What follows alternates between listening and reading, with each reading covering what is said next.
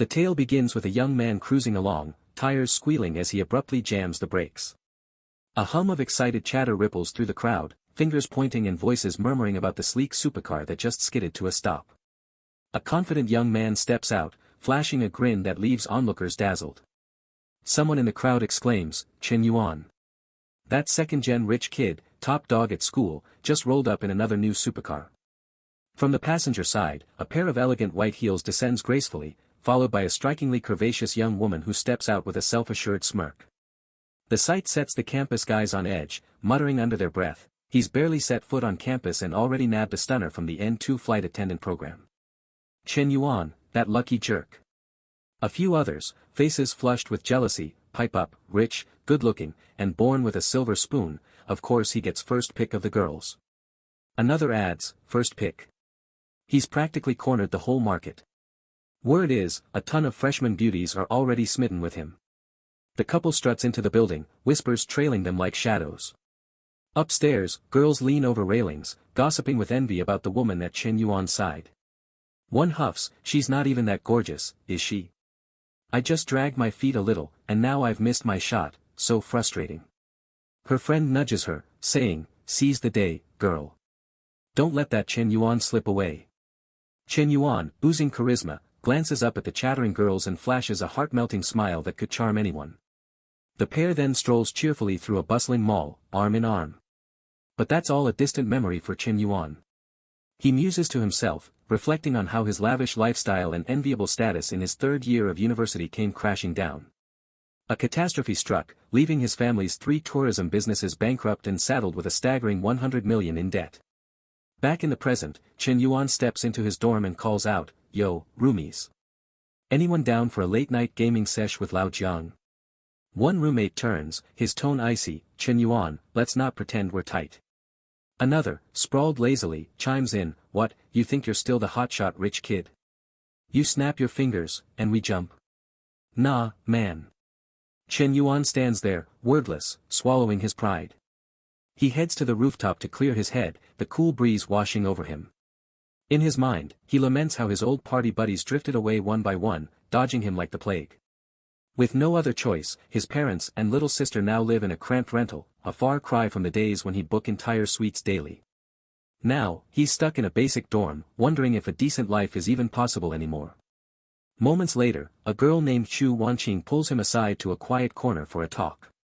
When he arrives, she says with a sneer, "Shen Yuan, enough. Don't reach out to me anymore. I hope you find someone more compatible." He freezes, stunned, his face clouding over in disbelief. "Wanqing," he stammers, "3 years together, and you just end it like that? Are you really that cold?" Chu Wanqing fixes him with a steely glare, her voice sharp like a blade. "How much love was there, really? You know the truth." She flicks her hair and turns toward a sleek luxury car idling nearby. Before walking away, she tosses over her shoulder, "Oh, and don't call me Wanqing, it sounds so tacky. If we ever cross paths again, let's just hope we don't." With that, she slides into the waiting car. Shen Yuan's heart sinks, a heavy sigh escaping him. Chu Wanqing pauses, adding, "I'm leaving now, my friend's here to pick me up." Desperate, Shen Yuan lunges to block the car door, pleading, "Wait, Wanqing." Startled, sweat beading on her forehead, she snaps, "What do you want now?" Her eyes are devoid of warmth as she continues, "Those designer bags you got me? I don't need them anymore. Why don't you take them back?" Shen Yuan's face darkens, but he forces a strained smile. "If it's really over, I don't care about the money. Just, let me relive that dream one last time." Her face flushes with anger as she shrieks, "Shen Yuan, have some dignity. 3 years, and all I got were a few lousy bags, and now you're demanding them back after we're done." Suddenly, an older voice calls from the car, "Wanqing, get in. No need to waste your breath." The man inside adds, "Young man, where you headed? Need a lift?" Shen Yuan glances at the older guy, bitterness bubbling up as he thinks, calling her Wanqing is tacky when I do it, but not for him. Absurd, he replies curtly, "No thanks, I live close." The man's tone turns patronizing. "Wanqing and I have plans, but I'm worried you're too shaken to think straight.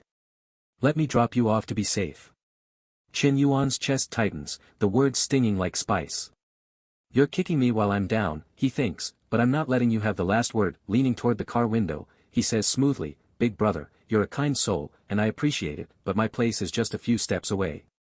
Turning to Chu Wanqing, he adds, Wanqing's a great girl. Take good care of her.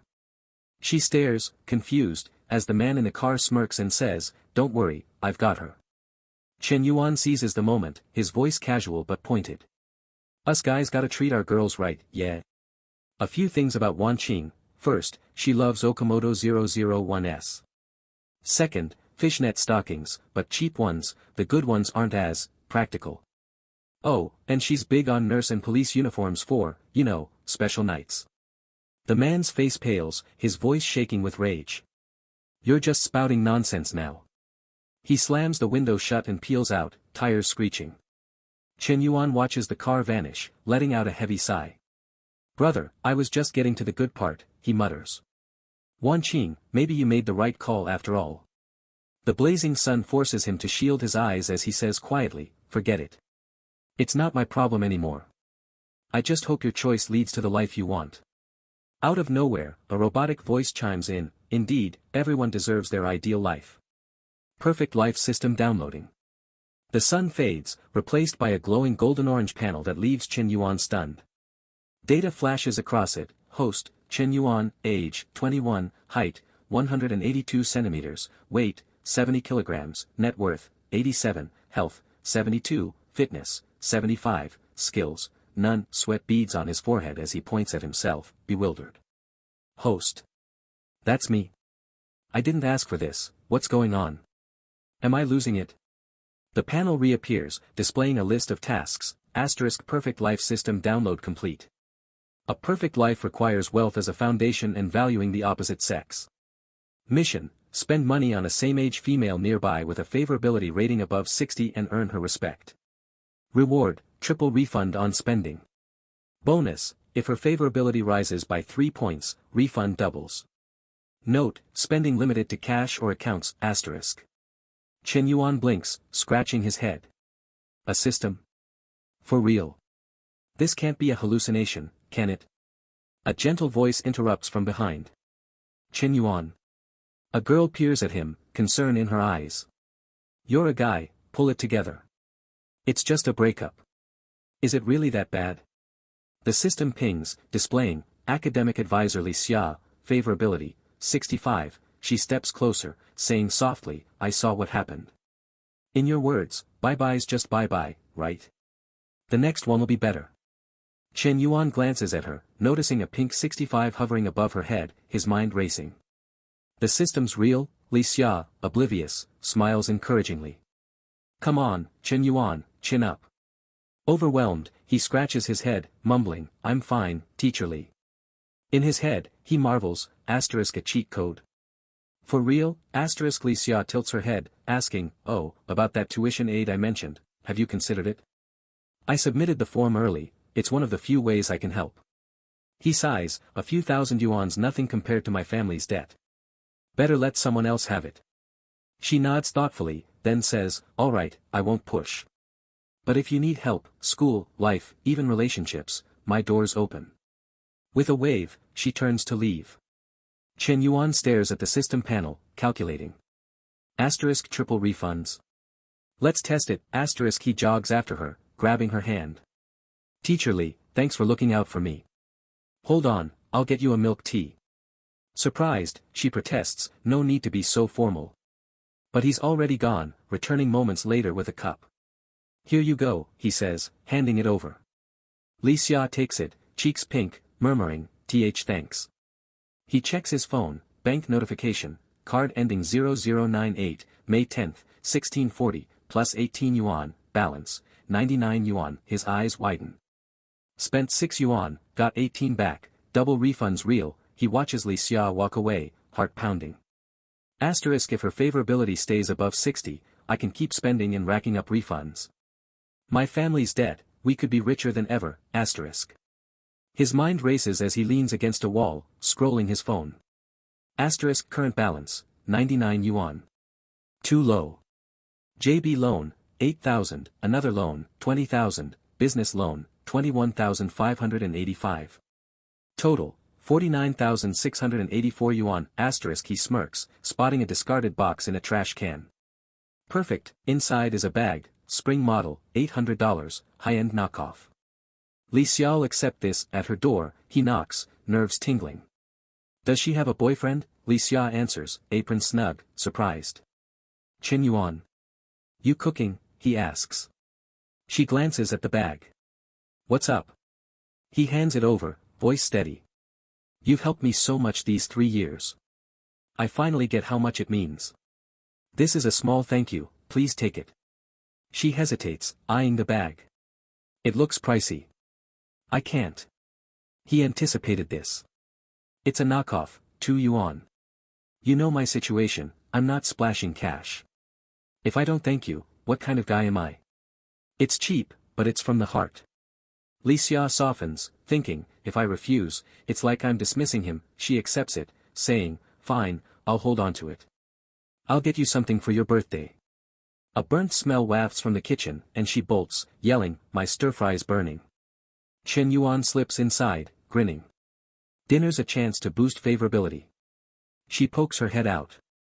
You haven't eaten, right? Stay for dinner. He nods, thinking, asterisk no boyfriend.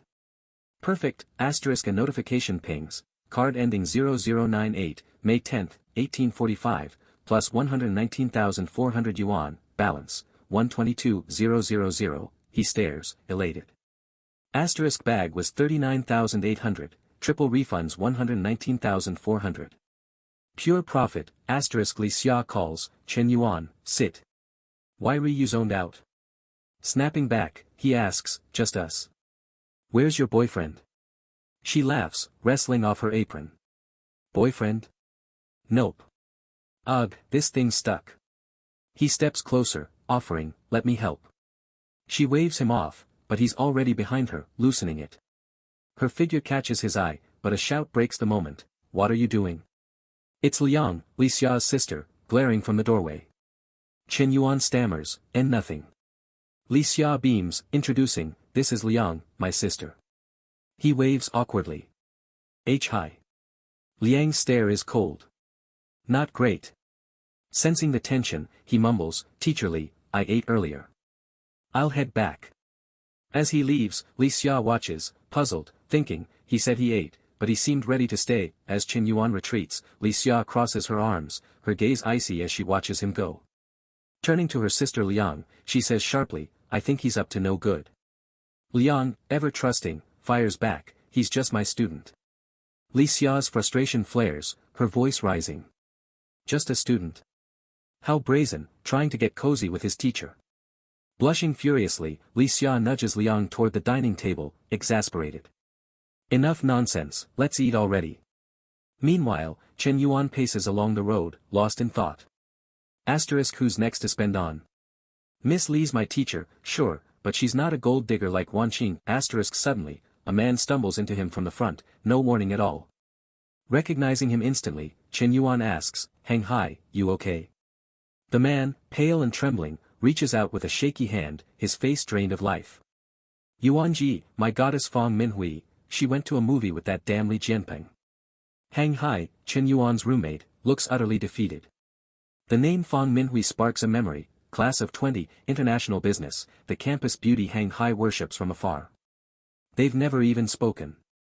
Shen Yuan, at a loss, replies, that's it. Hang Hai catches his neutral tone and snaps, Yuanji, what's with that face? You mocking me? Shen Yuan glances aside, deflecting. Chill, man. Look over there. Hang Hai's eyes light up, locking onto two stunning girls strutting ahead, their figures striking. His cheeks flush, life flooding back as he stammers, Yuanji, she just saw a movie with Li Jianping, right? They didn't get a room or anything. I've still got a shot, yeah. Shen Yuan sighs inwardly at Hang Hai's pitiful desperation. Asterisk obsessing over a girl like that, humiliating yourself. How's that gonna win her over, asterisk but then his gaze lands on one of the girls, and a glowing 72 hovers above her head. His jaw drops. Asterisk no way, she's got a number 2. Higher than Teacher Li's, asterisk. The girl beside Fang Minhui steals a glance at Shen Yuan, whispering, Minhui, heard Chen Yuan got dumped. Fong Minhui looks surprised. Her friend rolls her eyes, muttering, "TCH, Chen Yuan." Minhui doesn't quite catch it, but as they pass, she sneaks a curious look back at him. Her friend continues, "Shouldn't have hyped him up during military training. You chatted him up, gave him water, that rich kid vibe. Money's one thing, but acting all high and mighty even after going broke. Anyone would dump him. Good thing you two never got serious, or you'd have wasted 3 years." Fong Minhui sighs, wordless. Chen Yuan, still fixated on her, notices the 72 dipping to 69. Her favorability's dropping fast. Why? Panicking, he considers Hang Hai's feelings and turns to him. "Lao Hang, real talk, if I went for Fong Minhui, you cool with that?" Hang Hai scratches his chin, eyeing him. "You win over the class beauty? You think you're still the BMW driving rich kid? Honestly, I don't care who she's with, as long as it's not Li Jianping. That's all Chen Yuan needs. Good bro, that's enough for me. I'm going for it," he says, bolting off. Hang Hai yells after him, stunned, "Yuanji, you serious?" Chen Yuan sprints to Fong Minhui, calling out earnestly, "Minhui." She turns, cheeks pink, startled. Her friend steps in, defensive. "Chen Yuan, what do you want with our Minhui?" He flashes a sincere smile. "Just wondering if you're free tomorrow. Got a reservation at Star Sushi Kaiseki, wanna join me?" Minhui's eyes widen, wondering if it's a date. Her friend narrows her eyes. "That place? Over $1,000 per person. You got that kind of cash?" Ignoring her, Chen Yuan scratches his head, charm dialed up. "After dinner, maybe a stroll. Need your help picking a birthday gift for my sister. Let me know by noon tomorrow." He waves goodbye, adding, "I'm off, talk tomorrow." Hang Hai watches, jaw dropped, speechless. Minhui turns to her friend, blushing. "I just saw a movie with Li Jianping, is it okay to go eat with Chen Yuan?" Her friend grins. "Why not? Fancy Japanese spot." Chen Yuan's a bit full of himself, but he's easy on the eyes. Li Jianping's got money but pinches pennies. If Chen Yuan's family bounces back, he'll outshine him. She snatches Minhui's phone, giggling. "Not going's a waste. It's just dinner and a walk, not a proposal. I'll reply for you tonight." Minhui stammers, "Oh okay." The next evening, Chen Yuan and Fong Minhui head to the restaurant. Seated, the server delivers their dishes with a smile. "Mr. Chen, here's your set menu for 2. Enjoy." Minhui sits beside him, saying softly, "Chen Yuan, I heard your family's struggling. You didn't need to splurge like this." He brushes it off. "It's fine, this place's sushi is top-notch." Mid-sentence, he freezes, caught off guard by Minhui's striking figure. Blushing, he thinks, 2 months since I quit gambling, stay cool, man. Minhui tilts her head. "Why'd you invite me?" "Really just for your sister's gift." Sipping tea to steady himself, he answers honestly, "Always wanted to ask you out, just never found the right moment." Her favorability plummets to 66. She looks down, murmuring, "Oh." She's not happy, he panics. Clearing his throat, he pivots. "Back in military training, you brought me water, texted me at night. Never forgot that." Her cheeks flush, favorability ticking to 67. "You remember?" she asks. He grins, scratching his head. "How could I not?" The number climbs to 69, then 70. "Calm down, focus," he tells himself. 40 minutes later, they finish and head to the cashier. The staff beams, "Sir, totals 2,921 yuan. With your membership discount, 2,774 yuan. Chen Yuan nods, "Thanks." Minhui's favorability hits 73. She glances at him, thinking, "My monthly budget's 3,000 yuan, this meal's almost that." She recalls Li Jianping's cafeteria suggestion, promising a "next time" for dining out. He's got money but holds it tight. A bank ping sounds, followed by a system alert, *time-limited task, spend on a female with favorability over 60, gain respect. Reward, triple refund, double if favorability rises 3 points, * Chen Yuan checks Minhui's number, now 76. * from 72 to 76. This is wild, 10,000 yuan profit from one meal, *. Minhui smiles shyly, thinking, he's growing on me, maybe it's the money. She grabs his hand, saying, let's go pick that gift for your sister at Gujin. At the Gujin Mall, an older man spots Shen Yuan and mutters to Chu Wanqing beside him, Wanqing, what's that guy doing here? She gasps, Shen Yuan. Sneering, she thinks, dumped me yesterday, and today he's shopping with a new girl. The man scoffs, that broke student dares show up here. He fumes, I slave to buy Wanqing bags, and this debtor's got girls fawning over him. Shen Yuan, spotting them, says to Minhui, let's check another store. She nods, sure. Chu Wanqing, unable to let it slide, blocks their path. Why not look around? It's free. She glares at Minhui. Shen Yuan, who's this? He replies coolly, funny running into you. Just browsing for my sister's gift. The man laughs mockingly. A gift? Try the toy wholesale market, can you even afford this place? He gestures to the high-end store behind him. Chu Wanqing chimes in, sauntering toward Minhui with a biting smile. I don't know you, but a friendly tip, don't fall for his type. Shen Yuan steps in front of Minhui, retorting, what's it to you? Who am I deceiving? The man snaps, Shen Yuan, watch how you talk to Wanqing. Man up. We know your deal, broke, in debt, still acting big. No one's buying it. Shen Yuan bristles, thinking, what a pair, made for each other. A system ping interrupts, *perfect life task, spend on a female with favorability over 60, cause negative emotions in others. Reward, double refund per 5 negative emotion points, stackable with triple refund, * numbers appear above the couple, 30 and 35. Shen Yuan smirks inwardly. Didn't want to humiliate you, but you asked for it. Taking Minhui's hand, he says smoothly, alright, let's browse inside. At the brand name store, two receptionists gossip. Shen Yuan's an old customer, you greet him. The other scoffs, me? Serve a broke rich kid. Last time I dealt with that poser, you do it. The first glares, I said go, so go. Nearby, Chu Wanqing picks a bag, waving it at the man.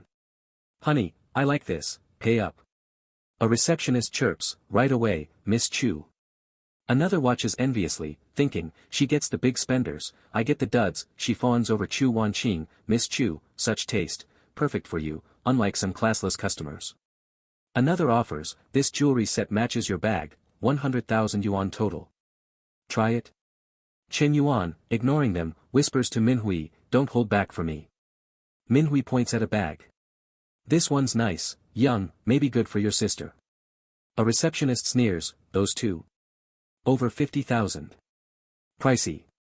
The man glares, fuming, *100,000. I could have sweet-talked her with a 2,000 yuan bag, now she wants a set, Chu Wanqing, thrilled, coos, swipe your card, honey, Shen Yuan's watching. Show him up.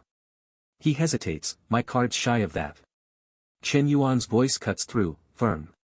I'll take both bags, and those accessories she just suggested. The couple freezes, dumbfounded. Minhui's stunned too. The receptionist who'd snubbed him flips, thinking, he's buying accessories. I thought he was broke, the other beams, Mr. Chen, 2 bags plus accessories, 131,000 yuan. Shen Yuan muses, eat, drink, spend, and it pays back, perfect, he pulls a plain card.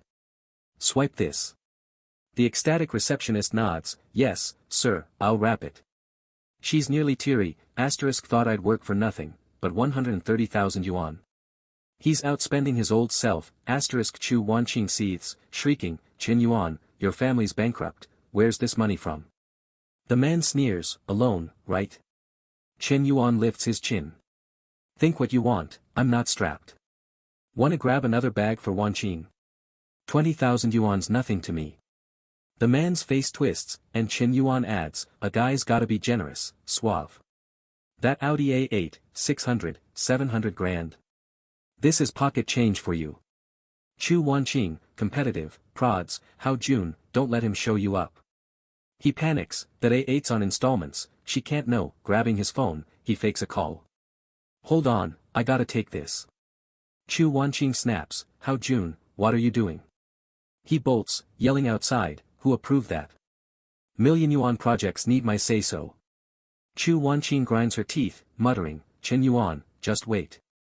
Shen Yuan, eyeing their rising negative emotion meters, thinks, easier than I expected, handing Manhwa a bag, he says, Manhwa, this is for you.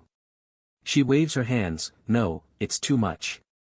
He insists, passing another from the receptionist. It's just a bag. They mocked you because of me, I owe you this. Please, take it. She hesitates, then nods, okay, thanks. He grins, hold off on thanks, here's the rest, all yours. Manhwa blinks, what? For your sister, right? He shrugs, dunno if she'd like, but I know you do.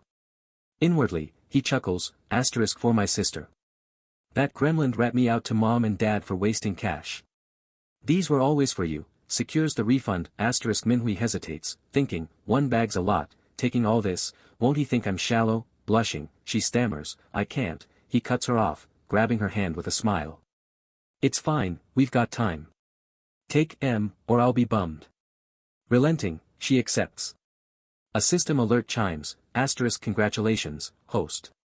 Mission complete, 15 negative emotion points, triple refund plus 6x total refund. Bank, card ending 0098, May 11th, 2100 hours, plus 786,000 yuan. Balance, 786,356 yuan, asterisk.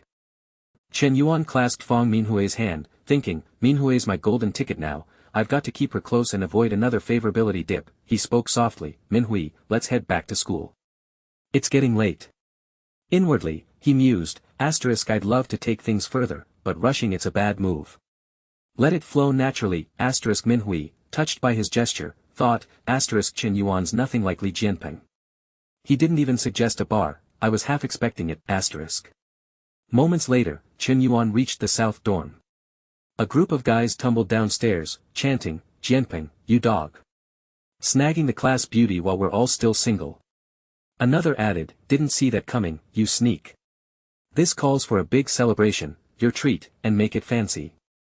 Li Jianping spotted Shen Yuan passing by and raised his voice deliberately, let's get the whole class together, make it a party. Shen Yuan, unfazed, returned to his dorm. Inside, a roommate, face sour, grumbled, you hear that?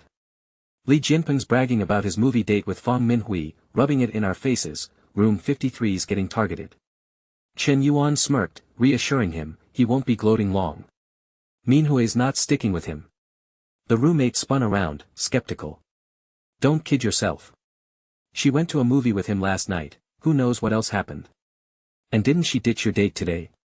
She's with Jianping, man. Shen Yuan just plopped onto his bed, silent, and fired up his computer. Checking his account, he thought, asterisk new funds already. Might head home tomorrow to sort things out, asterisk.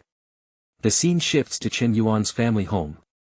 A heavy-set man lounges in a chair, greeting him, Xiao Yuan, you're back. It's his uncle, Chen Yade. Shen Yuan steps in, voice flat, hey, uncle. His father, tone gentle, says, we're talking, head to your room. Your uncle and I have business. In his room, Shen Yuan overhears his father's voice outside, brother, I get your situation, but please, give me a bit more time. I'm close to covering the debt, I'll pay part now. Chen Yade, smug, retorts, part. Not enough. I've been grinding daily, you've got to settle it all, now. Shen Yuan's mother snaps, Chen Yade, who does that? We lent you 300,000 for your car wash, no pressure to repay. Now we borrow 200,000, and you're hounding us 3-4 times. What's your game? His father cuts in, enough, don't escalate. He's got his own troubles. His mother, undeterred, fires back, troubles. I talked to his wife, he's not scraping for cash. He's crowing about debts must be paid, it's only right. Family. Ha. If you were a stranger, you'd see real debt collection. She scoffs, violence to collect. The Chen family's full of snakes. Why'd we ever help you? His father sighs, stop. There's still jewelry, go grab some to sell. We'll replace it later. His mother, irritated, snaps, replace what? Let's clear the house debts first. Inside, Shen Yuan's system pings, asterisk perfect life task, a perfect life carries no debt. Mission, pay off family or personal debt. Reward, double the amount paid, first 200,000 payment yields 1 million for a car, asterisk staring at the alert, he thinks, perfect timing, his eyes gleam, even without the mission, I was gonna help dad today, his mother, sighing, pulls out a jewelry box. All the jewelry you gave me's here. I can't sell it, no matter how tough things are. It's worth tens of thousands, let him take it. Seems 2 gold rings got lost in the move. Shen Yuan flushes, ashamed, recalling how he sold those rings to buy a bag for Chu Wanqing. I was such a lousy son, bursting out, he shouts, Mom, Dad, I've got money. His father frowns, not the time for jokes. His mother, weary, adds, you see our situation. Save your cash for the cafeteria card, don't mess around. Scratching his head, Shen Yuan insists, I'm serious, Dad. Listen, hear that ping? His parents check their phones, gasping, 200,000. His father, stunned, asks, Kid, where'd you get this? Shen Yuan spins a tale, you gave me tons of pocket money before. I tossed some into crypto with a buddy. He said it'd grow big, only cashed out recently. Hope that holds, they know I had cash to burn back then, his mother beams, great job, son. You've eased a huge worry. His father nods, alright, let's pay Yade off and get rid of him. He transfers the money, then says coldly, Yade, debt's cleared. His mother snarls, you got your money, now scram. Don't come back. Shen Yade, checking the transfer, wilts. Stammering, sister-in-law, what's this? She barks, you deaf. I said get lost. They shove him out. Yade, dazed, thinks, asterisk cousin owes 100 million, I figured he'd go broke, so I pressed early. How'd they pay so fast? Is his new venture raking it in, asterisk slapping himself, he groans, asterisk why'd I do this? No way we can face each other now, asterisk. The system chimes, asterisk host completed first debt repayment. Reward issued, card ending 0098, May 12, 1139, plus 400,000 yuan, balance, 1,163,356 yuan, plus 1 million yuan, balance, 2,635,356 yuan, asterisk Shen Yuan checks his phone, thinking, asterisk over a million, minus the car fund. Not bad. Coming home solved dad's problem and scored big, asterisk but he frowns, asterisk clearing all our debts needs way more. Handing over a million now won't cut it. Best move is to grow this capital, asterisk seeing his parents' tearful joy, he calculates, can spare 210,000 for dad, approaching them, he says, Dad, I've got another 210,000 not withdrawn yet. Need it urgent? His mother waves it off, we're okay for now, other debts aren't pressing. His father, flushed, mumbles, actually, gimme 50,000 first. Shen Yuan grins, that's the spirit, Dad. He chuckles inwardly, asterisk dad's sheepish look. Total flashback to me hitting him up for cash. Family traits, huh, asterisk. Outside Li Xia's place, Shen Yuan spots her and calls, teacher, you're back. She smiles, yup, no classes this afternoon. He leans in, eager, free tonight. Wanna grab dinner? You fed me last time, my turn to treat. Instantly, a piercing glare hits him. Liang, radiating menace, looms behind Li Xia, making them both sweat.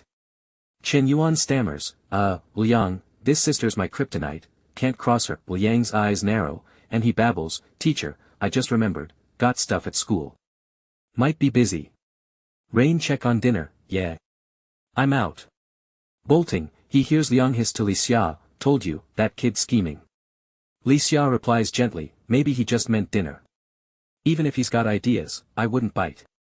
Walking away, Shen Yuan wipes his brow, too hot out, he recalls cruising with Chu Wanqing, AC blasting, cool and comfy. Then it hits him. Pulling out his phone, he thinks, asterisk got car money from the system, why not use it? Gotta give the system some love, asterisk he texts Minhui, free this afternoon. Wanna go car shopping? She replies fast, sure, no classes. Minhui's friend peeks at the message, squealing, Minhui, you and your boyfriend picking cars already? Moving fast. Not coming back to the dorm tonight. Spill. Minhui blushes, protesting, stop it, we're not dating. Her friend teases, our Minhui's hooked a rich, handsome catch, Shen Yuan's a steal. She playfully pokes Minhui's chest, making her yelp, quit it. An hour later, at a high-end 4S dealership, a staffer greets them, welcome. Here for cars. What type? Another guy, face flushed, stumbles over, spotting Minhui. Minhui, what are you doing here? She murmurs, oh, Senior Qin. Qin Yang, my high school admirer, why is he here? Qin Yang eyes her, who's this? Shen Yuan steps up, her classmate. Qin asks, looking at cars. What kind? Shen Yuan points at a sleek model. Tell me about this MCH. Qin, enthusiastic, says, exhibits are over there, check them out, sit inside. Inwardly, he sneers, base MCH is 500,000, 600,000 plus on-road. This kid's dressed cheap, bringing a girl to flex with no cash, staring at Minhui, he muses, still a goddess. I'm different now, 10,000 plus salary, top salesman, 200,000 accord. Girls want guys like me, sidling up, he says, Minhui, been a while. Free tonight? Let's catch up. She replies awkwardly, sorry, senior, I'm booked. Chen Yuan cuts in, can we get a test drive? Qin, irritated, I'm trying to ask her out, why is he butting in? Can't afford it, so what's with the test drive, he snaps, sorry, boss took the test vehicle, no drives today. Chen Yuan, no stranger to cars, knows better. Saw the MCH inside, coolly, he says, can't arrange it. Get someone else. He shouts to the desk, yo, can another salesperson hook me up for a test drive? A girl approaches, hi, I'm Chenna, sales consultant. How can I help? Chen Yuan sizes her up, sweet, professional. The colleague whispers to Qin, wasn't that your customer? Why'd Chenna take over? Qin huffs, couldn't be bothered. Let her waste time, a student wanting an M9, test drive. Just bragging. The colleague warns, what if he buys? You'll kick yourself. Qin scoffs, buy. He's a broke poser with a hot girl, I've seen it a million times. Chenna, all business, explains, this car's got an intelligent driver's seat, 192-line laser radar, full autonomous driving. Thoughts? Chen Yuan nods, she's good, looks and vibe rival Minhui's, stray thoughts creep in, heard female car sales struggle with guys, wonder if, Chenna asks, got the configs? What's your budget? He replies casually, got one in stock. Wanna pick it up today? Chenna's eyes spark, most buyers hem and haw, this guy test drove and decided, no price check. Jackpot or ulterior motive, she checks, sorry, no stock here, but another store's got a cancelled order, financial issue. We can transfer it in a week. Chen Yuan agrees, cool, I'll order today. Chenna, floored, thinks, over 600,000 on road, and he's in. Angel customer or what, she stays professional, please rest inside. Need a 50,000 yuan deposit, I'll grab the contract. Back at the desk, Qin pries, what did he say? Chenna, prepping the contract, says, he bought it. A colleague gasps, what? That quick? Qin, hands on hips, sneers, he's faking. When it's time to pay, he'll bail with excuses, we get tons like him. Another agrees, yeah, never seen a buy that fast. Chenna, unfazed, repeats, he bought it, full payment. The colleague, floored, turns to Qin, you moron, you let a huge sale slip. You're gonna regret this. Qin clenches his fists, fuming. Chenna, smiling, tells Chen Yuan, any follow-up issues, just call. Heading somewhere? Need a ride? Minhui grabs his arm, no, we'll get a car. Chenna, embarrassed, thinks, overdid the customer care, upset his girlfriend. I'm toast, she nods, alright, safe travels. Strolling outside, Chen Yuan checks his phone. Wanna grab food? Minhui pouts, oh. Sensing trouble, he asks, Minhui, you upset? Jealous?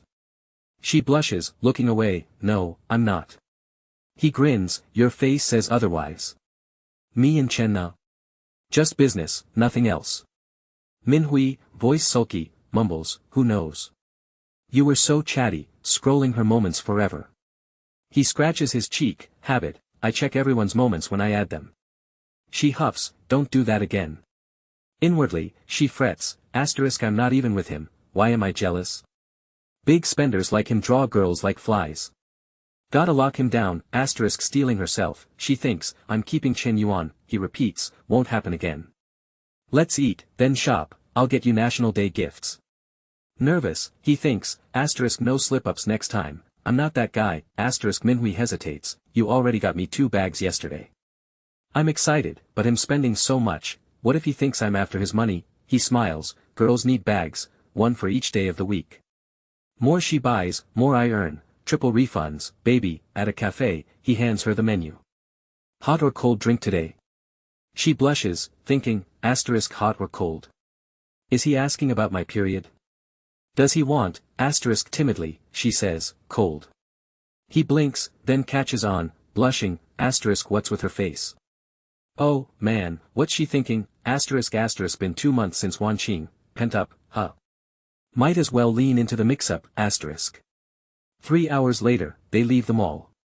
Minhui's decked out, a 12,800 yuan watch, 20,800 yuan bracelet, 55,000 yuan handbag.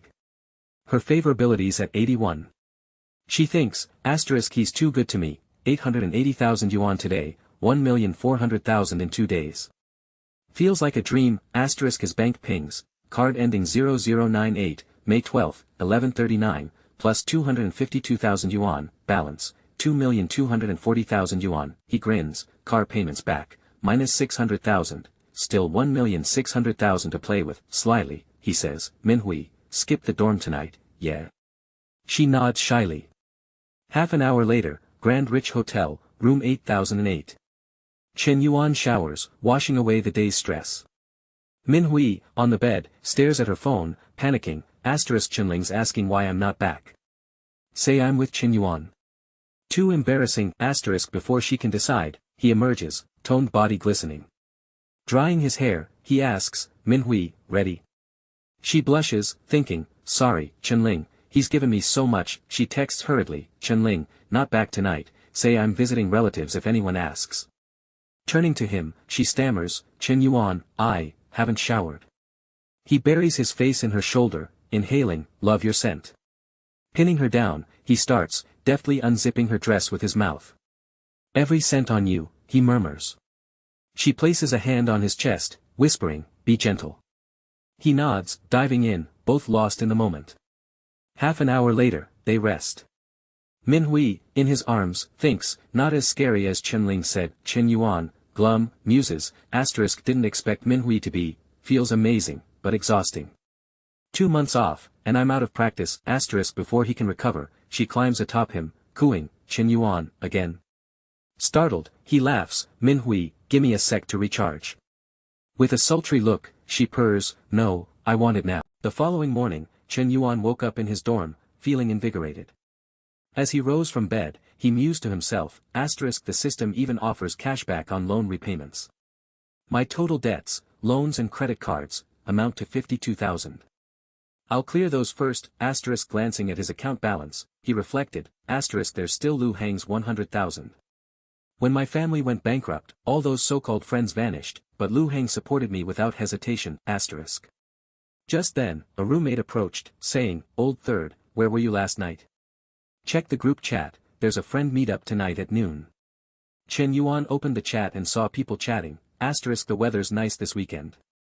Let's all head out for some fun, asterisk soon after, a car photo popped up, followed by excited comments, asterisk whoa, Pang's getting a car. That's a Bowen lie, worth 280,000. Pang's loaded, asterisk someone else wrote, even 10 years after graduation, most of us couldn't afford that, another chimed in, asterisk did the saleswoman at the 4S shop have her kid yet? I say we all meet up tonight and celebrate, asterisk. The roommate added, that jerk Liang Pang bought a car. I bet he got the old class president to set this up just to brag. It's so annoying. If we skip it, though, we're out 200 yuan from the class fund. Shen Yuan replied, revolted, Liang Pang's fake act is almost cute. You guys go, I'm sitting this one out. Before he could say more, a message pinged, asterisk Yuan, been a while. Come grab dinner tonight. Chill out a bit, asterisk. Suddenly, the system buzzed with a notice, asterisk perfect life mission, it's not just about winning over the opposite sex but also building a career base. Limited time task, the host will receive 1 million yuan for investment within 1 week. Invest the full amount. Reward, any profits from business ventures will be doubled, asterisk reading it, Shen Yuan grinned, thinking, asterisk a career mission. Perfect timing. I need a legit way to explain all this money in my account. Lu Hang's acoustic bar is being renovated, maybe I can put money into that, asterisk. Staring at his phone, he reread Lu Hang's text, asterisk Yuan, long time no see. Dinner tonight, relax a bit, asterisk Chen Yuan typed back, asterisk send the spot. Tonight, your boy's switching up the vibe, asterisk. At South Scenery Bar, in a VIP room, Zhang Long, a young heir, lounged on a sofa, grumbling, young masterly, who are we still waiting on? I'm starving here. Lin Guangyao, sitting nearby, piped up, aren't all the big shots already here? Xiao Xian Gang, sprawled lazily, added, yeah, important folks don't show up late. Lu Hang, holding a wine glass, said calmly, no rush. There's fruit and snacks on the table, munch on those. Chen Yuan's almost here. At the mention of Chen Yuan, Lin Guangyao bolted upright, scoffing, Chen Yuan. His family's broke. He's not in our league anymore. Why invite him? Lu Hang replied firmly, I'm covering tonight, not you, so why re you griping? Chen Yuan's my lifelong buddy, you can't compare him to those other guys. Lin Guangyao muttered, fine, if young Master Li says wait, we wait. The woman beside him teased, you're so annoying, brother Yao. Not my boyfriend, but always handsy. Lin Guangyao shifted topics, asking Shihai, your cousin's girlfriend's coming tonight, right? Where's she at? Shihai grinned, she's on her way, traffic's rough. Probably 10 more minutes. Lin Guangyao thought smugly, asterisk Shihai's family always leaned on mine. Without me, he wouldn't even be at these hangouts. And how'd he land such a stunning girlfriend? That tight skirt and white blouse, no guy could resist. They're not married yet, so I might still have a chance, asterisk. Finally, Chen Yuan arrived, pushing open the door with a warm grin. Sorry to keep you all waiting, he said. Lu Hang, seeing him, asked gently, what took you so long? Chen Yuan answered, traffic, man. I swear the driver picked the worst route through every jam. Lu Hang chuckled, giving his shoulder a light tap. Some drivers got no shame, report that guy. Lin Guangyao smirked to himself, asterisk a taxi. Everyone else here rolled up in their fancy rides. No wonder he got stuck, asterisk out loud, he jabbed, lucky us, we drove. Had to call a cab, huh? Just then, a strikingly familiar woman rushed in, saying, sorry, rush hour was brutal. I'm late. Shihai, blushing, stood and announced, this is Chen Na, my girlfriend.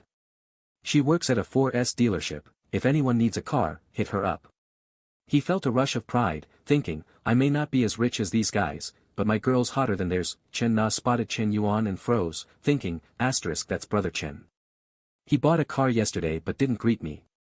Guess I'll act like we've never met, asterisk with that, she walked to Shihai, her expression stiff but still captivating. 40 minutes later, Lu Hang rose, cheeks red from drinking, and said, now that we're all full, let me say something.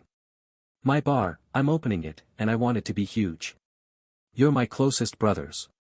Anyone want to invest and get rich together? It's about 2.4 million total. I'm covering 30% equity, roughly 700,000. Hesitating, he added, what do you think? The woman beside Lin Guangyao watched quietly, amused. Lin Guangyao thought, asterisk Lu Hang's family pulls tens of millions yearly. He needs investors for 700,000. Probably fumbled his last deals, so his dad cut him off, asterisk Shihai swirled his wine, thinking, asterisk no way I can afford that. I'd need to save 2 years for 700,000, asterisk Xiao Xiangang mused, asterisk dinner's cool, but dragging us into investments. Not Lu's style, asterisk the room stayed silent, everyone knew the first to speak would look foolish. Lu Hang's expression darkened, thinking, asterisk these guys are always happy when I'm picking up the tab or lending cash. Now I need a little help, and they're acting dead. I get Chen Yuan's broke, but the rest, asterisk coldly, he said, what's up? You all mute now that you're fed. Speak. Lin Guangyao broke the silence. Look, Lu, I don't think you need investors yet. If you're just low on cash flow, we can each toss in a few thousand to get the bar running. Pay us back when you're profiting. Shihai nodded, yeah, exactly. Buying shares mid-project isn't fair to you. That way, you won't lose out later, right? Xiao Xiangang thought, asterisk everyone knows Lu's track record, remember that hot pot place with the tech crew? Total flop.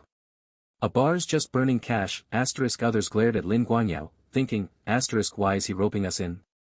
He could loan privately. Our families barely give us enough as it is, asterisk. Lu Heng stayed quiet, fuming, asterisk I wanted us to make money together, but this feels like begging. I misjudged them, especially Lin Guanyao, who never gets it right. I said invest as partners, not borrow, asterisk setting down his glass, he said curtly, we'll talk loans later. If you're not in, forget it.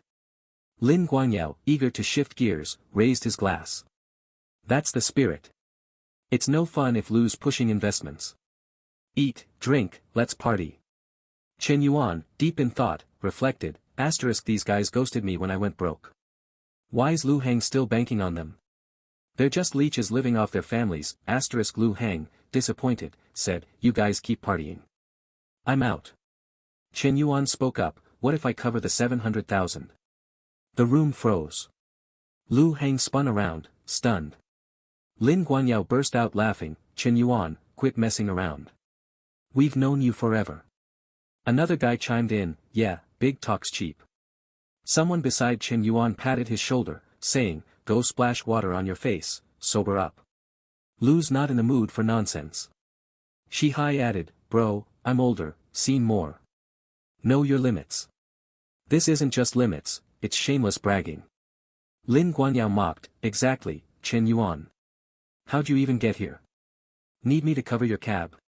Chen Na, watching the jeers, was puzzled, thinking, asterisk brother Chen's offering 30% equity. Why do they think he's bluffing? He dropped 600,000 on a car yesterday. For someone like him, 700,000's nothing, asterisk she lowered her gaze, thinking, asterisk I want to back him, but if I, an outsider, jump in, it might make things worse for him. What's the right move, asterisk? Shen Yuan, unfazed, asked Lu Heng, I sent the 700,000. Check it. Lu Heng glanced at his phone, stammering, Shen Yuan, the screen showed clearly, your industrial and commercial bank card ending in 5854 received 700,000 in 1942 on May 13, Lin Guanyao, curious, asked, Lu, what's up? Lu Heng, speechless, shoved the phone toward him, saying, see for yourself. Lin Guanyao gaped at the number, thinking, asterisk what the hell? Why's Shen Yuan's transfer got so many zeros? Let me count, 1, 2, 3, 4, 5. Holy crap, 700,000, asterisk Chen Na, nearby, glanced at Shen Yuan, stunned, thinking, the tides turn fast. One of the guys, noticing Lin Guanyao leap up, curiously asked, Lin Sha, what's in that message?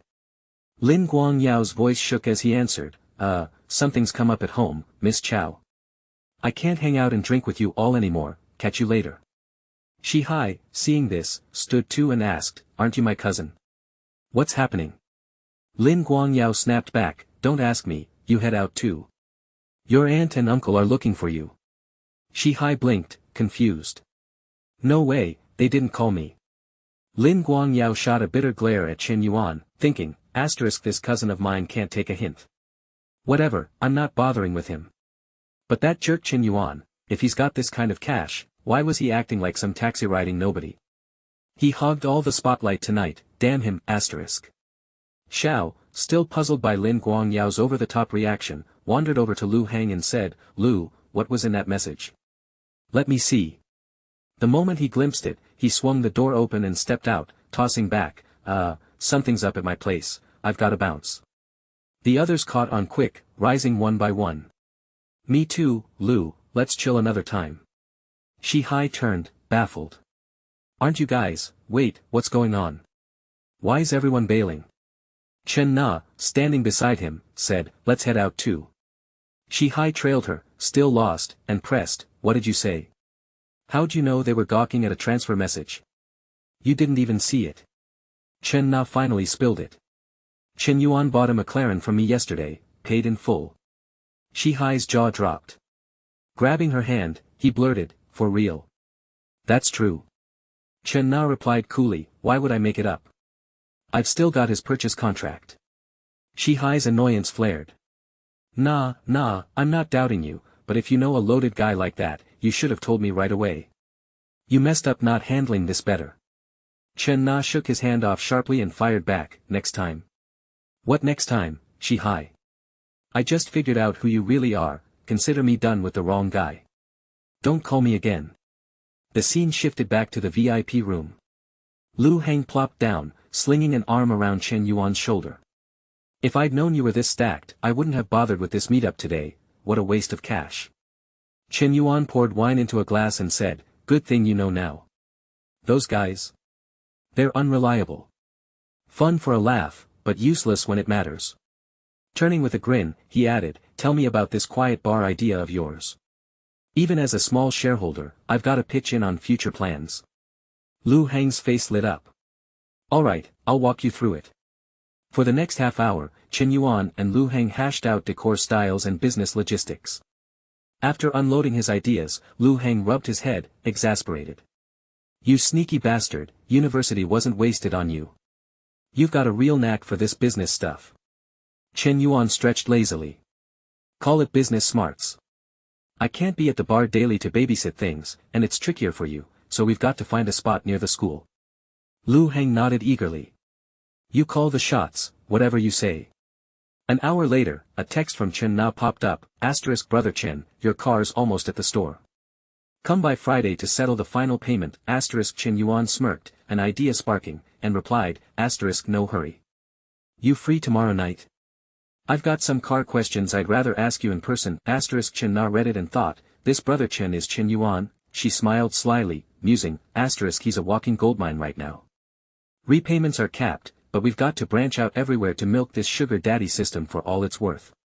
Plus, Chen Yuan's got the looks and the build, spending on a guy this hot isn't a loss, * with that, he sent her the meetup spot, tomorrow, tea restaurant, 4th floor, Guajin Shopping Center. The next day, Chen Na arrived early as planned, settling by the window with her chin in her hand. Brother Chen's not here yet, am I too early? Just then, a pot-bellied man waddled in from outside, spotted her, and thought, * Chen Na. Why is she here, rocking the store uniform? Never got a shot to charm this chick at work, today's my lucky day, * he turned to the group behind him and said, you guys grab a spot to eat, I've got some business to handle.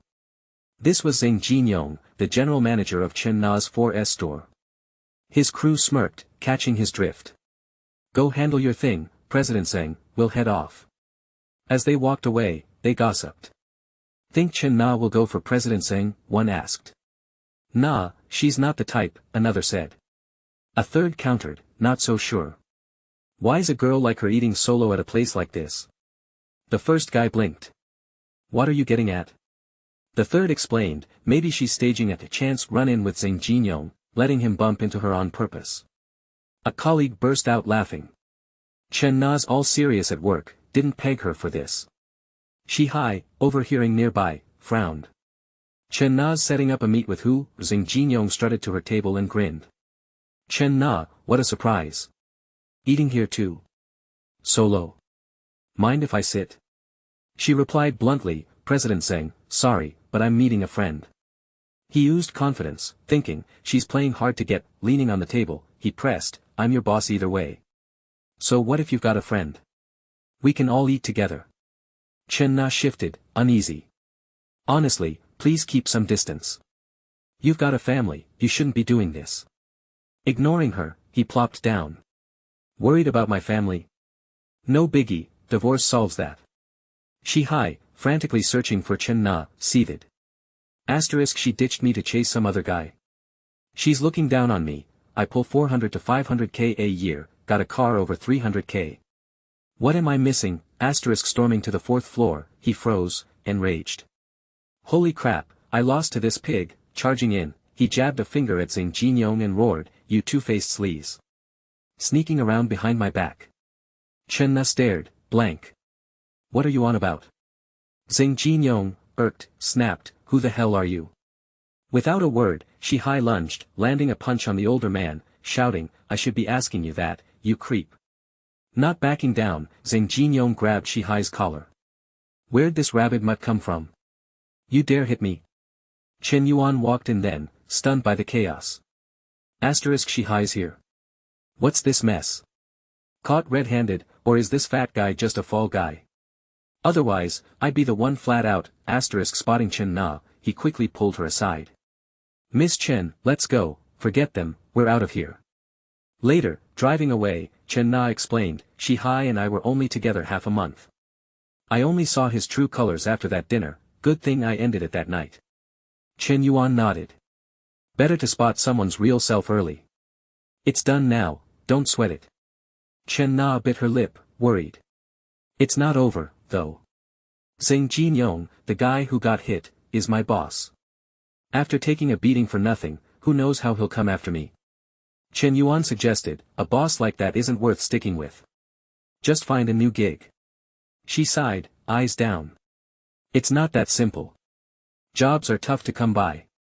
Switching stores means starting from scratch, all my clients from years of work, gone. As they passed a flower shop, Chen Na gazed out, lost in thought. Being a salesperson wears you down after a while. I'd love to switch, maybe run a cafe. When I'm in a good mood, I'd rake in business, when I'm not, I'd just lock up. How nice would that be? Too bad a cafe takes 300 to 400k to start, I'd need ages to save that. Chen Yuan perked up. You want a cafe? No cash. What if someone invested? Inside, he calculated, besides the 700k for Lu Hang, I've got 300k left for investments. Chen now laughed it off. Then I'd quit my job on the spot and work for them, no hesitation. He turned serious. Alright, quit tomorrow. I'll put in 300k for a cafe, you work for me. Shi-hai's hand, mid-thigh slap, froze. Chen Na's favorability shot to 64, and she gasped. Chen Yuan, thrilled, thought, I was stressing over winning her over, here's my money tree. Chen Na stammered, Chen Yuan, you joking? He smiled. Dead serious. What's wrong, don't want to work for me? After we open, I'll pay you 12,000 yuan monthly, plus commission. 3 months straight, I'll toss in a 200k car, yours is beat up anyway. Her eyes sparkled, mind racing. No sales quotas, a car in 3 months, over 300k a year, then doubt hit. Wait, is Chen Yuan trying to make me his side chick? She recalled the girl with him at the dealership and said, Chen Yuan, you don't have to do this for me. Tempting as it is, I'm not some caged bird, especially not a mistress. He crossed his arms. Don't overthink it. I'm planning a cafe chain. This first one's a test run, pure boss employee deal. Chen Na looked away, sheepish. Oh, really? Let me mull it over. A text buzzed, * Chen Yuan, free tonight. Let's grab cold drinks, Fong Min * he smirked, thinking, * cold drinks. Min's tastes are pricey, * he replied, those are fine, but let's not overdo it. Turning to Chen Na, he said, Miss Chen, I've got something to handle, I'll head out. Think it over and let me know soon. He dashed to Dawa Hotel, room 8008, slipping inside and shutting the door. Fong Min, waiting ages, rushed over, hugging him tight. Chen Yuan, I missed you. He softened. Me too, she cut in, suspicious. Wait, Chen Yuan, you smell like another woman's perfume. Startled, he sniffed himself. Huh? No way.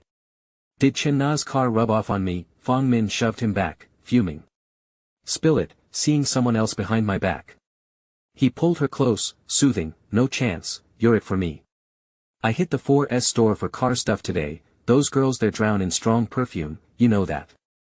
She melted under his charm. Fine, but if you chase other women, tell me first. And keep your distance from that staff chick, got it? He chuckled, thinking, * this isn't about cheating, the system's about spending on women for rebates. Can't stick to one tree, *, of course, he said aloud, grinning. She sauntered off, teasing, I'm showering first. He grabbed her arm, suggestive. Shower later. She purred, can't, I'm dressed. He stripped her quick, smirking, I like your natural scent. Blushing, Fong Min sat on the bed. Then we're alike, I love yours too. Chen Yuan shed his clothes, tossing them aside, and pounced, inhaling her deeply. That's my line. You've lit a wildfire in me. They tangled again, her moaning, Chen Yuan, I like you so much. 2 hours later, as they wound down, Fong Min murmured, Chen Yuan, I want more. He balked, shaky. Let me shower first, sweaty and gross. Stumbling to the bathroom, he thought, * her appetite's bigger than mine. She's loving it, but I'm wiped. Asterisk noticing her favorability hit 90, he grinned. This exercise boosts her fast, 86 last time, 90 now, the system pinged, asterisk opposite sex favorability over 90 detected. Mission complete. Rewards, 1 million yuan, 1 million consumption card, 1 random ability card, asterisk Shen Yuan gaped. Asterisk a million. Lotteries don't pay like this. Explains my cash flow, pays debts too, asterisk. Eyeing the random ability card, he puzzled, asterisk what's this? Future domination, asterisk glancing at Fong Min on the bed, he thought, asterisk sorry, Min, I'm climbing now.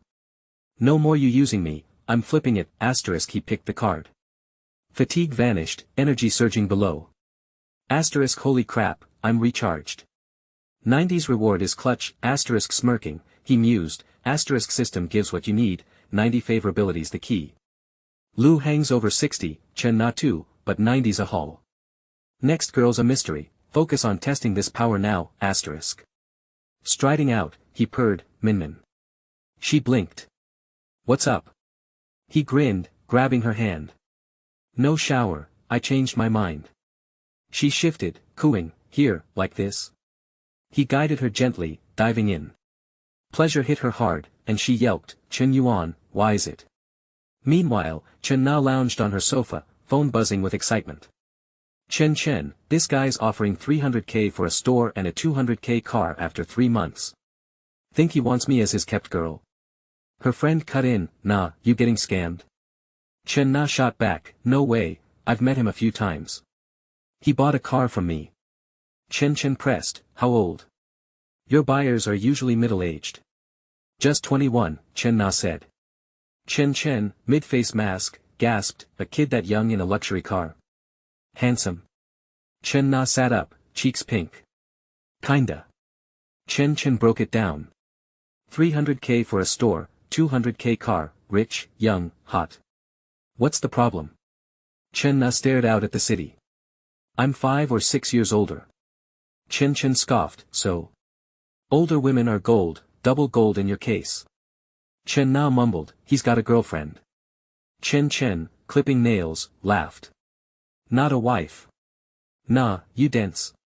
Snag him, even with a wife, you could. Shocked, Chen Na yelped, what are you saying? Chen teased, freaking out. Pass this sugar daddy to me, I'll handle it. Chen Na blinked. Didn't you have a boyfriend? Chen shrugged. So. A sugar daddy like that? I'd dump mine in a heartbeat.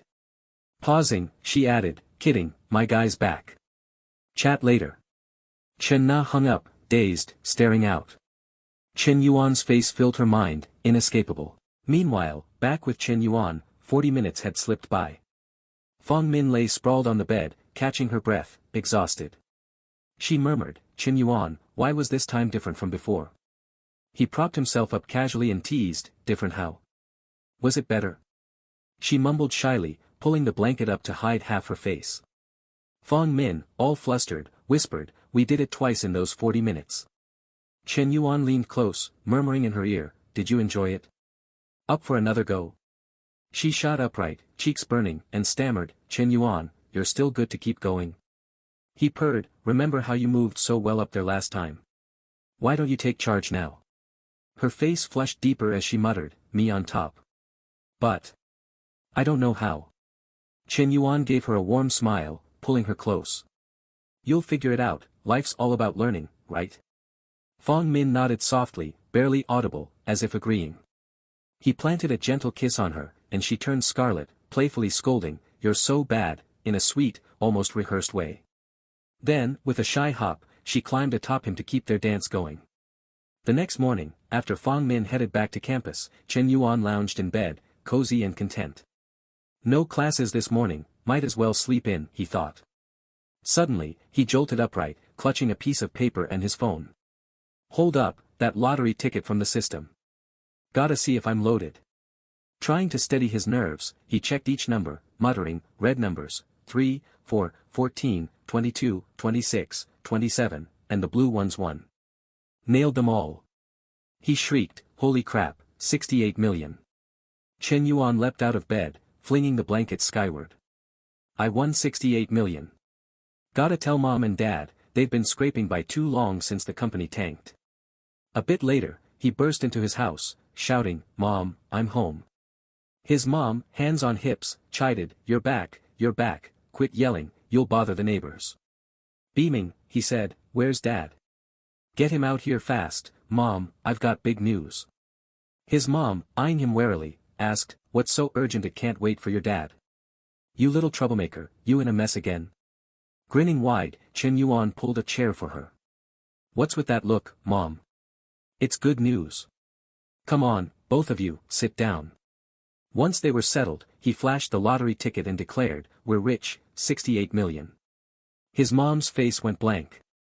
Son, you feeling too much pressure at school? His dad chimed in, kid, just focus on studying. I'll handle the family debts, don't stress over strange ideas. Shen Yuan thrust the ticket and phone at his dad. Dad, look closely before you say more. His dad muttered, checking each red number against the phone. His eyes widened as he stared at the ticket, shouting, honey, we actually won. Mom gasped, really? For real? Dad, buzzing with excitement, confirmed, it's really 68 million. Shen Yuan added, even after 20% taxes, we're looking at over 50 million. We can clear all our debts, and our lives will be so much better. His mom clapped her hands, overjoyed. Son, your name's going in the family record books. Forget lunch at home, let's go celebrate this lottery win. Shen Yuan scratched his head, a bit bashful. Oh, and I'm a junior now, graduating in a year. I want to start my own business, get some real-world experience. His dad nodded, pleased. Starting a business isn't simple these days, but I love your drive. Young folks should push hard. It's your prize money, spend it how you want. But I'd suggest your mom and I hold on to some, just in case things don't pan out. Shen Yuan chuckled awkwardly. Mom, Dad, I'll just take 1 million. The rest is yours, do whatever you like with it. His dad laughed and nodded. Fair enough. His mom added, son, go chase your dreams, we've got your back. The scene shifted to Zhang Jinyong, still stewing from the fight days ago. Pointing to his bruised face, he sneered at Chen Na, you know why I called you here, right? Take a good look, this is your boyfriend's handiwork. Chen Na replied icily, Director, I've already dumped him. We're done. You should take up your injuries with him. Zhang Jinyong wasn't buying it. Chen Na, that's not how it works. Debts get settled with the right person. If it wasn't for you, would I have gotten jumped for nothing? His eyes roamed over her, dirty thoughts creeping in. This woman's stunning, I can use this mess to reel her in. Chen Na stood firm. Your fight's got nothing to do with me. Besides, I told you yesterday I was meeting someone, you're the one who insisted on sitting there. His face darkened. Enough excuses. You left your post without permission yesterday afternoon, no one was at the lobby to greet customers. As punishment, you're off customer greetings this month. Come talk to me when you've thought it over. Feeling wronged, Chen Na argued, on what grounds? I already requested leave yesterday. He burst out laughing. Ha, good question. What grounds? Is this your first day in the real world? It's because I'm the general manager here, everything in this store answers to me. His smug logic infuriated her, but she felt powerless. Zhang Jinyong, grinning to himself, thought, banning her from greetings cuts her commissions. A month on just 1,200 yuan base pay. She can't even cover rent, Chen Na saw through his game. Turning sharply, she spat, acting all high and mighty just 'cause you're some lousy general manager. It's just a job, worst case, I quit. Panicking, he jumped up, shouting, Chen Na, don't storm off. Think it over carefully. She was thinking, but not about him. Chen Yuan's young, but he's no ordinary guy, he gets things done. Even part-time work with him could be my way out, stealing herself, she said, no need to think, I'm done here. Half an hour later, her message pinged Chen Yuan, I'm ready. You still serious about yesterday, he shot back, congrats on ditching that misery and picking a brighter path. Check out some shop locations when you can, if you find a good spot, we'll lock it in, on his end, Chen Yuan strolled down the street, reading her text and grinning. Perfect, the last 300,000 from the investment mission set. No need to hunt for another project, asterisk. He reached his destination and stepped inside, greeting warmly, "Hey, Lu, I'm here." Lu Xiao, juggling boxes on the floor, looked up. "Chen Yuan, sorry to drag you into this. I'm moving my office, but there's too much stuff, I can't haul it all alone. I meant to call the class monitor, but she had to take leave." Chen Yuan glanced at the shelves. "No worries, I'm free this morning, nothing going on at home. All this stuff need moving." Lu Xiao wiped her brow, smiling. "Yeah, books and papers I could handle, but this table and filing cabinet are way too heavy." She reached for a cabinet, stretching. "I can't quite get up there," she said. Standing on tiptoe, she strained, but a steady hand reached past her. Chen Yuan grabbed the stack of papers from the shelf.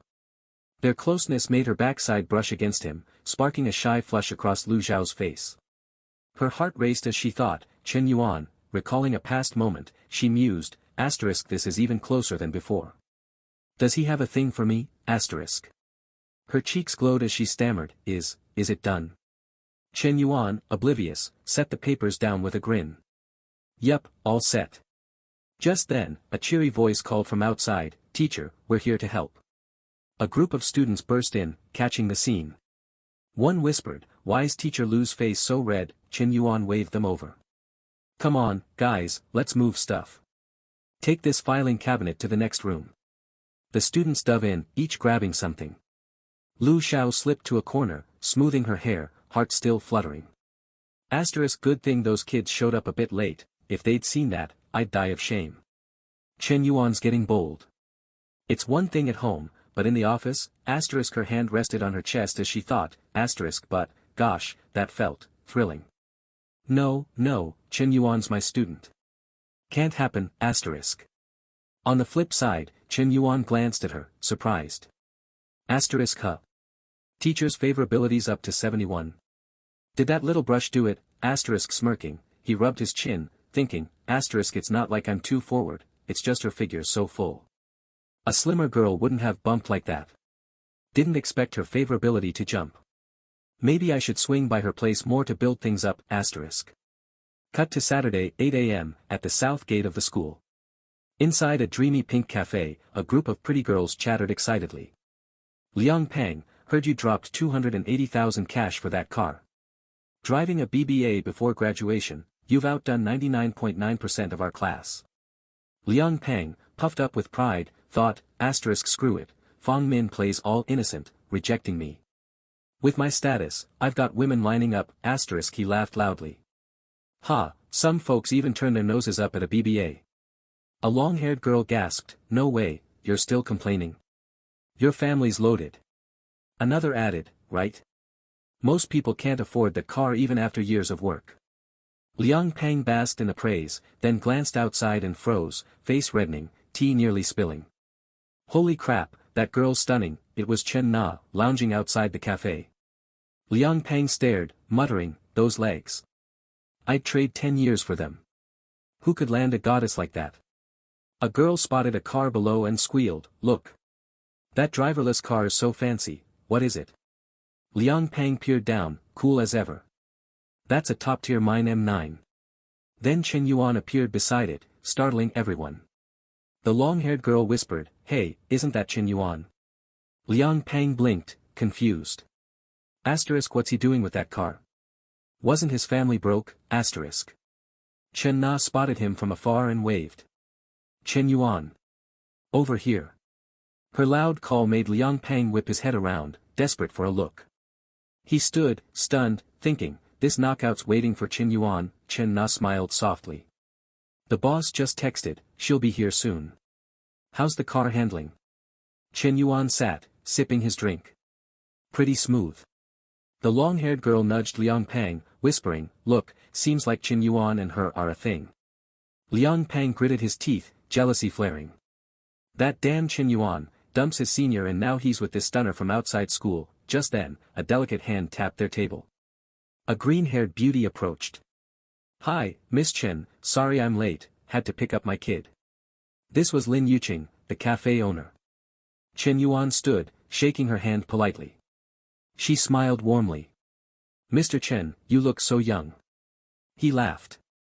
We're all around the same age, early 20s. Miss Lin, let's sit and chat. Lin Yuqing settled in, cutting to the chase.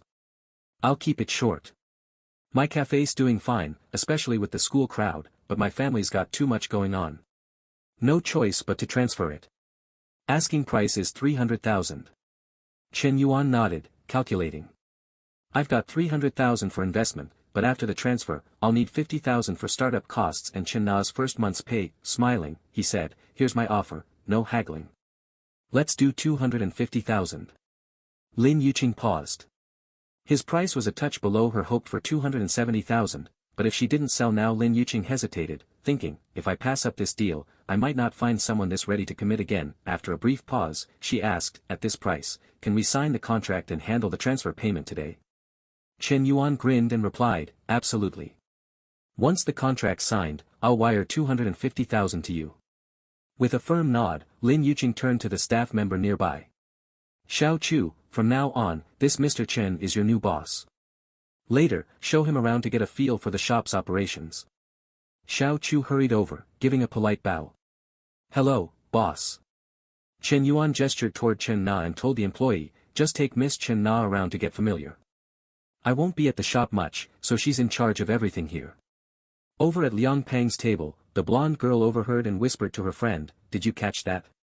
It's unreal, a 250,000 deal sealed in minutes. Her friend nodded. And it's clear Chen Yuan's buying this place for the girl with him. Liang Pang's jealousy flared, but he was powerless to act. Suddenly, Lin Yuqing's phone buzzed. She apologized, grabbing it and stepping away. Mr. Chen, Miss Chen, sorry, I need to take this call outside. Chen Na leaned closer to Chen Yuan and murmured, seems like Miss Lin is Zheng Xiangyong's wife, you know, the guy who scrapped with Shihai at Guajin Shopping Center, the 4S store boss. Chen Yuan's eyes widened. What a coincidence, he said, thinking, asterisk with such a gorgeous wife at home, he's still abusing his position to harass female staff. What a creep. I'm not letting that slide, asterisk. Chen Na lowered her voice. I've got chat logs of Zheng Xianyong harassing and threatening me. I want to use my salary to expose him, show the car industry his true face.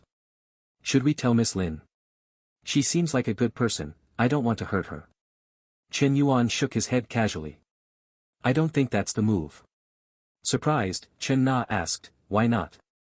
He explained smoothly, if you leak those chats, Zheng Xianyong will know it was you. A guy in his 40s, jobless, with a wife and kids to feed? He might lash out at you. Leave it to me, I'll handle him without dragging you into it. Relieved, Chen Na smiled. Chen Yuan, thank you. He pulled out his phone and said, I've sent 250,000 to Miss Lin already, and I've transferred 50,000 to you, 24,000 for your first 2 months' salary, the rest for shop expenses. Just then, the system chimed, asterisk detected, host has used all 1 million dedicated investment funds. Investment task completed. Investment level upgraded from novice to primary investor. Activating serial task, a perfect life needs more assets. Host receives 10 million dedicated investment funds to expand investments. Mission 1, all investment income tripled as reward. Mission 2, complete investments to unlock a mysterious property, asterisk. Chen Yuan read the alert, stunned. Asterisk didn't see this coming, the system's upping the ante. 10 times the funds, 10 million to play with, plus a mystery property. I'm already hooked, asterisk Lin Yuqing returned, beaming. Brother Chen, I got the payment, happy partnership. I'll head out now, but let's catch up again. Chen Yuan shook her hand, his face warming as he thought, asterisk her hand so soft, delicate, yet full of allure. The charm of another man's wife, asterisk a fleeting, cheeky idea crossed his mind, but he smiled politely and said, definitely, we'll meet again. Half an hour later, at an upscale restaurant, Chen Na sat across from him, hesitant. Chen Yuan, this place is pricey, do you come here a lot? He replied coolly, not really. Today's special, celebrating our new venture. The girl at the next table, cheeks flushed, thought, asterisk Chen Yuan's a tough one to resist.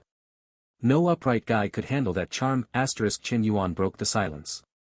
Chen Na, why don't you sit beside me? She let out a soft, oh, and slid over obediently. As soon as she settled, he slipped an arm around her waist, murmuring, scoot a bit closer. Inwardly, He calculated, the cafe set me back 300k, plus 12k monthly salary, time to get some return on that. Chen Na blushed, wondering, there's no such thing as free love or gifts, does he expect to profit off the cafe? Lin Yuqing said breaking even is a win, so all I've got to offer is, me. Shen Yuan's hand wandered, teasing her curves. She whispered shyly, the waiter's coming. Chen Yuan, don't. He smirked. Food here takes ages to show up. He continued exploring, drawing soft, ambiguous moans from her. 10 minutes later, a knock came. Mr. Chen, your meal's ready. Startled, Chen Na hissed, someone's here. They pulled apart, and Chen Yuan called cheerfully, come in. As the dishes arrived, he picked a piece for her. Try this, it's their specialty. Watching him serve her, Chen Na thought, he's actually pretty handsome. Only downside? He's a bit of a player, already got a stunning girl, yet he's fooling around, sighing, her face reddened. Too late now, I'm on this ride. No point overthinking, 40 minutes later, they'd finished. The cashier announced, Mr. Chen, totals 2,652 yuan. Please scan here. As Chen Yuan paid, he mused, this meal's 2,652, but the system triples refunds, that's 5,304 earned. Making money's a breeze, Chen Na, meanwhile, thought, one meal's like my commission on a car sale. Rich folks toss 2,000 yuan like I'd spend 20, Strolling outside, she spoke up. Chen Yuan, I want to swing by the cafe to check things out with Xiao Chu. I'm starting work tomorrow, I'd like to get a head start. He glanced at his watch. It's 8:30, Xiao Chu's off at 9. If you go now, you'll miss her, and she'll hold it against you. Go home, rest up, and hit it tomorrow. Blushing, she nodded shyly. Alright, sorry to trouble you, can you drop me off? He grinned brightly and agreed. At her place, Chen Na stepped out, smiling. You worked hard today. I'll update you on work tomorrow, bye. Chen Yuan climbed out too, saying, I'm a bit thirsty, mind if I pop up for some water? Nervously, she replied, it's not really convenient. Is this moving too fast? The restaurant was already my limit, he rubbed his chin, teasing, oh. Another guy upstairs. She spun around, correcting him. No way, Shi-Hai and I are done. Grinning, he said, then let's cut the games, I'm just grabbing a glass of water. What's the issue? Still unsure, she asked, you'll really just drink and go? He flashed a wide smile. Sure, but if you want me to stay over, I'm game. Chen Na's expression screamed dream on. Moments later, as the door opened, Chen Yuan slid an arm around her waist, pinning a hand against the frame, taking control. Her face flushed as she pushed back weakly. Didn't you say just water? His playful hand lifted her skirt, chuckling, oh, I'm drinking water, just not the kind you're thinking of. They dove into heated foreplay. Downstairs, a black car idled by the entrance. Shi-Hai, inside, thought, na quit because of me. I've got to win her forgiveness, start as friends, then chase her again, standing below her building, he looked up. Her lights off, she's probably out. I'll leave these roses by her door. Roses say eternal love, she's smart, she'll know they're from me, But as he reached her door, intimate sounds stopped him cold. Shi-Hai stammered, that's Na's voice. What the hell? She swore there was nothing with Zheng Xiangyong, but she's with him now. Losing it, he banged on the door, yelling, Zheng Xiangyong, get out here. Chen Yuan, mid-moment, heard the shouts and thought, that's Shi-Hai, that moron. She dumped him, why is he still poking around? Guys unhinged, Chen Na caught the noise too. I hear something, who's knocking? Not wanting to pause, Chen Yuan brushed it off. You're imagining it, just the neighbors. Scooping her up, he said, come on, let's hit the bedroom. In his arms, she whispered, Chen Yuan, I'm not quite ready, go easy, okay? He nodded tenderly. Shi-Hai's roses hit the floor, trampled. He slumped by her door, muttering, Na's gone for good, I blew it. Sobbing, he added, hope he's using protection. An hour later, inside Chen Na's room, the heat hadn't cooled. She panted, huff, this feels amazing, but it's exhausting. Chen Yuan flipped her gently, prompting a yelp. Ah! What are you doing? He murmured, lie like this, you won't get tired. Smirking to himself, he thought, maybe I'll tap a bit of that extra energy, but Chen Na's so reserved despite her bold vibe, I like her more for it. After their passionate night, Chen Yuan woke groggy, inhaling deeply. Smells incredible, toast and fried eggs. Outside, Chen Na was casually fixing breakfast for them, morning light casting a cozy glow. Sitting in the room, he mused, Chen Na's so caring, it's nothing like hotel nights with Minmin. This warmth only comes at home, not some fancy suite. As the thought hit, the system chimed, a perfect life needs its own home to set the stage for you and your girls. Limited mission, buy a house, minimum 100 square meters, for Chen Na. Reward 1, house cost doubled as refund. Reward 2, after purchase, host receives a secret residence. Note, Reward 1's refund scales with favorability level, Chen Yuan's mind raced. Damn, I just thought it, and the system's already on it. This house won't be cheap, grand visions swirled. Maybe the secret residence is a massive villa, pool parties galore. Gotta scout some top-tier girls to max out these rewards, Chen Na glanced back, spotting him on the bed. Oh, you're up. Breakfast's ready in 2 minutes. Chen Yuan strolled out, leaning against the wall, arms crossed, wondering, what'll I get if Chen Na's favorability hits 90, smiling slyly, he teased, what, just breakfast today. As he moved closer, hands wandering, she blushed, squeaking, huh. So many times last night, wasn't that enough? It's broad daylight. He chuckled, you cook your breakfast, I'll enjoy mine. Her spatula clattered to the floor. Leaning into her ear, he whispered, if you're free later, let's go house hunting, I'll gift you one. Stunned, Chen Na gasped, a house. Chen Na stood frozen, reeling from Chen Yuan's offer. He already dropped 300,000 to help me start the cafe, and now a house. Even if Xinjiang isn't a major city, a place here's still over $1 million. I've already given him everything, what's his angle? Maybe I really blew his mind last night. Chen Yuan, still holding her close, nudged, you're quiet, what's up? Don't want it? Chen Na fumbled, no, it's not that, it's just so out of the blue, and it's too much. Your money doesn't just fall from the sky, you know. Chen Yuan grinned inwardly, oh, it kinda does. My card's got over 35 million for a house, if I spend it all, the system's 5-fold cashback will push my balance past 170 million. Tightening his grip, he whispered, don't worry about my wallet. What's wrong with getting a house for my girl? Pick one that's 120 square meters or bigger, I'm not skimping on you. Chen Na's eyes welled up, and she gasped, Chen Yuan. Seeing her tears, he gently brushed them away. Look, we made quite the racket last night. This place's walls are thin, neighbors on both sides probably caught it all. We can't keep renting here. She pouted, muttering, that's on you. He smirked, okay, I'll take some blame, but your moans weren't exactly quiet. Chen Na whipped her head away, mortified, and huffed, jerk. Then, snapping to attention, she said, oh, crap, Chen Yuan, I nearly forgot. My 2 best friends are coming to see the cafe at 10 a.m. Can we house hunt later? He shrugged casually. Buying a house isn't like grabbing groceries. Finding the right spot and handling paperwork takes time, one afternoon might not cut it. Let's give it a proper go. Chen Na nodded, stepping back from his arms. Alright, let me tell them. She snatched her phone and texted Qian, something popped up, I can't make the cafe. How about tonight instead? Qian replied fast, what's going on? Mango and I are already there.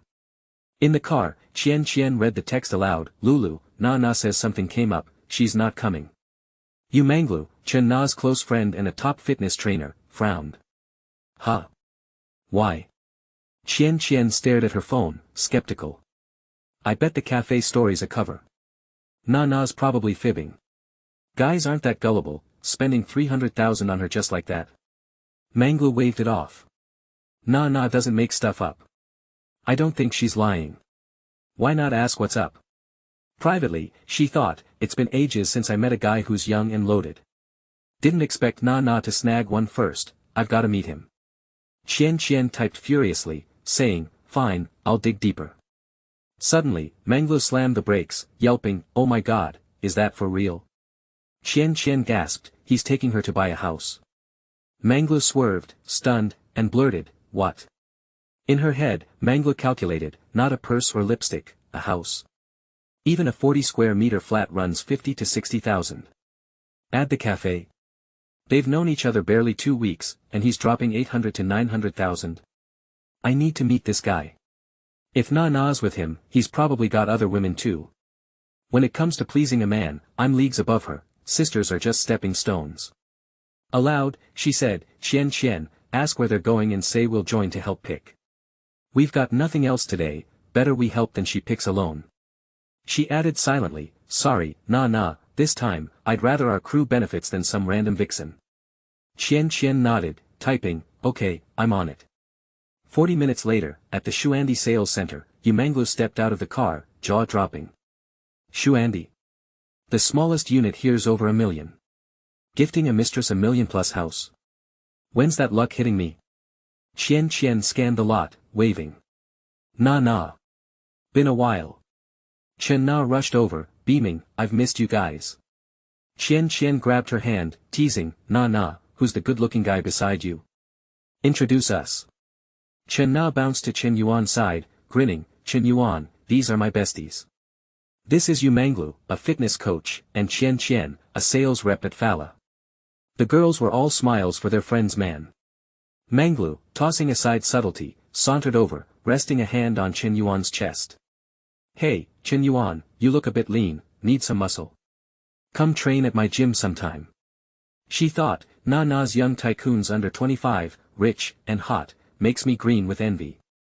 Chen Yuan smirked coolly, nah, I'd probably lose focus training at your gym. Manglu sized him up, thinking, he's not pushing back on my flirting right in front of nah, they're likely not exclusive. Her scraped knees scream wild night, probably thrilled his sugar mama, so she's buying him a house. Chen jumped in, chipper, hi, Chen Yuan. Thinking of a new car? Check out Fala. He nodded politely, sure thing, I'll hit you up if I'm shopping. Glancing at their favorability scores, Manglu at 68, Chen at 67, Chen Yuan chuckled inwardly. Met them 5 minutes ago, and they're already into me? Nah, you sure these are your ride or dies? Works for me, more women over 60 means more cash to rake in.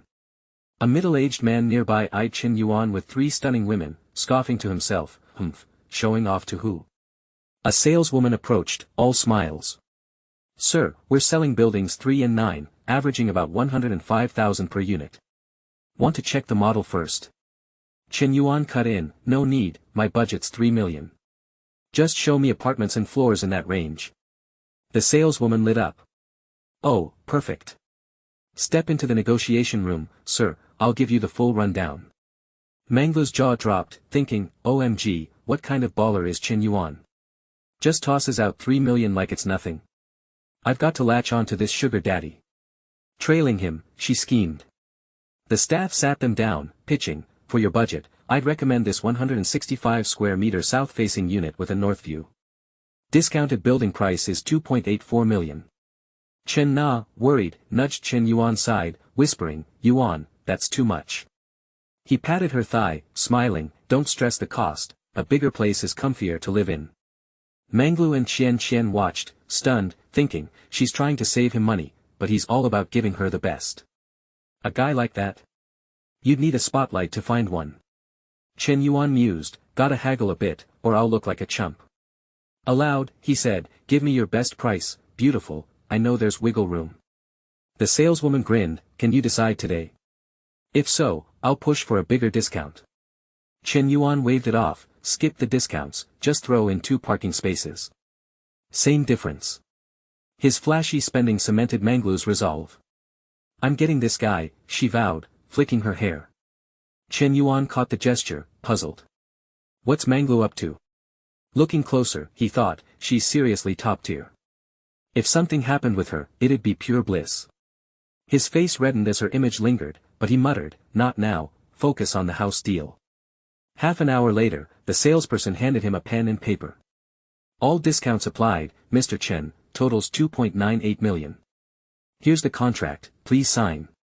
He grabbed the pen and signed without hesitation. Mangla gaped, thinking, just dropped 3 million on a house for Chen Na, in her name alone. When's that wealth coming my way? As payment cleared, Shen Yuan's phone pinged. Construction Bank, card ending 98, received 14.9 million yuan at 11:40, May 22. Current balance, 153 million yuan. He smirked, over 150 million. Even at Dad's peak, we never hit that. System Daddy's the real MVP. If Nana hadn't triggered this mission, I'd never have leapt to tycoon status. Gotta expand the NPC crew. The system chimed again, preparing reward. Congratulations, host, on acquiring Green Bamboo Lake Villa in Luo City. Visit the real estate office tomorrow, 9 a.m., to claim. Shen Yuan's eyes lit up, a freakin' villa, one of Xing City's top properties. Hell yeah. The saleswoman now saw Shen Yuan as a cash cow, thinking, market's tanking, yet he buys full price, gifts it to Miss Chen, not even married, maybe not dating. I've got to hook this whale. Adjusting her glasses, she said, Mr. Chen, contract's done. I'll coordinate with Miss Chen for next steps. Shall we swap WeChat? Reach out anytime. He pulled out his phone, sure, I'll scan you. Mangla watched, fuming, where'd this vixen come from, eyeing my prize.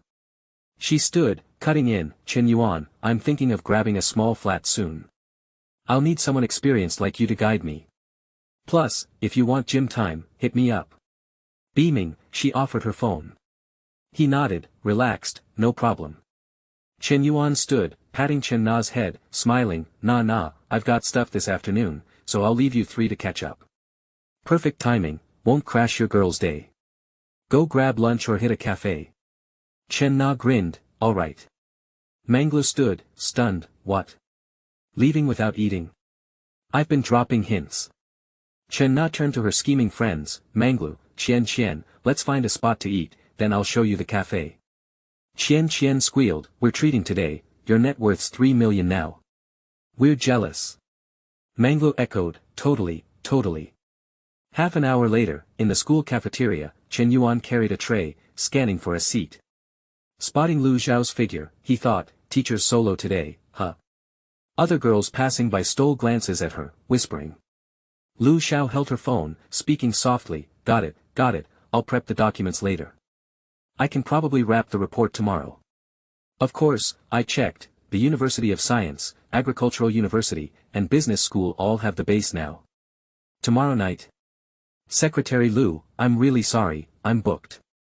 Yes, bye.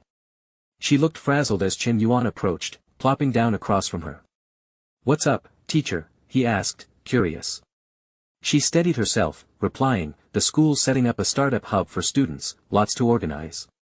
Shen Yuan caught a spark of opportunity and asked, what kind of terms can our school offer these companies? Lu Xiao explained, all we can provide is talent, each year, we'd send top graduates to the company regularly. Shen Yuan's tone grew serious. Our school's got no edge here. How can our grads stack up against those from elite universities? Lu Xiao sighed, a bit sheepish. Exactly. If the company doesn't get what they want, they won't invest. Her cheeks flushed as she recalled a past moment, thinking, a university teacher like me, dragged by Secretary Lu to drink with some corporate CEO, just the thought's humiliating. Shen Yuan studied her troubled expression, musing, asterisk she looked stressed. I've got 10 million for investments, but profit's key. For a project like this to pay off, the talent success rate needs to hit 33%.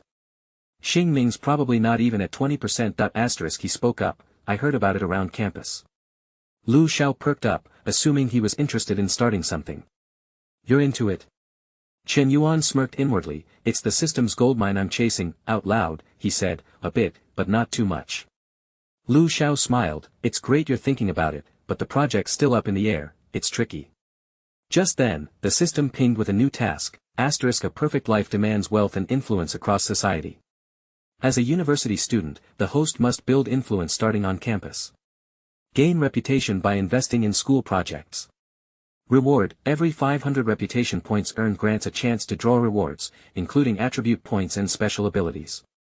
Note, reputation points reflect recognition and respect from others, counted only among university teachers and students for this task, asterisk. Shen Yuan nodded to himself, asterisk a reputation task. The system's footing the bill anyway. If I prioritize points over profit, this startup hub's perfect, and it bails teacher Lu out, asterisk his eyes gleamed as a plan formed. I decide who and how much to invest in. Why not back some cute upperclassmen and underclassmen opening shops? I'd rack up reputation and boost their favorability, cash rolling until my hands ache. Grinning, he asked, if a person or company invests, do they pick the students getting funds, or does the school? Gotta lock this down, can't let the school siphon my money. Lu Xiao answered candidly, in theory, the school chooses, but we're desperate for investment, so there's wiggle room. Why the sudden interest? Shen Yuan cut straight to it, I want to invest, but I've got one condition, I pick the students who get the funds. Lu Xiao laughed, thinking he was kidding. Shen Yuan, don't mess around. Didn't your family go bust? You're on financial aid. He slid his phone toward her, smirking, check my balance, teacher. Count the zeros. No need to play modest, this is how I score points. Lu Xiao's jaw dropped as she counted, 1, 2, 3, 9 zeros. Over 15 million. She gasped, Shen Yuan, how do you have this much? He spun a quick lie, back when my family was flush, I dabbled in Bitcoin and Forex trading, made it all myself. Lu Xiao, sweating, thought, unreal, my student's a multimillionaire. Shen Yuan leaned in, dropping a bombshell, teacher, you might not know, standing, he grinned, come with me. We'll see the world together, I'll make sure you're wined and dined. Visions of them laughing carefree flickered in his mind. Lu Xiao tucked her hair back, blushing, don't talk crazy. Are you serious about investing? Most school startup hubs lose money, I'd think it over. It's a big sum. Shen Yuan's face hardened, I've got my own strategy, but profit's not the point, I want to give back to the school. Lu Xiao studied him, sensing his resolve. Her mind wandered to wild scenarios before she shook them off, scolding herself, he's your student, Lu Xiao, what's wrong with you? Was he serious about me joining him? Flustered, she stood abruptly. I'll talk to Secretary Lu about this later, I'm heading out. Eat slow, we'll catch up soon. As she turned, Shen Yuan called, hey, teacher, think about that Lux Life too. Cut to 4 p.m. Chen Na sent a photo with a text, made this coffee myself, swing by to try it if you're free. Shen Yuan shot back, one look and I can tell it's off. I'll come coach you, staring at her second photo, he rubbed his chin, coffee's a mess, but that outfit? Damn, it's hot, soon, a girl, Song Shi, from his grade's international business class, appeared. Another voice piped up, Shen Yuan's no rich kid anymore, he's broke. Why were you always thinking about him? He's probably scraping by with part-time gigs for tuition. That was Yi Ping, griping about Hang Hai, Shen Yuan's roommate, who was chasing her. A snooty girl chimed in, ugh, don't bring it up. I've shot Hang Hai down so many times, but he's still glued to me. Yi Ping added, you guys gotta back me up when he asks me to dinner. The snooty girl scoffed, sure, Hang Hai's invite means a free meal. But Shen Yuan. We just end up paying more. Think hard before you move. Song Shi glanced back, hissing, shoo, quiet, look, Shen Yuan's coming. The snooty girl spotted him and sneered, weren't we just talking? Look, he's probably clocking in for his shift, it's past 3 o'clock, prep time for restaurants. The short-haired girl giggled, let's see where he's working. Scared to ask? I'll do it. Song Shi, anxious, said, that's not cool, we're friends, no need for that. The snooty girl, all high and mighty, called out, Yuan, where have you been hiding? Busy with side jobs. Which restaurant? We'll pop by. Shen Yuan glanced at her, thinking, part-time. Me. As if. For Hang Hai's chase of Tian Yuping, I'll let it slide, but I'm not eating this, smirking, he said, yup, I'm at a coffee shop. Wanna come? Let's go, I'll whip up some drinks. They headed to Chen Na's cafe near the school. Yu Manglu was chatting animatedly with Chen Na. The snooty girl froze, thinking, whoa, that tall blonde in the short skirt, legs like a comic book. Too perfect, Song Shi blushed, those two women are gorgeous, so elegant, the short-haired girl gaped, that other one's figure is unreal, an hourglass like that still exists. Chen Na and Manglu approached. Chen Na chirped, Shen Yuan's here. Manglu teased, didn't you say you were busy this afternoon? What's this, taking 3 girls out? Shen Yuan glanced at the trio behind him, telling Chen Na, ran into them on the way, they wanted coffee. Manglu smiled warmly, oh, really? Hi, everyone. Chen Yuan stepped inside, calling to the server, Xiao Chu, see what these three want, it's on me. Xiao Chu bounced over, yes, boss. She turned to Song Shi's group, ladies, take a seat, scan the QR code on the table and let me know your picks. The short-haired girl blinked, stunned, she called him boss, the snooty girl's mind raced, is Chen Yuan the owner, not some worker, Song Shi mumbled, maybe we'll skip drinks. The other two forced smiles, yeah, she's right, not thirsty anymore. Red-faced, the snooty girl and Song Shi bolted, thinking, he's loaded, runs a cafe with stunning women, and plays it off as a side gig? Mortifying, Mangla sidled up to Chen Yuan, puzzled, why'd your classmates ditch? He tilted his head, maybe your beauty scared them off. Mangla struck flirty poses, giggling, of course I'm gorgeous, better not get any ideas, okay? He just eyed her critically. Chen Na emerged with a coffee, it's ready. Wasn't sure how sweet you like it, so I went half sweet, cool. Chen Yuan grinned, anything you make sweet. Mangla covered her mouth, laughing, who still uses lines like that? Staring at him, she thought, cheesy pickup lines from a rich hottie hit different, not just there for fun, she leaned in, how tall are you? Wait. I'll check your BMI. He lounged back, 182 centimeters, 72 kilograms, but I think I've dropped some lately. Mangla played innocent, oh. Why's that? Glancing at Chen Na, he smirked, too much, exertion. Chen Na flushed, thinking, he's saying that in front of my best friend, Manglu, chin on hand, grinned like she was watching a show, no wonder. Pulling out her phone, she typed, you need to work out, too little fat. Bulk up, maybe 7 to 10 kilos. Chen Yuan laughed, you just want me to sign up for your gym. She leaned closer, teasing, hey, it's month end, gotta hit my KPIs. I won't let you down. Sipping his coffee, he said, I'll think it over. Suddenly, Mangla stood, telling Chen Na, oh, nah, it's past 4, I've got a 5 p.m. class. Let's hang soon. Before leaving, she tossed Chen Yuan a wink and a pose. He smirked, bold move in front of your friend, one day, you little vixen, I'll set you straight. Taking Chen Na's hand, he said, come on, Na, I'll teach you upstairs. She blinked, teach me what? He murmured, you'll see up there.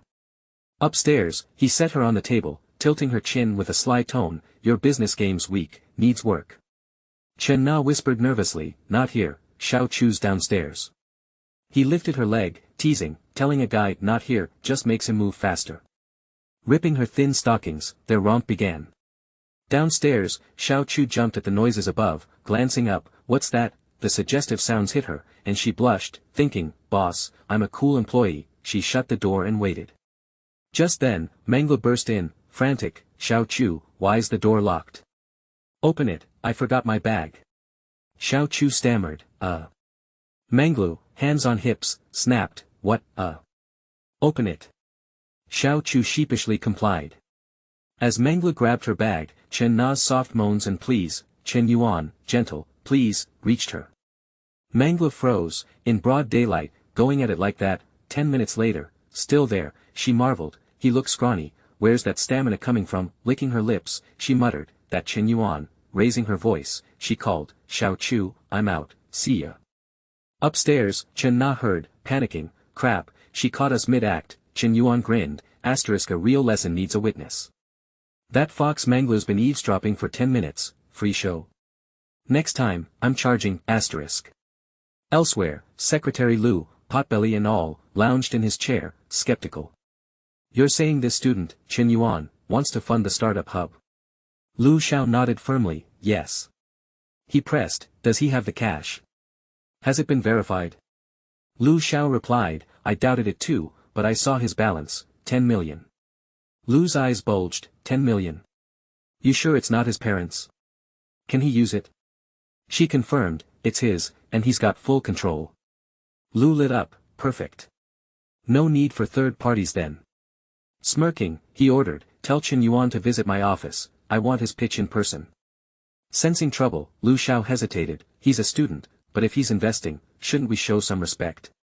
Lu waved it off, don't worry, just do it. He thought, a kid from our school. Can't let him get cocky, gotta keep him in line, Meanwhile, Chen Yuan, still caught up, saw Lu Xiao's call and told Chen Na, it's Teacher Lu, hold on. Answering, he said, yo, teacher, what's good? Listening, he frowned, the school's attitude toward investors sucks, they're nitpicking, if I back down now, they'll walk all over me later. He cut in, teacher, put it on speaker, I've got words for Secretary Lu. Once on, Shen Yuan's voice rang firm, hello, Secretary Lu, you hear me?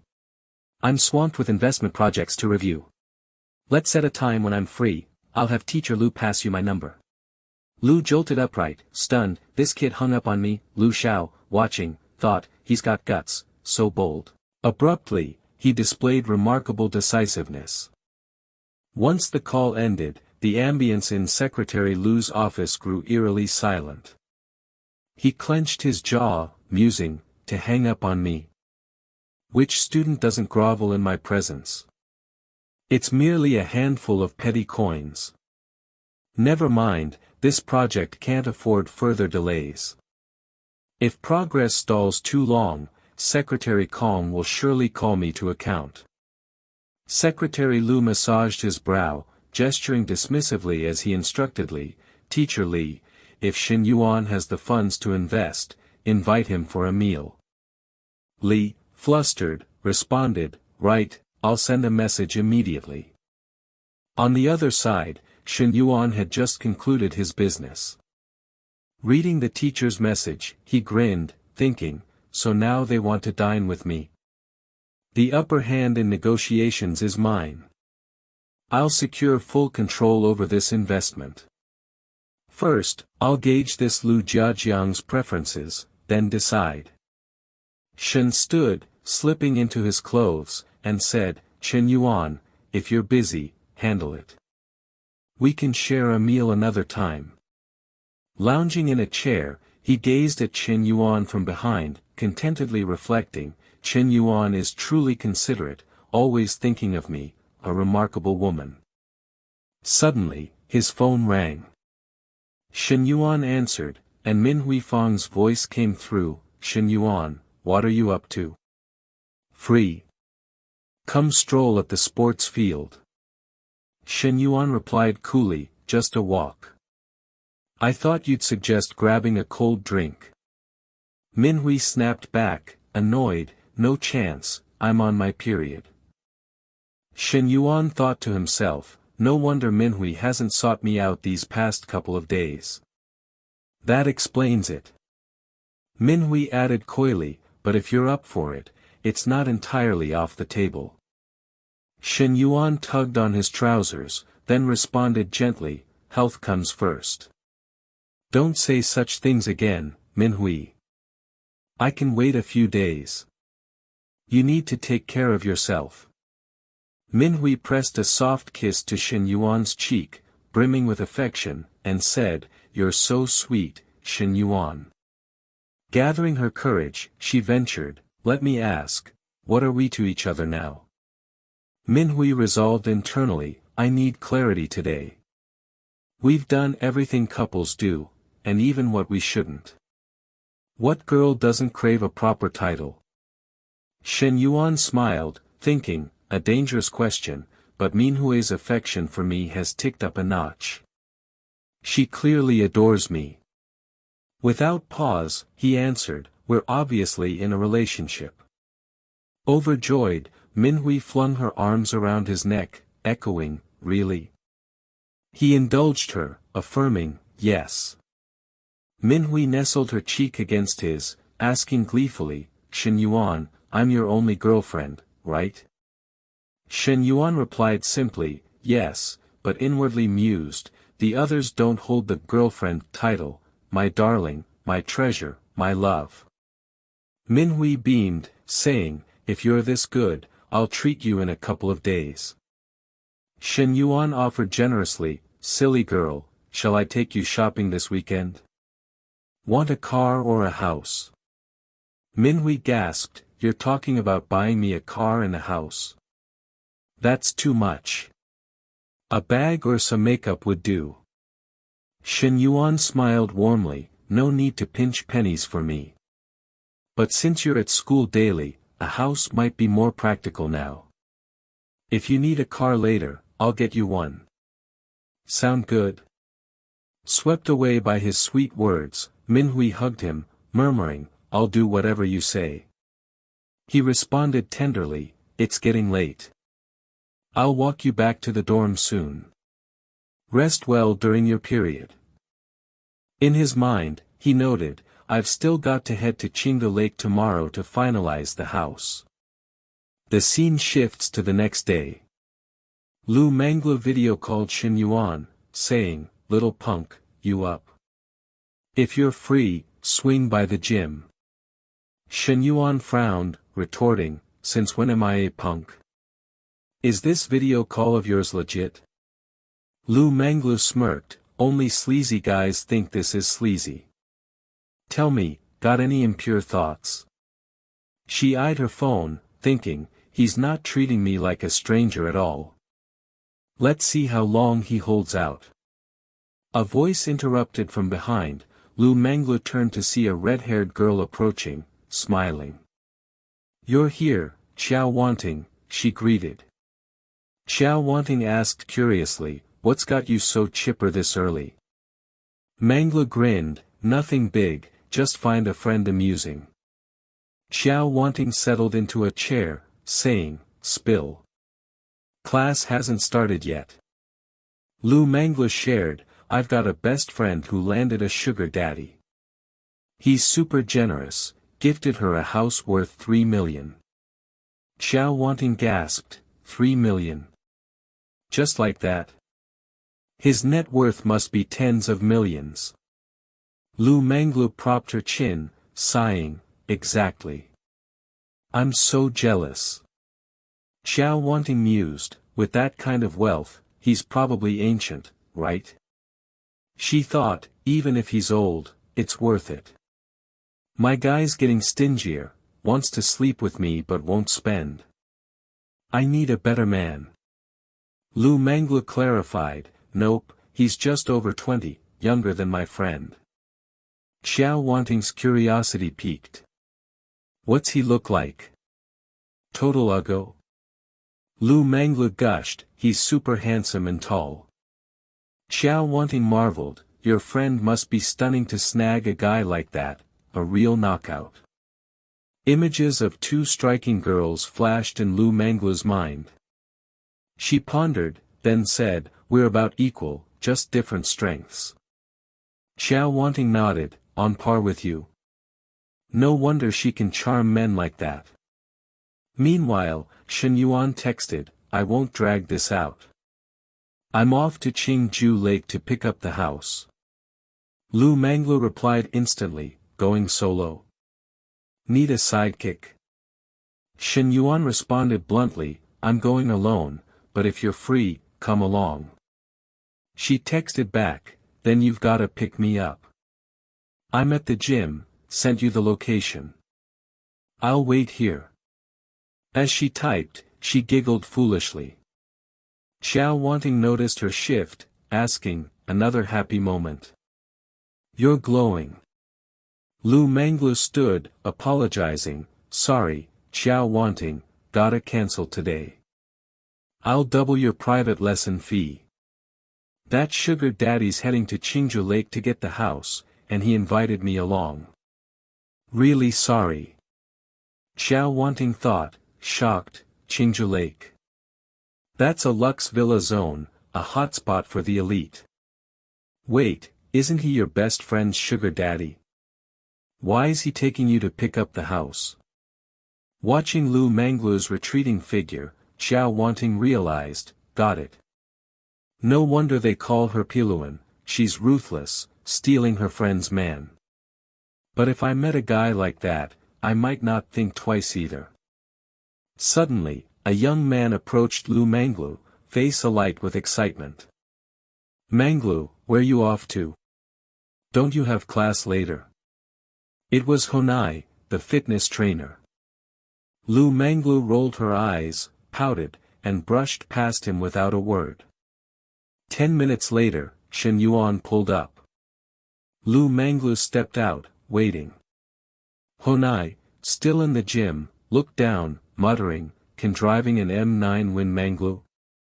He recalled, the guy with the Mercedes last time struck out. Xiao Wanting, nearby, remarked, "It's not just the car. This guy casually buys his girlfriend a 3 million house." Honai gaped, 3 million? How many years would I need to earn that? Xiao Wanting suddenly gasped, "Hold on, he looks familiar." Spotting the young man exiting the car, she exclaimed, "Shen Yuan. It's Shen Yuan." Stunned, she thought, the tall, handsome sugar daddy Piluan mentioned is Shen Yuan. Seeing them act close below, she stood frozen, reeling. "My ex-boyfriend's a millionaire now, and I dumped him 2 weeks ago." She stood there, utterly unable to process the scene unfolding before her. Xiao Wanting clutched her head, her expression grim, thinking, did I really ditch Shen Yuan for Ho Jun? Am I an idiot? Honai, standing nearby, looked puzzled and asked, "Teacher Zhou, why are you crying? Is something wrong?" Just then, her phone pinged with a text from a man, "You're free today, right? Can you come over to my place tonight?" Xiao Wanting glared at the message, fuming inwardly, "Who do you think you are? Always skipping the niceties and cutting to the chase. Am I that easy?" With that, she fired back, "Get lost, you jerk."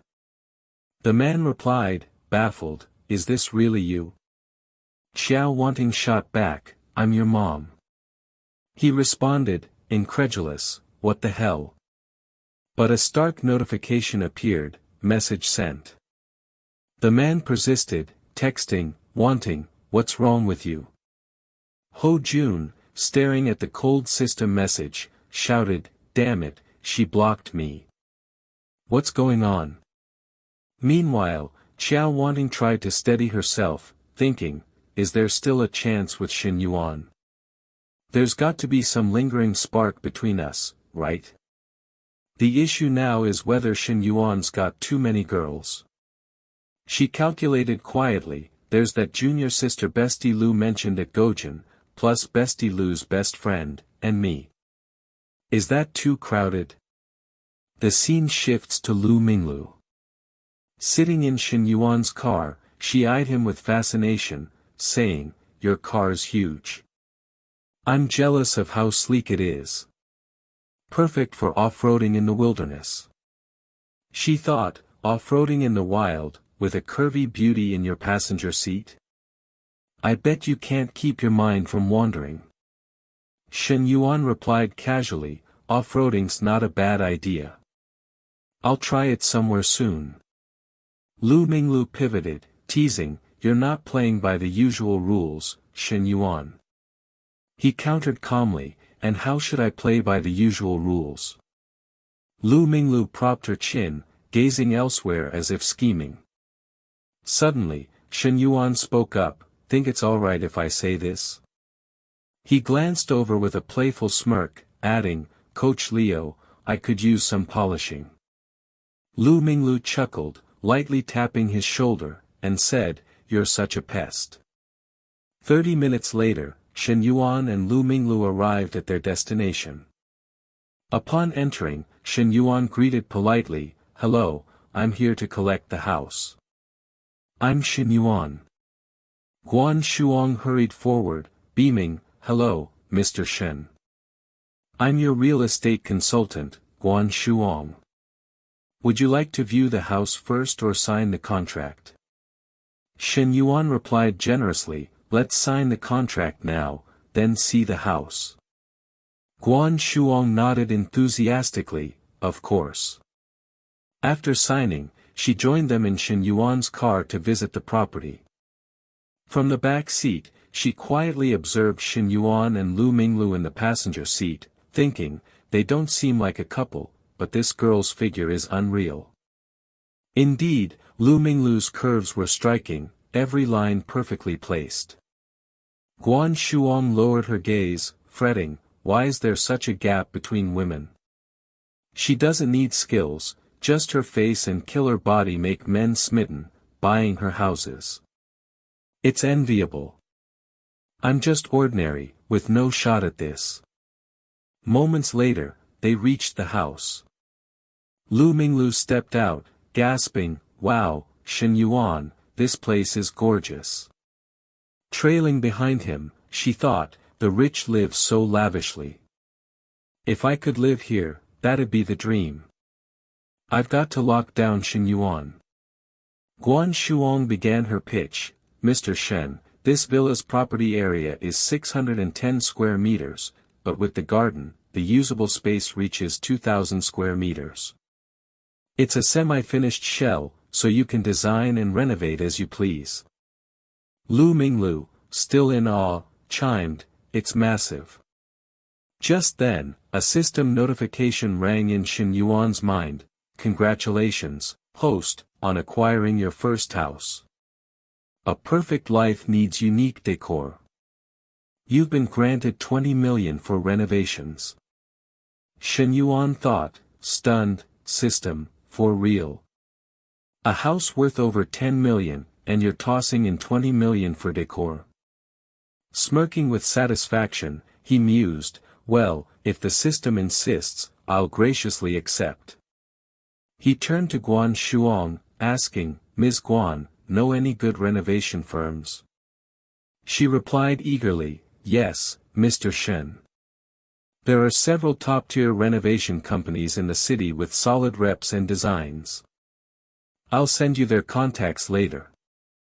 Shen Yuan waved it off, saying, "Cool, not much to see in an empty shell. Let's wrap up."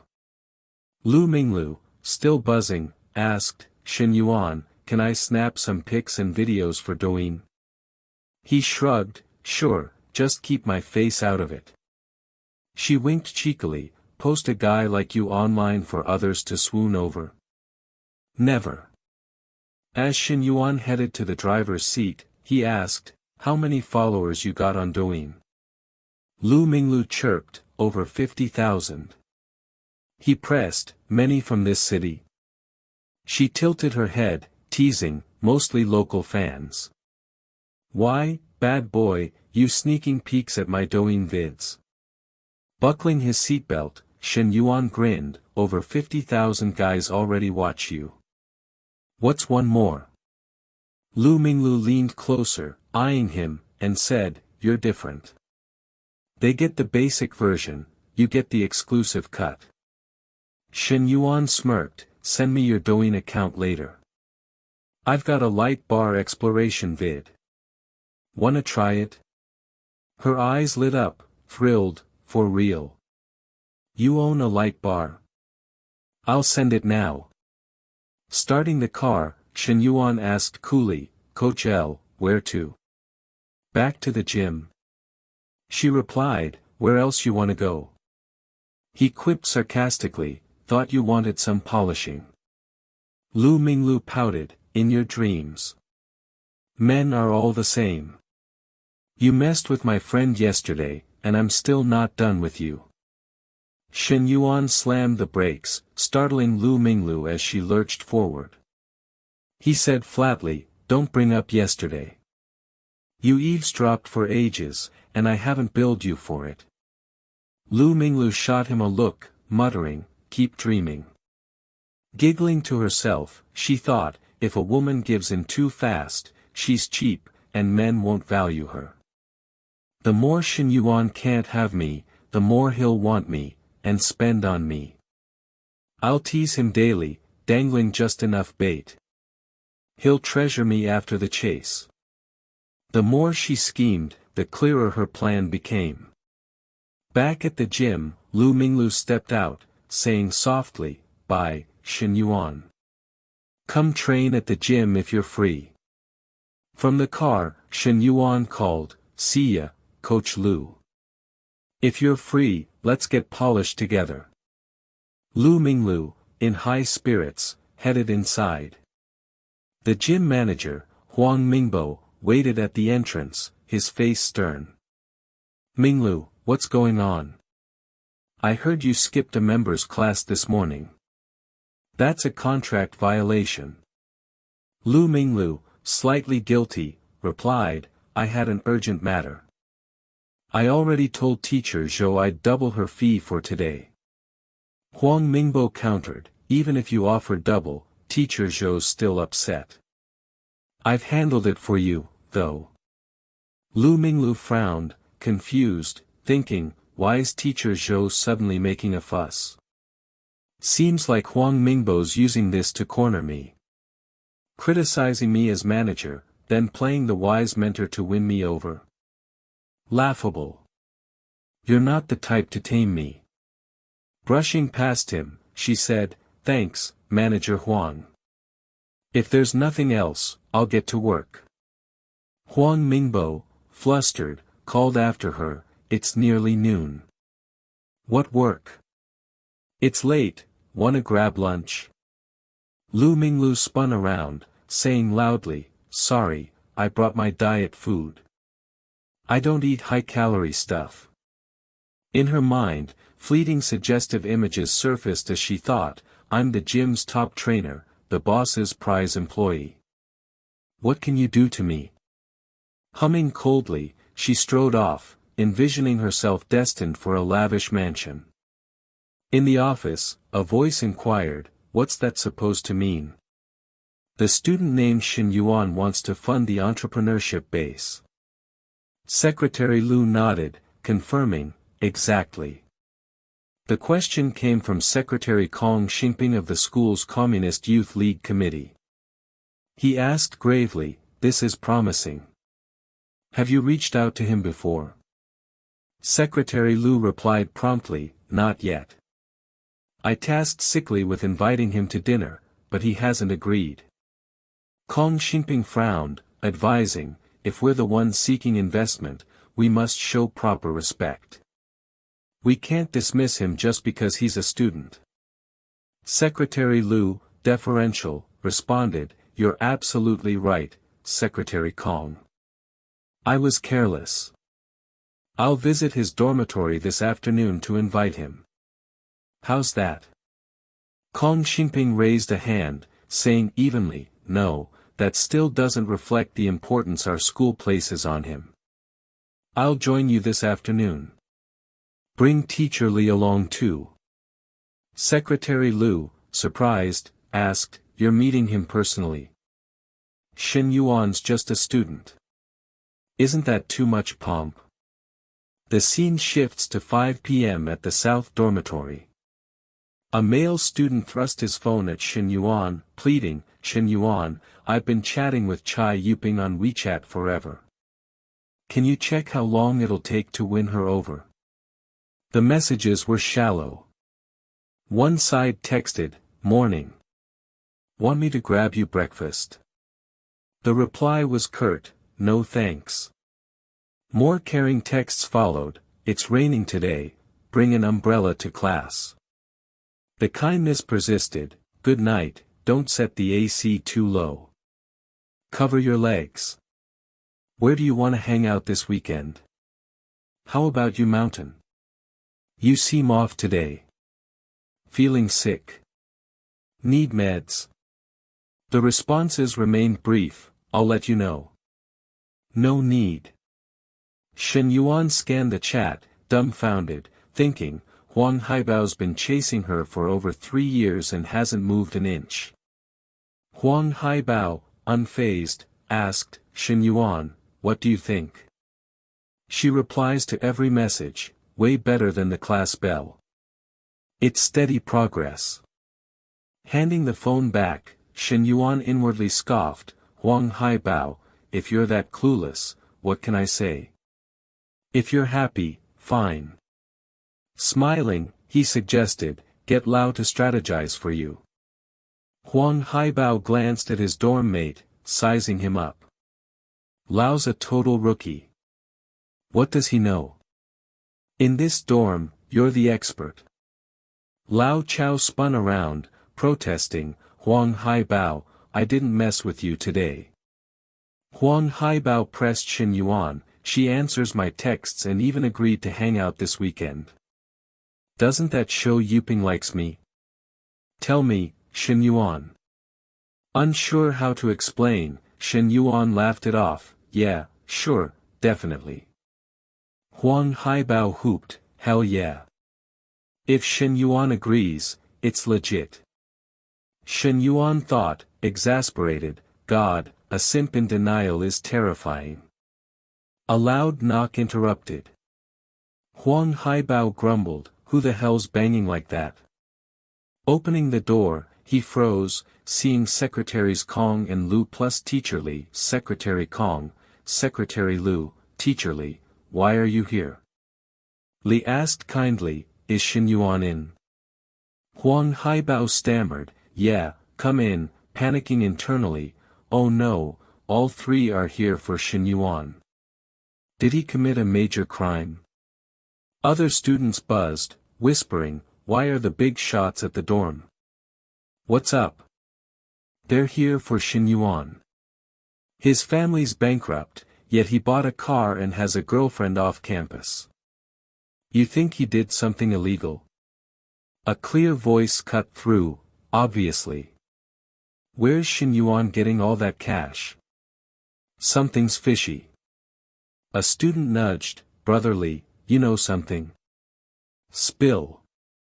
Li Jianbang fanned the flames, Shen Yuan's money's shady. No surprise the leaders are here. They're probably detaining him until the cops arrive. Huang Haibao snapped, Li Jianbang, what crap are you spewing? Li Jianbang smirked, wait and see if I'm wrong. Li stepped in, introducing formally, Shen Yuan, these are Secretary Kong and Secretary Lu from the Communist Youth League Committee. Shen Yuan rose, greeting Kong Xingping warmly, hello, Secretary Kong. Kong replied affably, student Shen Yuan, I'm Kong Xingping from the committee. Free tonight? Let's grab dinner. Shen Yuan agreed cheerfully, tonight works. Kong, pleased, said, great, I'll reserve a spot. It's getting late, let's head out now. They discussed the entrepreneurship base cordially, overheard by the gossiping students. As Shen Yuan left, they murmured, doesn't look like they're arresting him. More like they're rolling out the red carpet for an inspection. Li Jianbang, unconvinced, scoffed, they're saving face for Shen Yuan. Don't they cover prisoners' heads during escorts?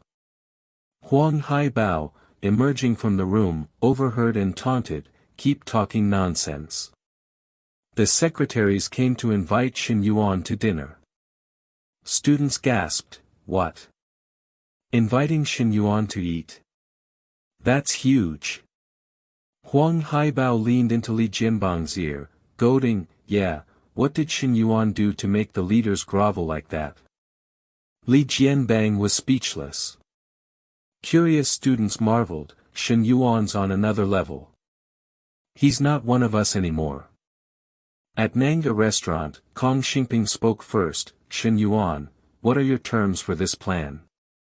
I want to fully grasp your vision.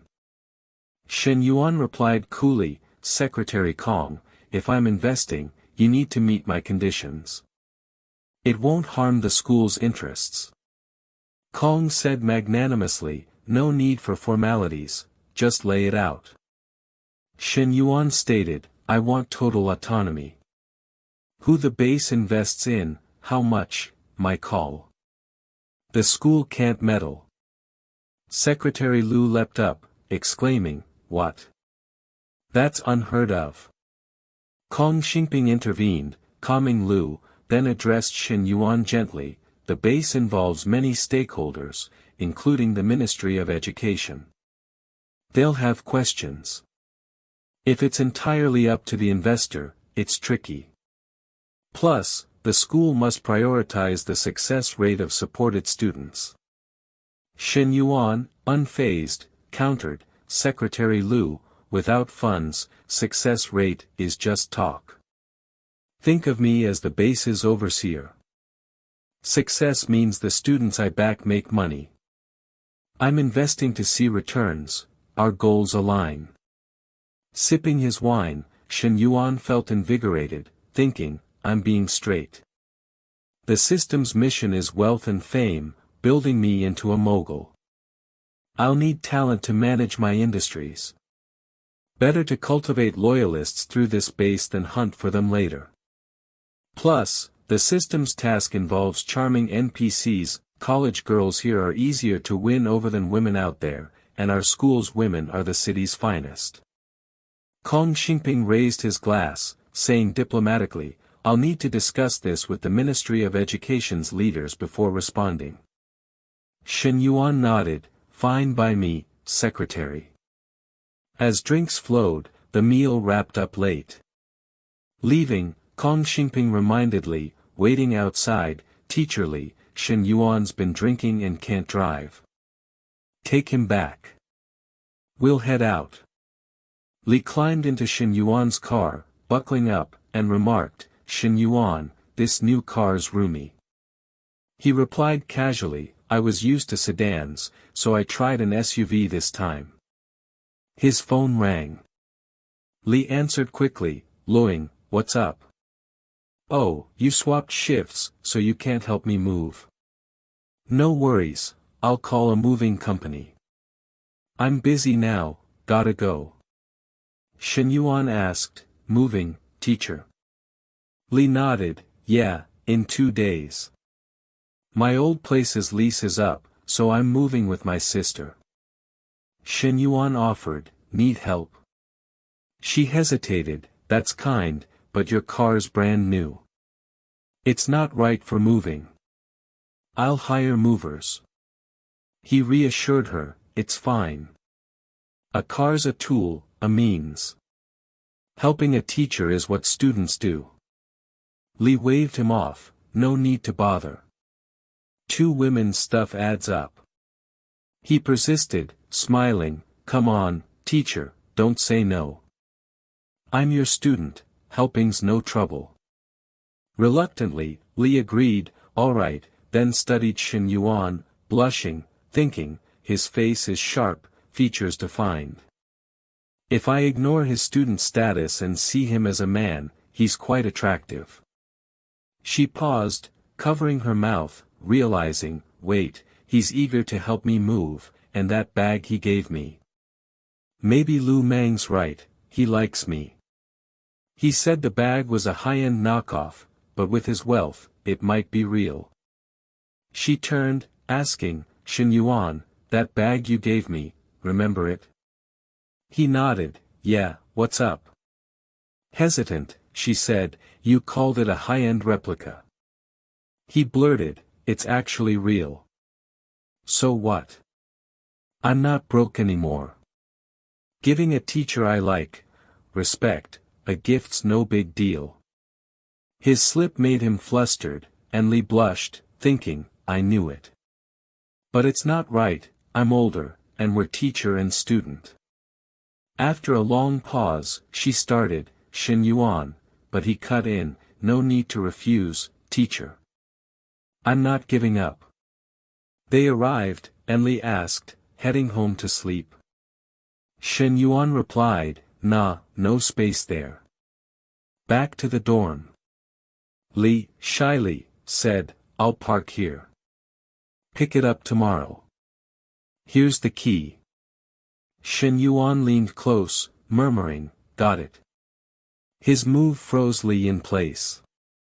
Li Xia cradled her cheeks, her face flushed, thinking shyly, he's getting bolder by the day. He kissed me once at home during dinner, and now he dares to kiss me right in the office. You rogue. With that, she spun around and fled, face burning, shouting, Shen Yuan, you're a terrible student. As soon as Li Xia vanished, Chen Nua called, her voice urgent. Shen Yuan, are you on campus? Miss Lin left something at the cafe. Can you open the door for her? She's almost there, and Xiao and I are too far to make it. Shen Yuan replied lazily, sure. Moments later, he reached the cafe and unlocked the door. Lin Yucheng, slightly embarrassed, said, sorry, Shen Yuan. I forgot some children's toys here last time. Shen Yuan courteously held the door, saying, no problem, it's a small thing. Inside, he flicked on the lights to help her search. Lin Yuchang gathered the toys, muttering, "These are all things the kids played with and left behind, this one, that one." Shen Yuan stood back, admiring her figure, and said cheerfully, "Take your time, no rush." "How old's your kid?"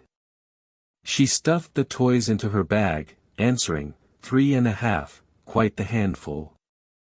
Noticing a wine bottle in her hand, he thought, surprised, "Wine?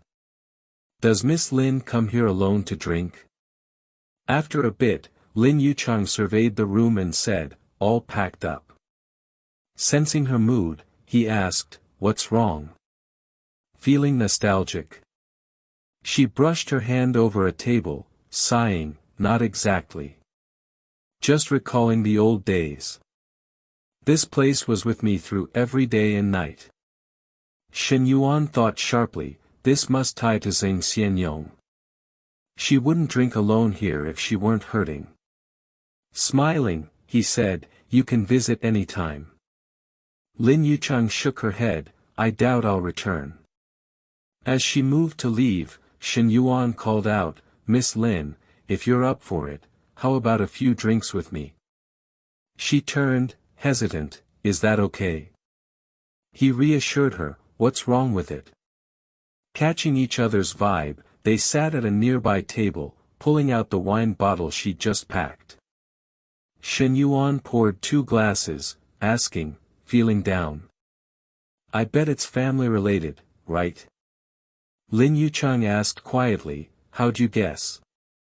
He filled his glass, saying casually, "I know your husband, Zheng Xianyong, director at the furs store. I've heard about his past antics. Chen Noa was his employee, wasn't she? She left because of him." Lin Yuchang's face flashed with shock, murmuring, "Could they have?" Shen Yuan clinked glasses with her, then recounted, "It's no big deal. Zheng Xianyong just kept harassing her. Chen Noa couldn't take it and quit." Lin Yuchang's breath caught, as if another crime had been added to her husband's tally. Sipping her wine, she began, "I'm actually planning to divorce him soon. I've gathered plenty of proof of his cheating, texts where he coerced and threatened subordinates."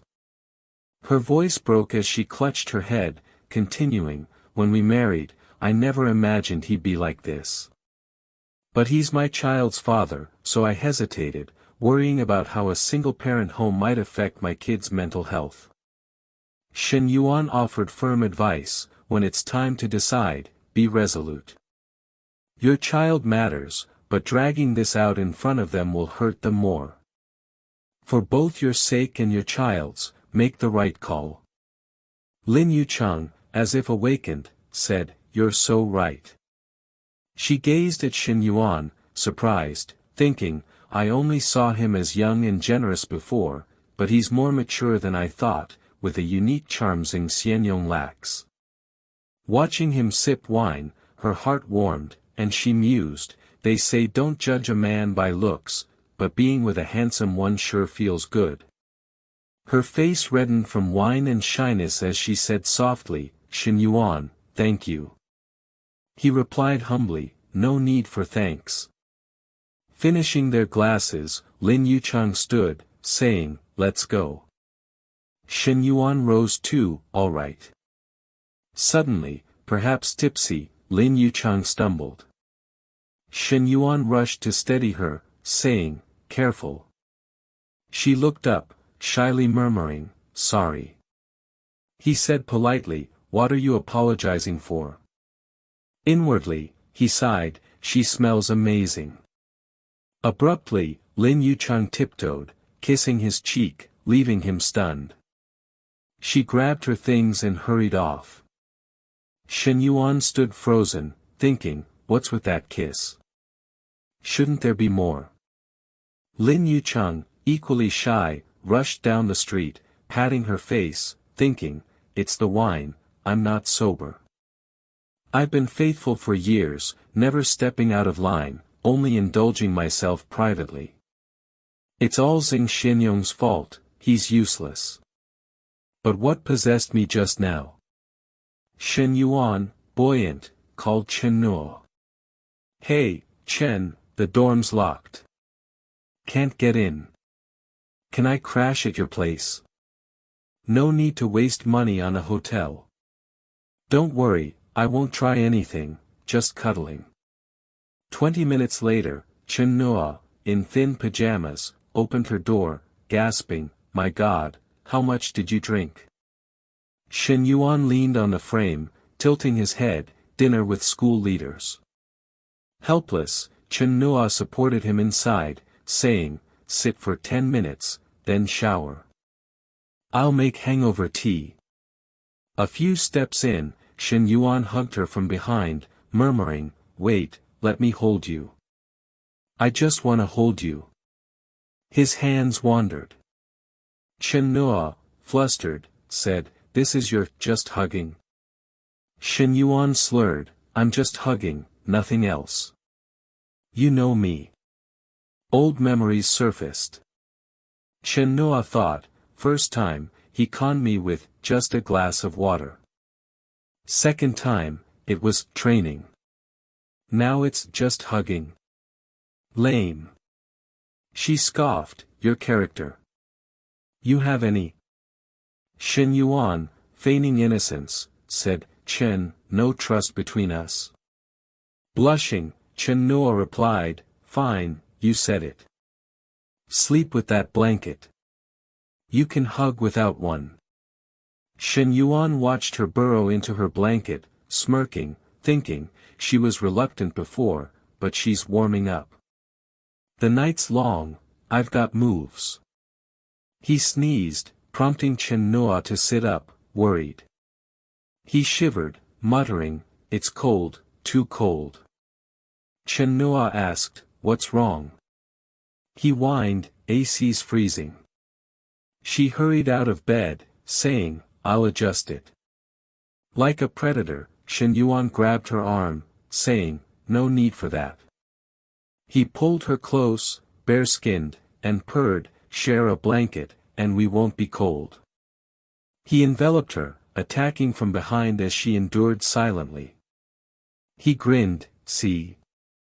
Not cold anymore. After a passionate night, Shen Yuan woke to find Chen Nuo gone, leaving a note, I'm at the cafe, you filthy guy. I washed your clothes, but they're not dry, so I got you new ones. Breakfast's in the steamer. If you're cold, warm it up yourself. Shen Yuan read it, heart warmed, thinking, where do you find a girl this good? I gotta reward her, maybe a car. His phone rang, revealing Lu Minglu's curvaceous figure and sultry voice. When you hitting the gym with me? I'm waiting. Shen Yuan shoved the phone aside, eyes shut, thinking, why this first thing in the morning? Her best friend's too much. I won't look. Lu Minglu, noticing, pressed her chest to the screen, cooing, why'd you push the phone away? Scared I'll devour you. Shen Yuan peeked, cursing inwardly, damn it. While conversing with Lu Minglu, a sudden call interrupted. Shen Yuan murmured in surprise, my teacher's calling. He told her, I'm tied up now. I'll ring you back soon. Lu Minglu gave a playful wink, saying, all right, go handle it. Shen Yuan picked up the call, asking casually, Teacher Li, what's up? On the other end, Li Xiao sounded cheerful, your proposal got the green light from the school board and the education department. Within the next couple of days, they'll prepare the paperwork and begin the announcements. Once the school gets the students' applications and business plans, they'll forward them to you for review. Shen Yuan, intrigued, asked, do they need to include their height, weight, and photos in the applications? Li Xiao, puzzled, responded, why? What's that got to do with their entrepreneurial goals or physical stats? Shen Yuan grinned, saying, oh, it matters. Those fit to start a business should have a striking appearance.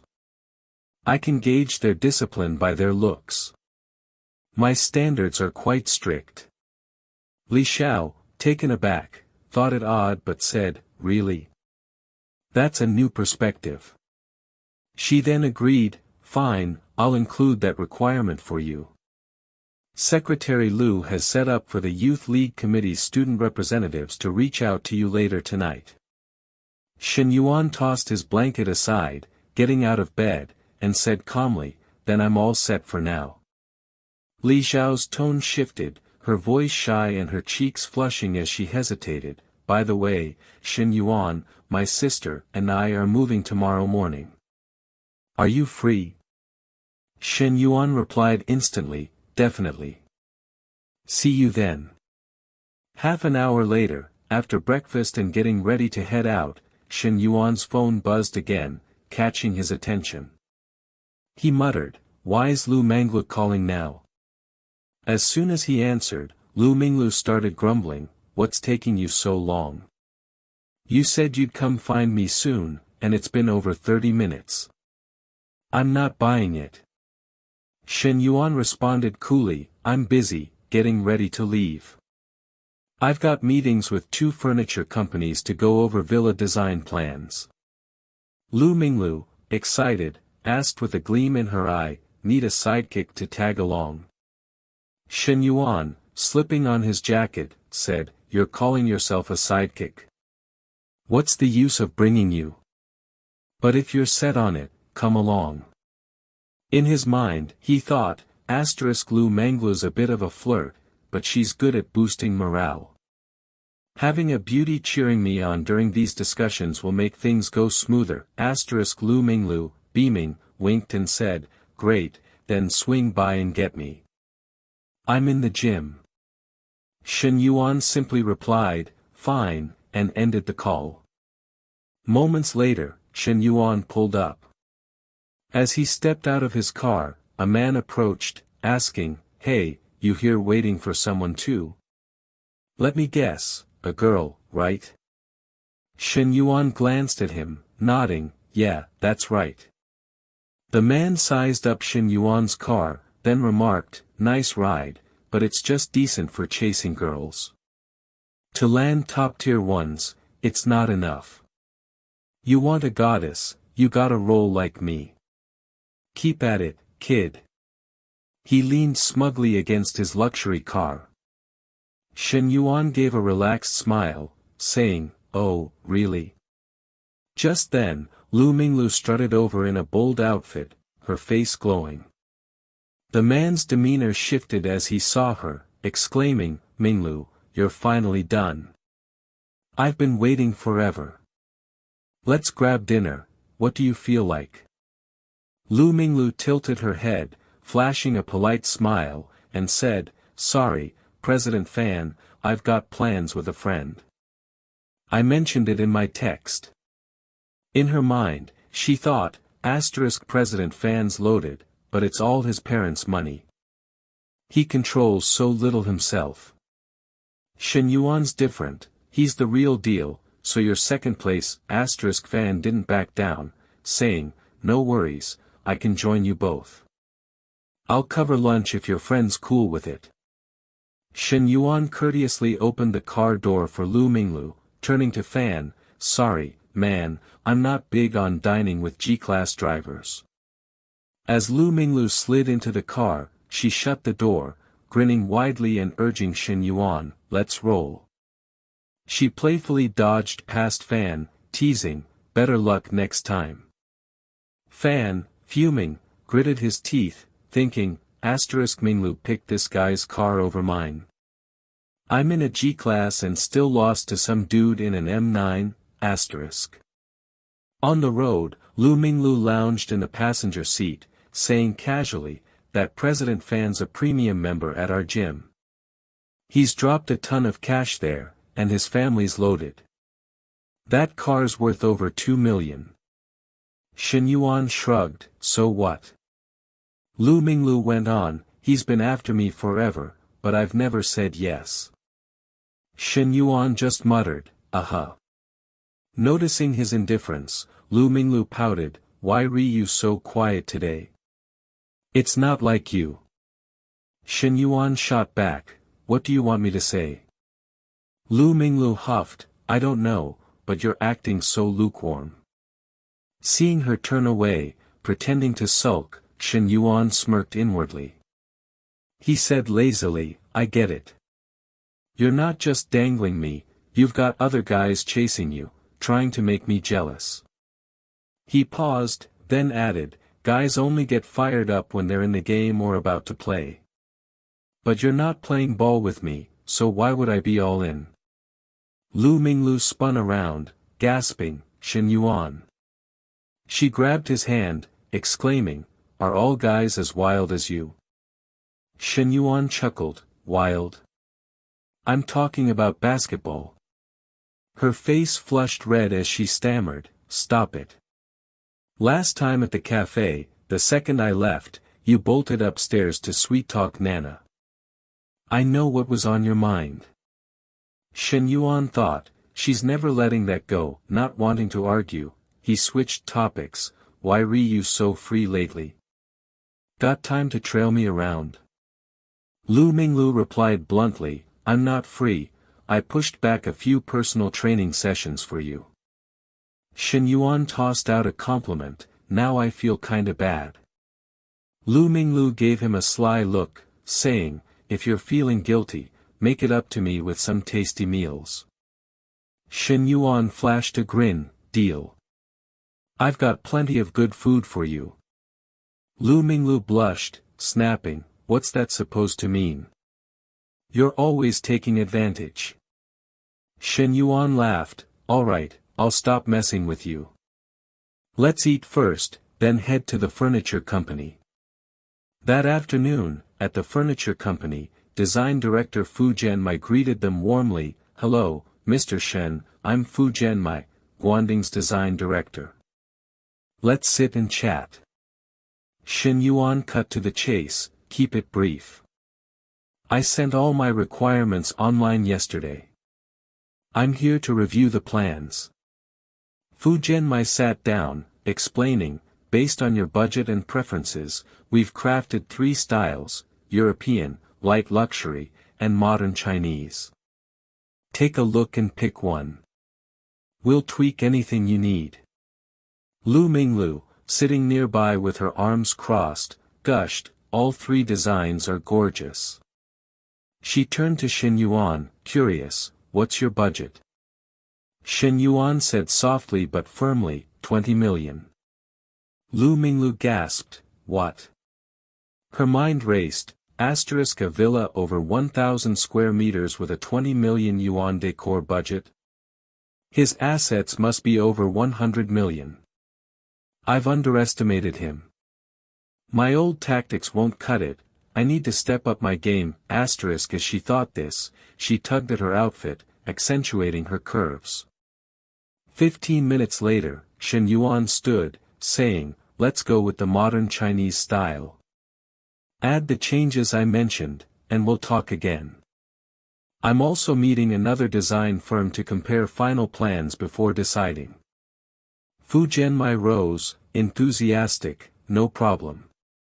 Comparing options is smart. By the way, Mr. Shen, are you free tonight? Our president, Wanting, would love to treat you to dinner, contract or no contract, just to connect. Shen Yuan checked his phone, hesitant, we haven't signed anything yet. Dinner feels a bit off, doesn't it? Fu Jianmai smiled, don't worry, Mr. Shen. President Wanting just wants to be friends. Shen Yuan nodded, all right.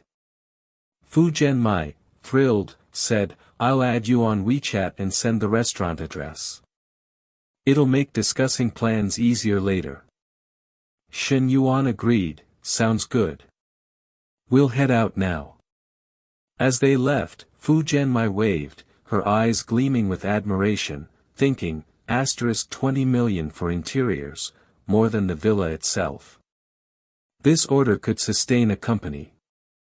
A client this big isn't your average rich kid. We need to handle him with care, asterisk. After seeing Shen Yuan off, Fu Jianmai turned to a man, announcing eagerly, President Wan, Mr. Shen's agreed to dinner tonight. Wanren Man, Guanding's general manager, tilted his head, analyzing, if we can share a meal, our chances of sealing the deal skyrocket. We can't let a client this big slip to competitors. Is he coming alone? Fu Zhenmai replied, no, he's with a girl who doesn't seem to be his girlfriend. Wanren Man smirked, good, she's not his girlfriend. Make sure to bring Suzue to entertain tonight. A client like Shen Yuan deserves our best card. Back with Shen Yuan and Lu Minglu, she tugged at her clothes, blushing, and said suggestively, is the car's AC on? It's so warm. Shen Yuan replied calmly, is it? I'm not feeling it. Lu Minglu batted her eyes, asking, really? What's next? Shen Yuan said, don't you have work, or are you sticking around to mooch another meal? Lu Minglu leaned closer, teasing, following you means eating and chilling. I'm your shadow for the whole day. Shen Yuan laughed, my shadows are well behaved. If they tag along, it's for a full day and night, not just daytime. The suggestive words painted a vivid scene in her mind. Lu Minglu covered her face, shyly exclaiming, a day and night. What are you saying, you perv? I don't care, I'm coming with you. I'm not getting out. The phone buzzed inside the car, and Lu Minglu picked it up. The voice on the other end chirped brightly, Lu Bao, what's up? Lu Minglu responded with a grin, Qian, I'm just riding in a car. Curious, Qian pressed, whose car are you in? Lu Minglu answered, Fanzong's sleek glass car. As she slipped on her jacket, she mused to herself, sure, Fanzong isn't like Chenwan, splashing 3 million on a house, but he's got no issue buying me mangla bags or fancy makeup. Then, with a cool tone, she corrected, actually, no, I'm in Chen Yuan's car. Qian, stunned, furrowed her brow and gasped, who? Chen Yuan. Since when are you two hanging out? Lu Minglu smirked and explained, oh, I went with him today to check out some decor plans. You won't believe this, he dropped over 10 million on a villa and is sinking another 20 million into decorating it. Qian choked, barely catching her breath, what? That's insane. He just burned 3 million, and now, poof, 30 million more. She couldn't help but think, Chen Yuan's luck is unreal, snagging such a loaded sugar daddy. We swore we'd struggle together, but she's quietly climbed aboard. No, Manglu's hitched a ride on this luxury cruise too, gripping her phone, Qian wailed, one bestie doing great is bad enough, but now another's outshining me. Is it 'cause their chests are bigger than mine? Scene shift, afternoon at Nanaying restaurant. A young guy strolled up, calling out, Wan Shu, you dining here too? Wanzhong approached with a warm smile, Xiao Hai, what a coincidence. I'm here waiting for a guest. Xia Hui stepped forward, shook his hand, and said, I've got a dinner invite here too. I'll swing by to toast you later. In his head, he thought, this guest must be a big deal for Uncle Wan to wait personally. As he walked off, he spotted the innocent-looking girl trailing Wanzhong. He wondered, when did Uncle Wan start keeping such a stunning girl around? If he wasn't my future father-in-law, I'd have already asked for her digits, Moments later, Chen Yuan showed up. His assistant stepped forward respectfully, introducing, this is Wanzhong. Wanzhong greeted warmly, Chenzong, you're truly young and talented. Chen Yuan approached, shook hands politely with Wan Renmin, and said, greetings, Wanzhong. Noticing Lu Minglu, he asked, is this your girlfriend? Chen Yuan quickly waved it off, clarifying, no, don't get the wrong idea. We're just friends. She tagged along today. Her last name's Liu. After confirming, he nodded politely, hello, Miss Liu. Lu Manglu returned, hello, Wanzong. Pouting, she shot Chen Yuan a look, thinking, ugh, Chen Yuan, why so jumpy? If you're not my boyfriend, what are you? Nobody made you deny it. So annoying, Wan Renmin gestured, Chenzong, let's head upstairs. Chen Yuan replied courteously, after you, Wanzong. Soon, they settled into a private room. Wan Renmin spoke up, pointing to the orange-haired girl beside him, Chenzong, I forgot to mention, this is our company's design assistant. Sui, the girl murmured shyly, hello, Chenzong. Chen Yuan extended his hand politely, hi. Inwardly, he thought, her skin so smooth, her hands like soft jade, almost weightless. Sui's pure vibe is totally different from the girls I know, noticing Chen Yuan's demeanor, Wan Renmin lifted his glass, thinking, perfect. Sui's made a solid impression on Chenzong, closing the gap, he beamed, Chenzong, no business talk today, just friendship. Here's a toast to you.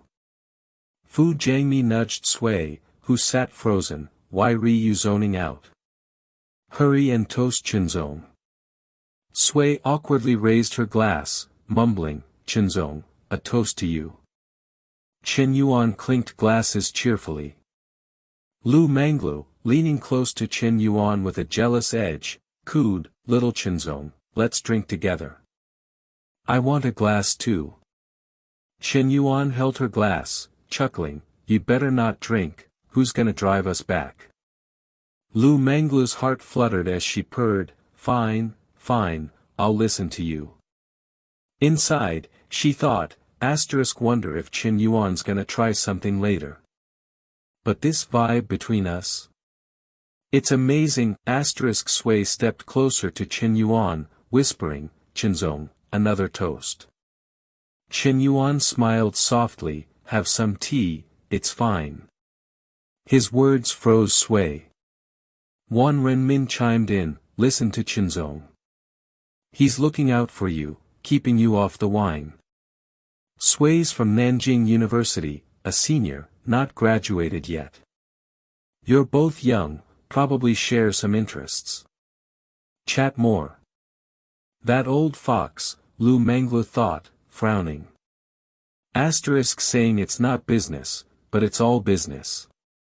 This girl's clearly inexperienced, and pushing her to connect is basically pimping, Suddenly, Xiaoi burst in, glass in hand, shouting, Wanzong, I'm here to toast you.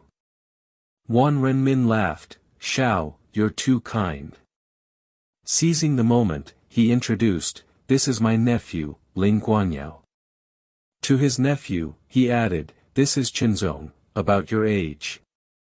Go toast him, get acquainted. Ling Guanyao nodded, sure. He thought, Uncle Wan's introducing me to this VIP. He must rate me highly. For Uncle Wan to personally host him, this guy's loaded. Worth knowing, even if he's just a party show-off, smiling, he approached, hello, Chen, he froze, seeing Chen Yuan's face. Chen Yuan. What's he doing here? Chen Yuan grinned, raised his glass, come on, let's drink. Ling Guanyao stammered, why's Chen Yuan Uncle Wan's VIP? He wants me to toast him. That's like kissing Chen Yuan's boots. No way, Wan Renmin noticed their weird looks and asked, Chenzong, Xiao Miao, you two know each other. Chen Yuan replied coolly, we've crossed paths, I suppose. Wan Renmin slapped Ling Guanyao's shoulder, chuckling, what a coincidence, Xiao Miao. You probably didn't know, but your buddy here bought a Qingshu Lake villa in Lu City and dropped 20 million on renovations with us. Ling Guanyao's face twitched. What? That nobody bought a villa and spent 20 million on decor. How rich is Shen Yuan? Is his family mining gold in Africa? Shen Yuan was now a giant, and he was a speck. He thought, Uncle Wan, who I'm busting my ass to impress, is groveling to Shen Yuan. The gap between us is massive now, resigned, he decided, fine, I'll grovel too. If Uncle Wan's licking boots, I will too, bowing low, he simpered, what a coincidence. Congrats, congrats. Oh, I mean, Chinzong now. 3 hours later, Wan Renmin proposed, Chinzong, how about a bar or some karaoke? Shen Yuan turned to Lu Manglu, grinning, Coach Lu, you in? Lu Manglu hesitated, thinking, I keep this figure with discipline. Late night drinking's not my thing, seeing her pause, Shen Yuan said, maybe sit this one out. Early to bed, early to rise, good for you. Lu Mangla glanced at Sui, thinking, if I bail, Shen Yuan might fall for those other foxes. More vixens mean less for me.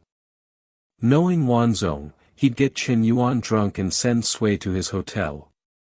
It was clear at dinner, Shen Yuan's got a thing for Sui. He wouldn't hold back, her mind raced with steamy scenarios. Eyes flashing, she thought, no way. If they go that far, I'm left with nothing, standing abruptly, she raised her hand and declared, I'm in. I'm definitely going. Following an evening at the technician's residence, Wanzong had escorted Shen Yuan for a few hours of leisure. Suvi lingered quietly to one side, timidly clutching a glass of wine, her cheeks rosy as she glanced at Shen Yuan, poised to propose a toast. Noticing her gesture, Shen Yuan gently intervened, saying, no more drinks for you. You've had enough tonight. You don't often visit spots like this, do you? If you'd rather not come again, just skip it. It's only part of the job. Suvi, hearing his words, gave a shy smile and responded, thank you, Chinzong. Sensing her unease, Shen Yuan offered guidance. For a girl from a modest background to secure an internship at a major firm like Guaning is no small feat you can't give up too easily. Liu Manglu, seated beside him, playfully bumped Shen Yuan's shoulder and teased, Shen Yuan, why aren't you worried about whether I stay or go? Without missing a beat, Shen Yuan shot back, does Coach Lu need my concern? You've got plenty of admirers. Has Big Shot Fanzong already slid into your WeChat? Caught off guard, Liu Manglu tucked her hair behind her ear, a touch of guilt in her expression, and countered, her timing slightly off, feeling a flicker of frustration. None of my usual moves work on him. Shen Yuan doesn't care one bit. I thought I'd reel him in, but somehow he's got me hooked. Suvi, seated nearby, turned to him and asked, Chinzong, what song do you, want to sing? Should I pick one for you? Shen Yuan grinned and said, I'm good with anything. Go ahead and sing whatever you like. Liu Manglu nudged him again, smirking, you're acting different. That girl's got quite the enchanting stare. Shen Yuan turned to her casually and replied, oh, really? I'd say your eyes are giving me the same vibe. Pretty enchanting too. Liu Manglu flushed and shot back, no way. Your gaze on me is all lust, no love. Shen Yuan tilted his head and said, isn't that your strength? No matter how women draw men in, it all leads to the same place. Curious, Liu Manglu asked, and what's that place? Without hesitation, Shen Yuan leaned close and whispered in her ear, getting into bed, obviously. That single line made her face glow scarlet, her favorability spiking to 68. How infuriating. She thought. This guy always traps me when we talk. But Shen Yuan's honesty stood out, unlike other men who dressed up their desires as love. As he spoke, Shen Yuan reached out, grazing Liu Manglu's thigh, making her jump slightly as she whispered, "Stop it, there are people around." Wan Renmin, having finished his song, spun around and passed the microphone to Shen Yuan, saying, "Qinzhong, I've queued another track for you. Your turn, finally." The group sang until 11 p.m. outside, standing by the car. Wan Renmin warmly clasped Shen Yuan's hand and said, "Qinzhong, I never imagined I'd connect with someone your age. Let's hang out more. Oh, and Guaning's renovation work will be top-notch. I hope we can collaborate. As your elder, I'll ensure the best service." Shen Yuan responded with equal warmth, "I'm only considering 2 firms. Your designs are impressive. At the same price, you're my first choice." Meanwhile, Fujianmi steadied a slightly tipsy Suvi as they approached, saying, "Qinzhong, we're heading out. Catch you later." Shen Yuan gestured toward Suvi and said, "Take care of her." Fujianmi flashed a professional smile and replied, "Suvi's my student. I'll get her home safely." As the group departed, Shen Yuan turned to Liu Manglu and asked, "Need me to call you a ride?" She countered, "What about you?" Glancing elsewhere, Shen Yuan said, "I'll book a room nearby and crash." Surprised, Liu Manglu asked, "Why book a room? Don't you have a place to sleep?" He tilted his head, eyeing her, and teased, "Are you offering to take me in?" The question made her blush. "I wasn't planning to move this fast," she thought, "but my gut says if I don't act, this Tang Sanzang of a Shen Yuan will be snatched up." Taking his arm, she said, "Don't get the wrong idea. I don't just bring guys home. I'm a proper girl." Her favorability climbed steadily to 75. Shen Yuan, surprised, exclaimed, "Really? I didn't do anything special tonight," he thought. "How's Liu Manglu's affection for me spiking like this?" Shrugging it off, he pulled out his phone and said, "All right, where are you headed?" "I'll get you a car." Liu Manglu protested, "I don't want to go home." He frowned, asking, "Not going home? Then where are you sleeping?" Her face turned crimson as she flailed her hands, exasperated, "You're so clueless. I'm being this obvious, and you're still acting dense." Shen Yuan stopped teasing, opened the car door, ruffled her hair, and said, "Come on, let's head to a different hotel." They hopped into the car. Tipsy and dazed, she leaned against Shen Yuan, nervous, thinking, "I wonder if he'll be gentle, not rough like he was with Nam at the cafe." The driver, catching the scene in the rearview mirror, thought, "That look, that car, man, being rich must be the life." Later, at the lavish Junyu Hotel in Xingchang, Shen Yuan stood at the front desk and said calmly, "I'd like a presidential suite, booked for a month."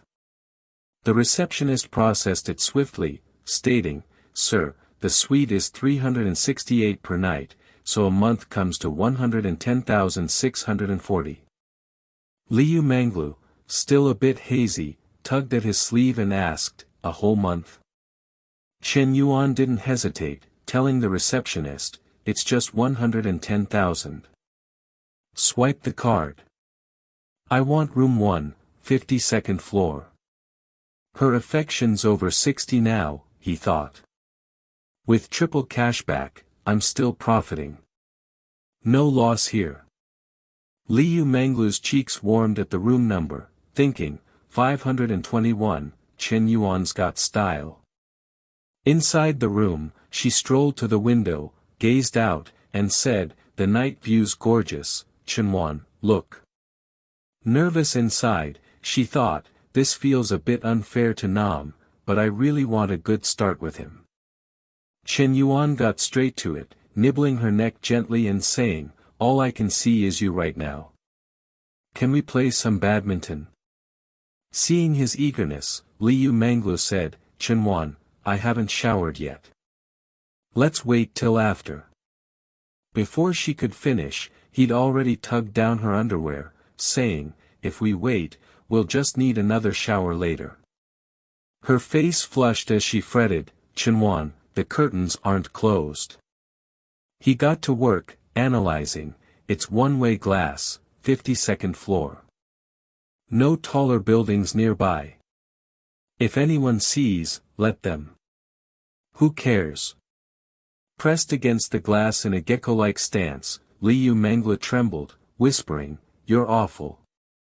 They explored every position that night.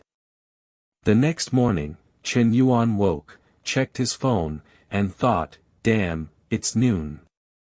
Slept late.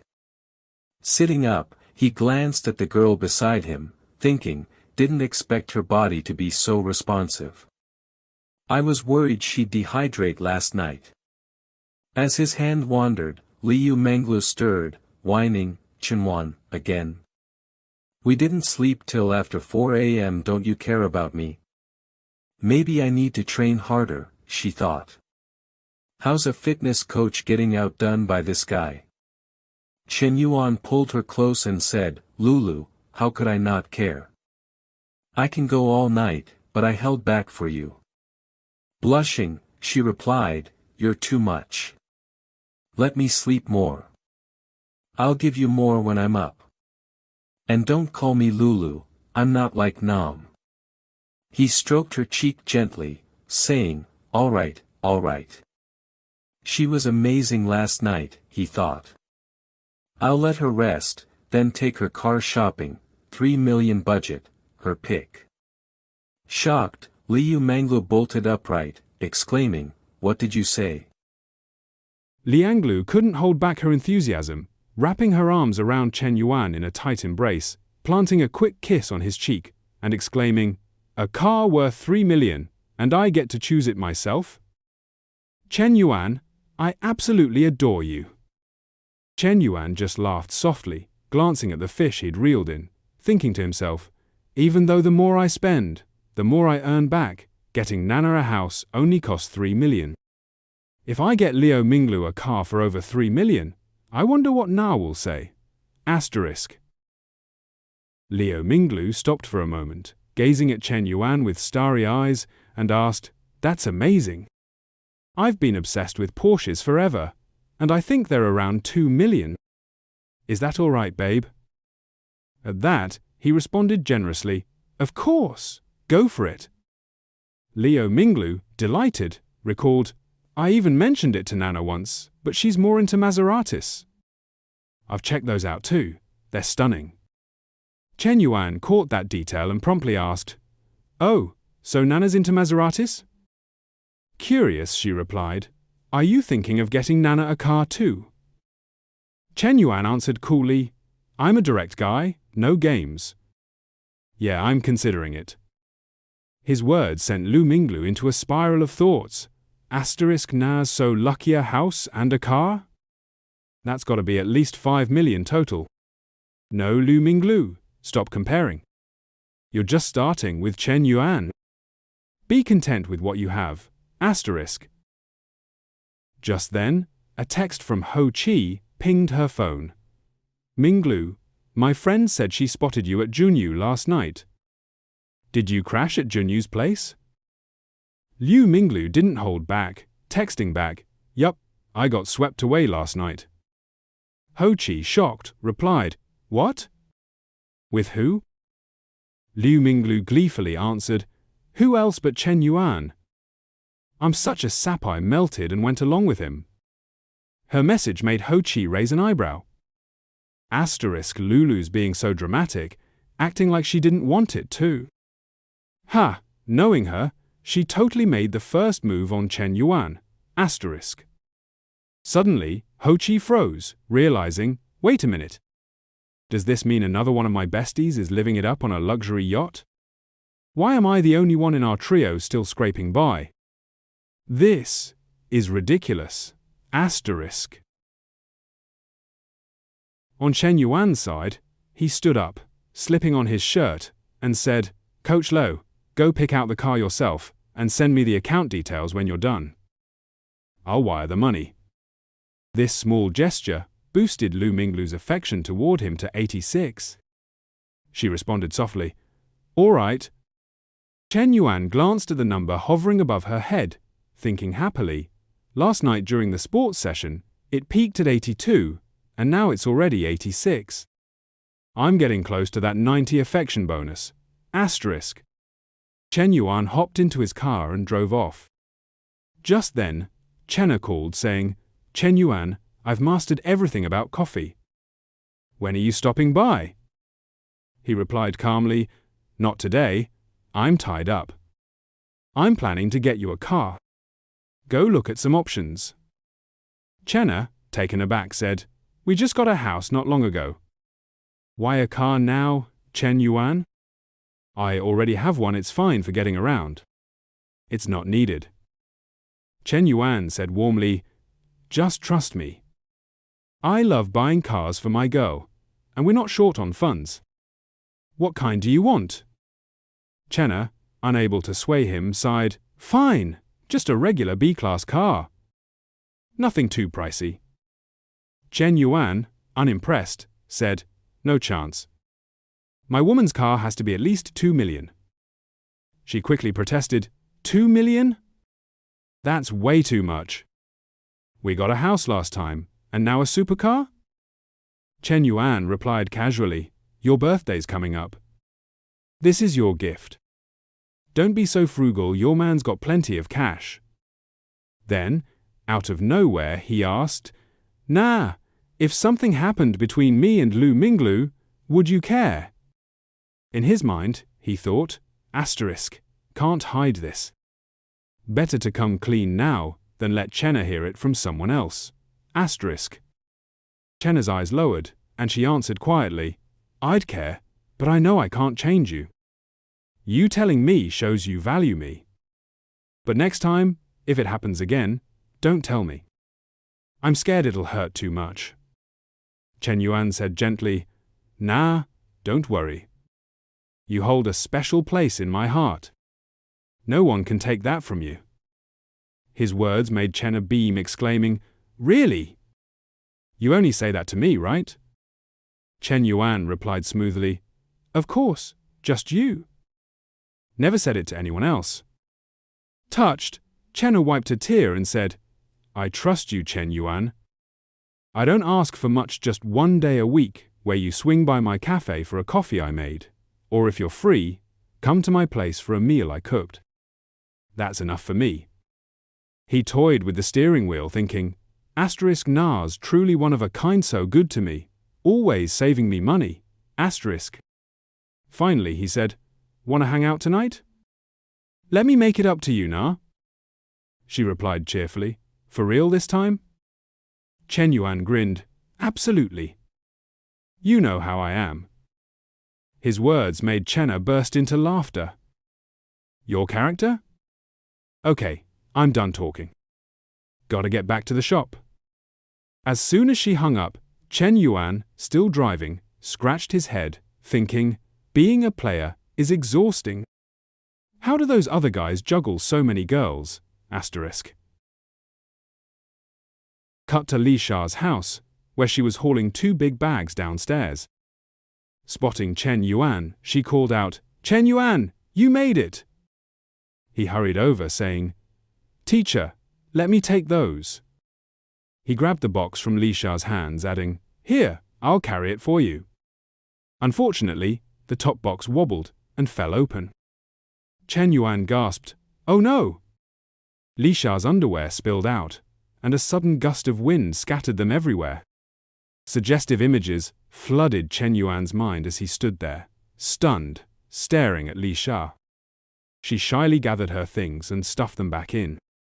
Shen Yuan, still holding the box, thought, if only that were real. Asterisk. Li Sha, flustered, said, "Shen Yuan, I'll handle this. You grab the other stuff." Later, with everything loaded into his car, Li Sha's younger sister closed the trunk and said, One trip won't cut it. We'll need 2. You guys go ahead. She leaned in, eyeing Shen Yuan suspiciously. Lisha buckled her seatbelt and said, Shen Yuan, set the GPS for Dongshang Apartments. He nodded. Got it, teacher. Let's roll. After driving for a bit, Lisha said apologetically, Don't mind my sister. She's always like that, not trying to be rude. Shen Yuan shrugged. No big deal. She seemed nicer than the last couple times. Lisha rested her head against the window, gazing outside, and softly shared, she wasn't always this way. In college, she had a boyfriend. I saw his photo-good-looking guy, wore glasses, seemed refined. They were super close, but it was long distance. One Christmas, she visited him and caught him hugging another girl outside a hotel.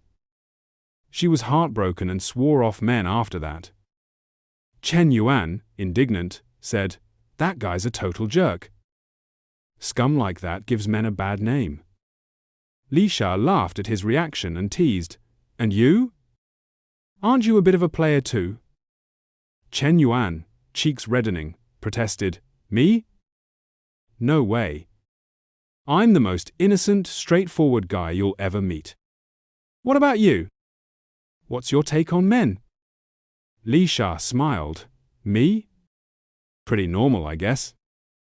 I haven't gone through what my sister did, so I don't have any hang-ups. Sensing an opening, Shen Yuan asked, So, what do you think of me?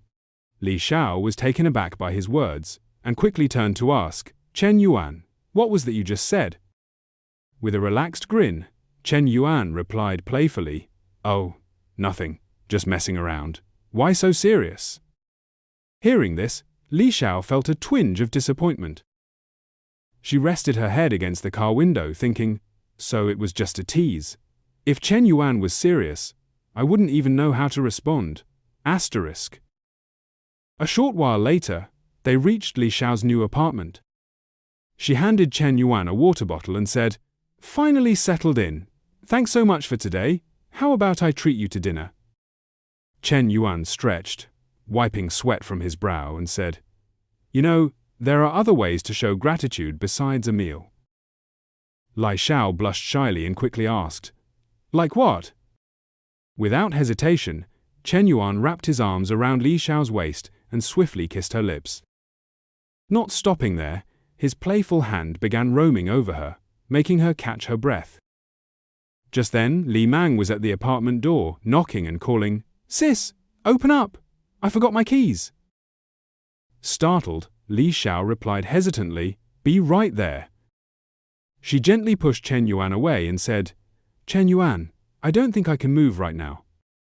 Shen Yuan, with a mischievous grin, hugged her and said, No worries, I'll help you out.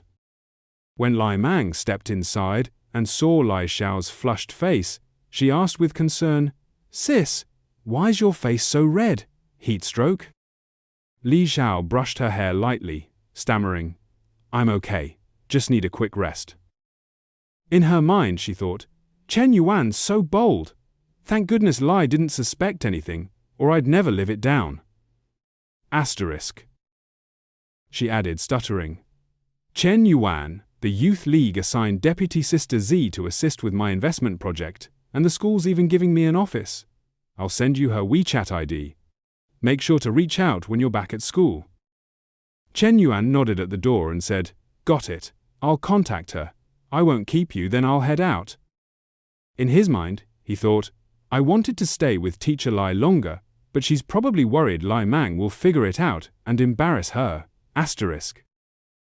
After Shen Yuan left, Li Mang sorted through items and asked curiously, Sis, what do you really think of Shen Yuan? Li Shao shyly covered her flushed face and countered, What's that supposed to mean? Li Mang put on a stern look and said, Don't act clueless. It's obvious what he's thinking. You two are way too close for just a teacher-student thing. Caught off guard, Li Shao faltered, Well, I'm not sure, really. Li Mang, with a knowing frown, said, Oh, come on, you're totally into him. She added, If you ignore that he's a student, he's got a lot going for him. but something tells me he's not reliable. Surprised, Li Xiao asked, "You're not against it?" Lai Mang hugged her and said, "Honestly, what's the point of me objecting? It's your life. As your sister, I can only tell you to stay sharp. Watch him closely and see if he's worth your heart." Li Xiao, deep in thought, murmured his name softly. An hour later, in the school cafeteria, a girl with a cute bow in her hair sat waiting. It was Fu Yingzi, head of the school's broadcasting station. Spotting Shen Yuan, she stood and waved. "Shen Yuan, over here." He walked over and politely asked, "Been waiting long?" Fu Yingzi smiled.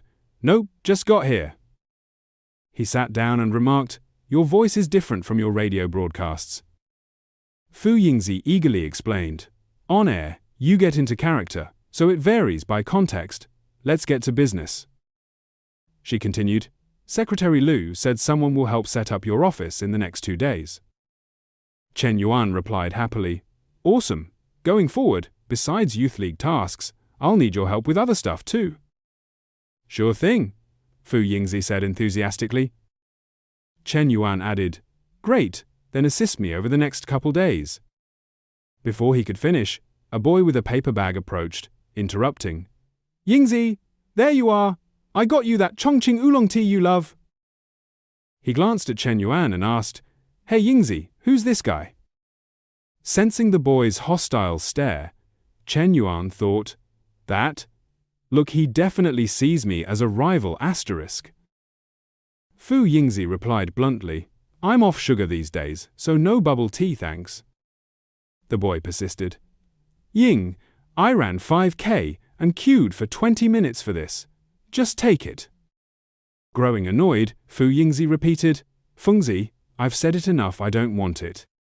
Stung by her rejection, he pointed at Shen Yuan and demanded, "Who's this guy?"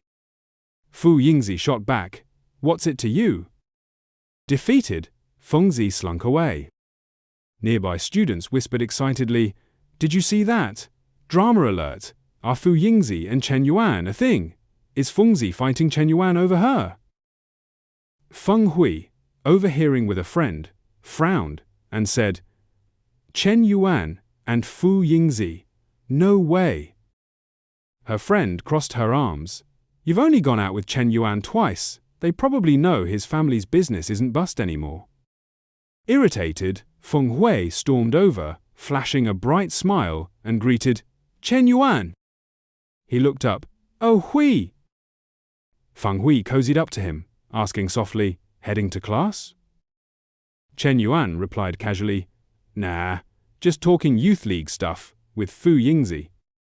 Feng Hui pressed closer, whining, "You haven't been to class in forever. Planning to flunk everything?" Across the table, Fu Yingzi stood thinking, Feng Hui's acting like Shen Yuan's girlfriend. Since when are they that close? Whatever, not my business. Asterisk.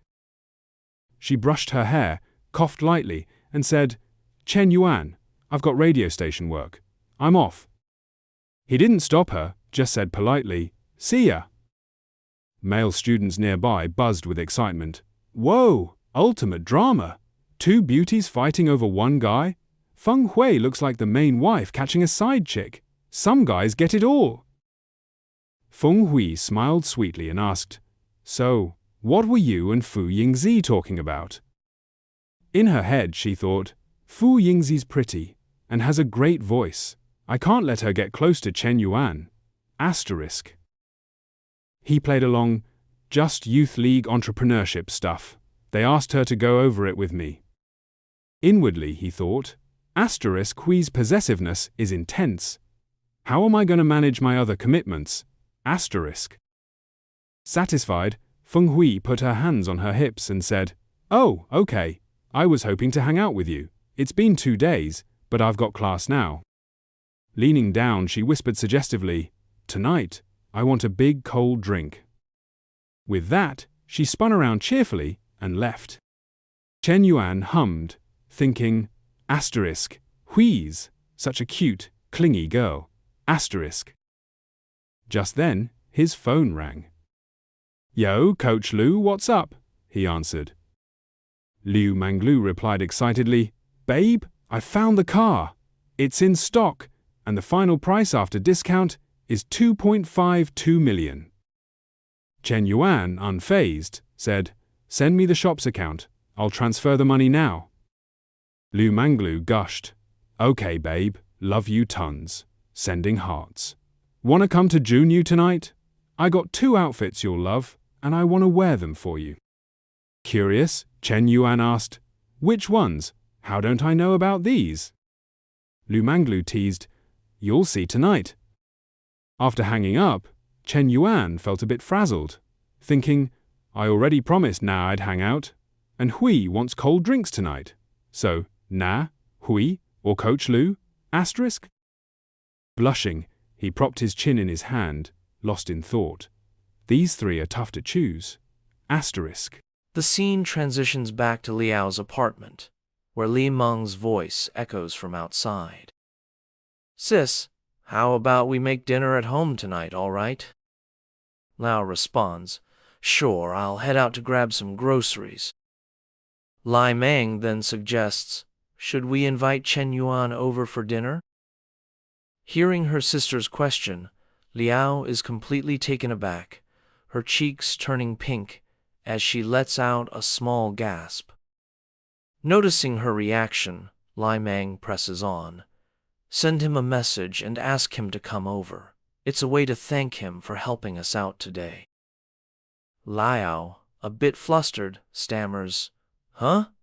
What's your plan here?" In her mind, she thinks, "Just picturing his cunning, playful face makes me want to snap at him." This instantly reminds her of their last encounter in the kitchen. In response to her question, Li Meng stands up and says, "Sis, I'm obviously just helping you size him up. What else would I be up to?" Liao pulls out her phone and says, "Fine, I'll call him." She then texts Chen Yuan. "Chen Yuan, Li Meng really appreciates your help with cleaning today, so she wants you to join us for dinner. Come over, okay?" Chen Yuan, however, already had plans with Chen Na, Manglu, and Minhu that evening. Now, with the Liao sisters' invitation, he thinks to himself, "What kind of love luck did I stumble into today? So many girls reaching out, I'd need to be a time management guru to juggle this. Oh well, don't overdo it, and no need to stress out my buddy Peter. I'll just politely decline Hui Hui and Coach Liu." Before he knows it, it's late afternoon, and Chen Yuan arrives at Liao's place. As she opens the door, Liao's face flushes, and she says, "Come in, take a seat. Dinner's still cooking." With that, she hurries inside, avoiding his eyes. Chen Yuan grins and replies, "All right, I'll make myself comfortable. You go do your thing." Looking around, he thinks, "No surprise she's a consultant. This place is already so warm and inviting." He steps into the kitchen and asks, "Where's Li Meng?" Liao, still avoiding his gaze, answers, "She's in the shower." Chen Yuan nods and starts moving closer to her. Seeing this, Liao's cheeks redden, and she waves her hands frantically, saying, "Chen Yuan, don't come over here." He smiles and says, "Why so nervous? I'm just checking if you need a hand." As he edges closer, Liao quickly responds, "No need. The food's almost done. Just wait in the living room." Chen Yuan keeps inching forward, saying, "It's fine. I'll just hang out in the kitchen and chat." Liao, blushing harder, turns away and says, "Okay, this distance is fine for talking." With a sly grin, Chen Yuan teases, "Is it really? We're still half a meter apart." As he gets even closer, Liao grows more flustered, stammering, "Chen Yuan, what are you trying to do?" He reaches out, pulls her into his arms with a mischievous smile, and says, "Nothing at all." Liao trembles, her voice shaky. "My sister's here." Shen Yuan leans close to her ear and whispers, "She's in the shower, right? Girls take long showers, she won't be out for a while." As he speaks, his hand slides under Liao's pants, squeezing her firmly, making her panic. "No, Chen Yuan, not there," she gasps. Ignoring her, he silences her with a kiss, his hand slipping under her shirt. Liao lets out a soft moan. Just then, Lai Mang, ever the mood killer, calls out, "Sis, I'm done showering. Is dinner ready?" Panicked, Liao pushes Chen Yuan away, her face beet red. He smiles calmly and says, "Relax, it's fine." Liao adjusts her shirt, muttering in frustration, "Don't do that again. If you try that one more time, I'll..." Before she can finish, Chen Yuan cuts in, "You know how I feel, consultant." Soon, they sit down to eat. Looking at the spread, Chen Yuan starts praising her. "Consultant, your cooking is incredible. Tastes like heaven needs a TV show filmed here." Lai Mang, unimpressed, snaps, "Don't be a flatterer. My sister doesn't fall for that." Then she adds, "Chen Yuan, I've got some questions for you." He replies, "Sure, ask away." Lai Mang, with a serious tone, asks, "How many girls have you dated?" Chen Yuan responds, "Why do you want to know?" He thinks to himself, this feels like a full-on investigation. Publicly, just 2, a high school girlfriend and Chuan Ting. The others, hard to track. Lai Mang remarks, "Oh, so you're quite the romantic expert." She thinks, my sister's never even dated. She could easily be fooled by someone with that much experience. Chen Yuan, sweating internally, thinks 2 is plenty. If she knew about Hui Hui and Nulu, I'd be toast. Lai Mang continues, "Got any siblings?" He answers, "Yeah, a younger sister." She asks, "How old is she?" Chen Yuan replies, "She's in her final year of high school, 18 this year." 10 minutes later, he breathes a sigh of relief, thinking, finally, the interrogation's over. If Lai Mang's digging into my family, the teacher must have mentioned me. Seems like she's warming up to meprogress is solid. He glances at Liao, thinking, right, teacher? Then, he subtly stretches his foot to brush her leg. Startled, Liao sweats, thinking, Chen Yuan, pulling this in front of Lai Mang? I underestimated his nerve.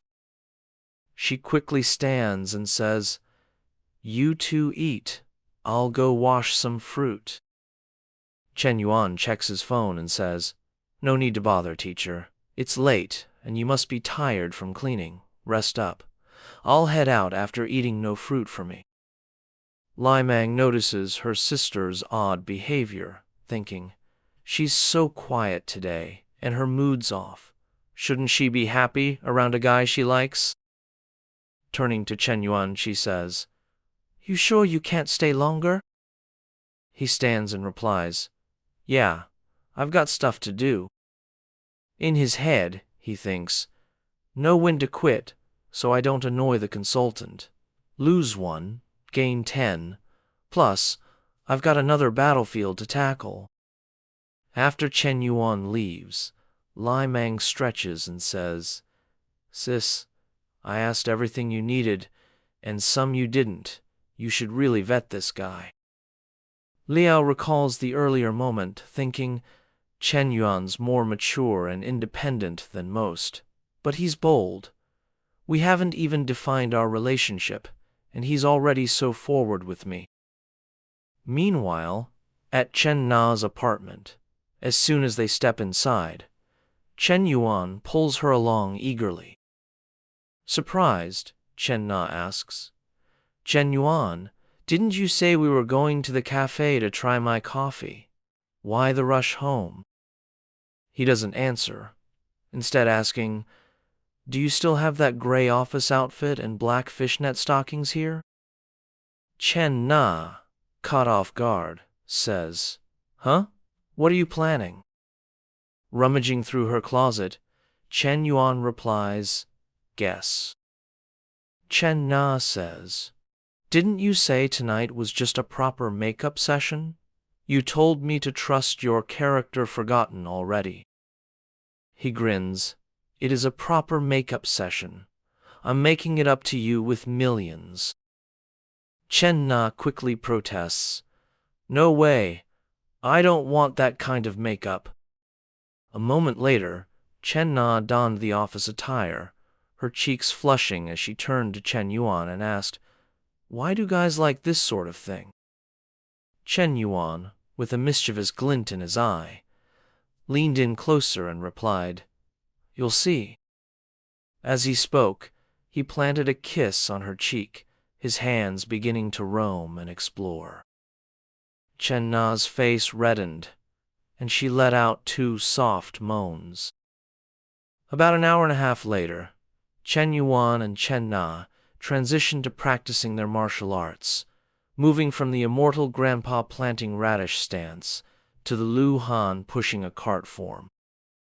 Growing weary of the latter, they shifted to the carrying a plow across the mountain pose.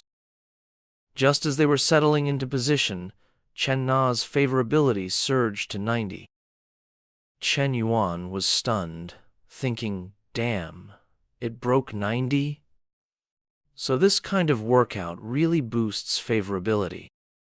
At that moment, the system chimed with a notification, detected that the host has a second girl with favorability reaching 90, achieving the favorability mission milestone, preparing to distribute rewards. Chen Yuan's anticipation spiked as he mused, "Let's see what the reward is this time." No sooner had the thought crossed his mind than the system flashed a new message. Reward: Peter's length growth, 5 million yuan for car shopping, exclusive skill card X1. Chen Yuan's jaw dropped. Wait, is that first reward for real? Damn. Is that even possible? Curious, he tapped to open the reward, wondering, let's check out what this exclusive weapon card for men does. Sorry, Na, you'll have to endure it tonight inside the cave. Sun Wukong's Ru Yi Jinggu Bang extended dramatically. Chen Na's eyes widened in horror. Chen Yuan. What's happening inside? Chen Yuan smirked smugly and said, Nah, didn't you ask earlier why men like women dressed like this? Here's your answer. At that, Chen Na's face paled like a pangolin, and she shouted his name, Chen Yuan! After that intense night, Chen Na was utterly spent, her body still quivering from the aftershocks of their battle. She whispered faintly, Hey, Chen Yuan, why do you seem so different this time? It's like my body's been drained. Chen Yuan, smug as ever, slid closer and asked, Different how? Chen Na murmured, Just different.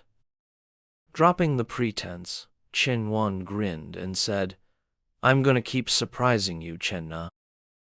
She smiled warmly, her cheeks flushed, and replied, before drifting off to sleep. Chen Yuan rolled over, resting his head on his arm, and thought, if I could level up a bit more, that'd be epic. Wonder if I can go Super Saiyan next time. Then he recalled the system reward, muttering, All right, let's check out this special skill. He opened the system, and it promptly announced, This skill card can be exchanged for any of the following skills, effective immediately. Skill list: Novice cooking skill, Novice electrical repair skill, Novice haircutting skill, Novice dancing skill, Novice combat skill, Novice racing skill, Novice basketball skill. Shen Yuan blinked in surprise. Huh? What the hell? No Peter-related stuff? Electrical repair makes sense, but haircutting? Seriously? Scanning the list, he thought, if I had to pick, the combat skill wouldn't be bad. Even in a law-abiding society, with money and women, if I run into triads, combat skills could come in handy. Suddenly, a new idea struck him, and his eyes lit up. But what if one day Miss Lee's got some broken appliances? With electrical repair skills, I'd have an excuse to visit her place and get closer. In his mind, he pictured himself and Li Xiao starring in a scene straight out of a Japanese film, like The Lucky Plumber and the Damsel with the Broken Oven. Miss Lee, it's fixed. Call me first if anything breaks, he'd say.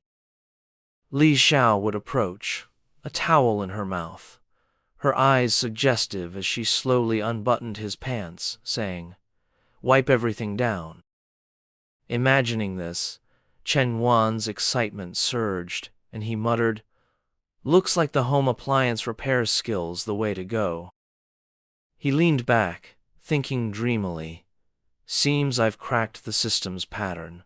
This reward's better than the last. So the third NPC will probably be even more generous. Who's next to hit 90 favorability? I'm kinda pumped." Suddenly, Chen Na's phone rang. She jolted upright, answered, and said, "Hello, Mom?" Whatever her mother said on the other end caused Chen Na's eyes to fill with worry. In a panic, she said, "What? It's that serious? Is there enough money? Do you need me to send some? I'll do it now." After listening for a moment, she said quietly, "Okay, let me know immediately if anything happens." Hanging up, Chen Yuan finally spoke, Nah, what's wrong? Can you tell me?" Chen Na's voice trembled with sadness. "My dad, he's in the hospital. He had a stroke from drinking. He already had high blood pressure." She covered her face and sobbed. "It's my fault. They kept telling me to come home for blind dates and I kept delaying. If I'd just visited, he wouldn't have gotten so mad and drunk so much." Chen Yuan hugged her, comforting her. "Do you want to go back now? I can drive you." Chen Na gently wiped her tears and said, "It's not safe to drive at night. I'll head back tomorrow morning." Chen Yuan nodded. "Okay, I'm here for you, no matter what." Hearing this, Chen Na thought of Fang Minhe at the 4S store. Even though Chen Yuan cares about me, things between us aren't clear, and I'm not careful with my words. With Dad in the hospital, it's not a good time to bring him home. She replied, "It's okay, I can go back alone." Chen Yuan didn't press. He said softly, "All right, if you need money, a hospital transfer, or anything, let me know, and I'll handle it." Chen Na murmured, "Thank you, Chen Yuan." The next morning, when Chen Yuan woke, Chen Na was gone. She'd left a note with a few scribbled words. "Breakfast is ready. I went home." Chen Yuan smiled, muttering, "She rushed home and still made me breakfast. She's not like Coach Lu, always asking for cash, or Minhe always eyeing my assets. She handles everything. Truly, the best of the best." Suddenly, his phone rang. Seeing the caller ID, he wondered, Fu Yingzi, what's she calling about so early?" He answered, and Fu Yingzi launched in, "Chen Yuan, the office is cleaned up. I sent you some desk styles. Which do you like? Once you pick, I'll head to the furniture store. Shen Yuan replied calmly. You choose. Anything's fine. Fu Yingzi said, Okay, I'll hang up now. I'll let you know when the office is set. Shen Yuan chuckled, thinking, This girl's solid. Even if her work skills aren't top tier, her attitude's already impressive. Just after hanging up, Feng Xiao, the little tagalong, asked, Ying, what's next? Fu Yingzi snapped, What's next? Can you stop tailing me? Earlier, there were people cleaning. I told you not to, but you still jumped in and made a mess. Feng Xiao said awkwardly, Hey, Yingzi, I just wanted to help. Yingzi grabbed her bag, turned, and stormed out, saying, Help? You're not even on the student council. Stop following me, or I'll really lose it. Gazing at her receding silhouette, Zia felt a pang of despair, thinking to himself, I've been pursuing her for 3 years, and it doesn't even compare to a single day with some guy she just met. Meanwhile, Fu Yingzi was oblivious to his emotions. Her mind was fixated on Shen Yuan's family wealth. She mused, That startup park is such a low-cost area, yet Shen Yuan spent nearly 10 million to acquire it. He clearly doesn't care about the expense, so his family must be worth at least 100 million, maybe more. Behind her, Feng Xiaoyi hurried to catch up, calling out, Yingzi, hold up! Ignoring him, Yingzi continued her thoughts. The key is, he's my age, just 21. How is that even possible? In her imagination, Shen Yuan morphed into a commanding CEO, tenderly handling the assets of his secretary the assistant secretary. Lost in her daydream, she told herself, Even if I can't be his girlfriend, I could be his subordinate, maybe a secretary. With his background, he surely has multiple businesses. I need to showcase my skills and unique qualities to stay close to Shen Yuan. Meanwhile, at Chen Na's family home, the moment she stepped inside, she grabbed her mother's arm and urged, Mom, let's hurry to the hospital. Didn't you say Dad had a stroke? Her mother grinned warmly and replied, No, come in first. Let's talk inside. She guided Chen Na into the house, adding, I didn't mean to deceive you. It's just that you're almost 27 and still single. Your friends Xiao Li and Ting Ting, who are your age, already have 2 kids. I'm so worried. Inside, an older woman and an unfamiliar man were laughing and chatting with Chen Na's father. The woman's face lit up when she saw Chen Na. Nana's back. Let me introduce you. This is Dong Kao, drinking with your dad. He's from the Zhu family, a good friend of your cousin. Dong Kao stood, offering a friendly nod. The woman leaned closer to Chen Na, whispering conspiratorially, Let me tell you, Kao runs his own company, manages dozens of employees, and earns tens of millions annually. He bought a car and a house ages ago. Turning to Kao, she asked, Kao, what kind of car do you drive? He replied modestly, Oh, it's nothing fancy, just a BMW 5 Series. Chen Na gave a small smile and said, Not bad. In her mind, she thought, Nice car or not, I should at least give him some face. Meeting his blind date, Dong Kao wasted no time. He pulled out a small box and said, Auntie, besides getting cigarettes and alcohol for Uncle, I brought you a little gift. I hope you like it. Chen Na's mother looked surprised. Oh, you got me something too? Kao opened the box, revealing a sparkling gold ring, and said, I picked it out specially for you at a reputable jewelry store. It's real gold, not too pricey. Just over 3,000 yuan. Chen Na's mom exclaimed, Over 3,000? And you call that inexpensive? The auntie chimed in, stoking the excitement. See that? Cao's so considerate. He'll definitely be a devoted son-in-law, right? Chen Na's mom laughed heartily, agreeing, Ha ha, absolutely. Chen Na's father called out, Cao, don't just stand there, come sit. On the other side, Chen Na pulled her mother aside, saying, Mom, let's go to the bedroom. I need to talk. Once inside, her mother frowned and said, This girl, Xiaodong, is still out there, saying things like that. Aren't you being rude to our guest? Chen Na replied, exasperated, Rude? You tricked me into coming home. Did you even consider how I feel? Her mother sighed with concern. Your dad and I are just worried about you.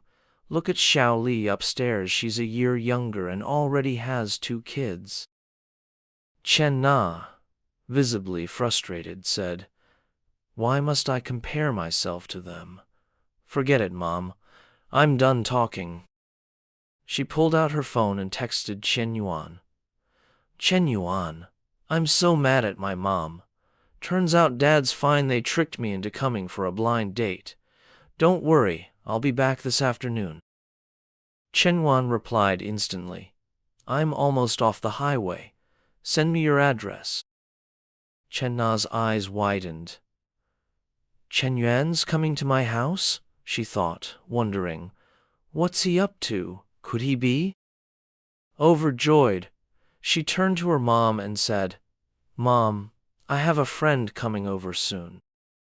Her mother, surprised, asked, A friend? Boy or girl? Chen Na smiled cryptically. You'll see soon enough, Mom. Outside, the auntie was still playing matchmaker, saying, Brother, Cao and Nana are perfect together. They've got the look of a married couple. Chen Na's father raised his glass, chuckling. Drink, drink, it's all in the wine. Cao lifted his glass, saying, Here's to you, uncle. 15 minutes later, Chen Yuan arrived at Chen Na's house, arms full of gifts. Chen Na asked, Chen Yuan, why'd you bring so much? He smiled and said, It's my first visit to your parents. I can't show up empty-handed. Chen Na's mom asked, Na, who's this? Chen Yuan approached, carrying the gifts, and said, Hello, Auntie. I'm Chen Na's boyfriend, Chen Yuan. You can call me Xiao Chen. Just a small token. I hope you'll accept it. The room fell silent. Dong Cao was stunned, and the auntie, incredulous, asked, Wait, what did you say? Chen Na's father stammered, Boyfriend? Why haven't I heard of him? Her mother's eyes widened. What? Chen Yuan placed the gift boxes on the table and opened them, revealing piles of shimmering gold jewelry and gemstones.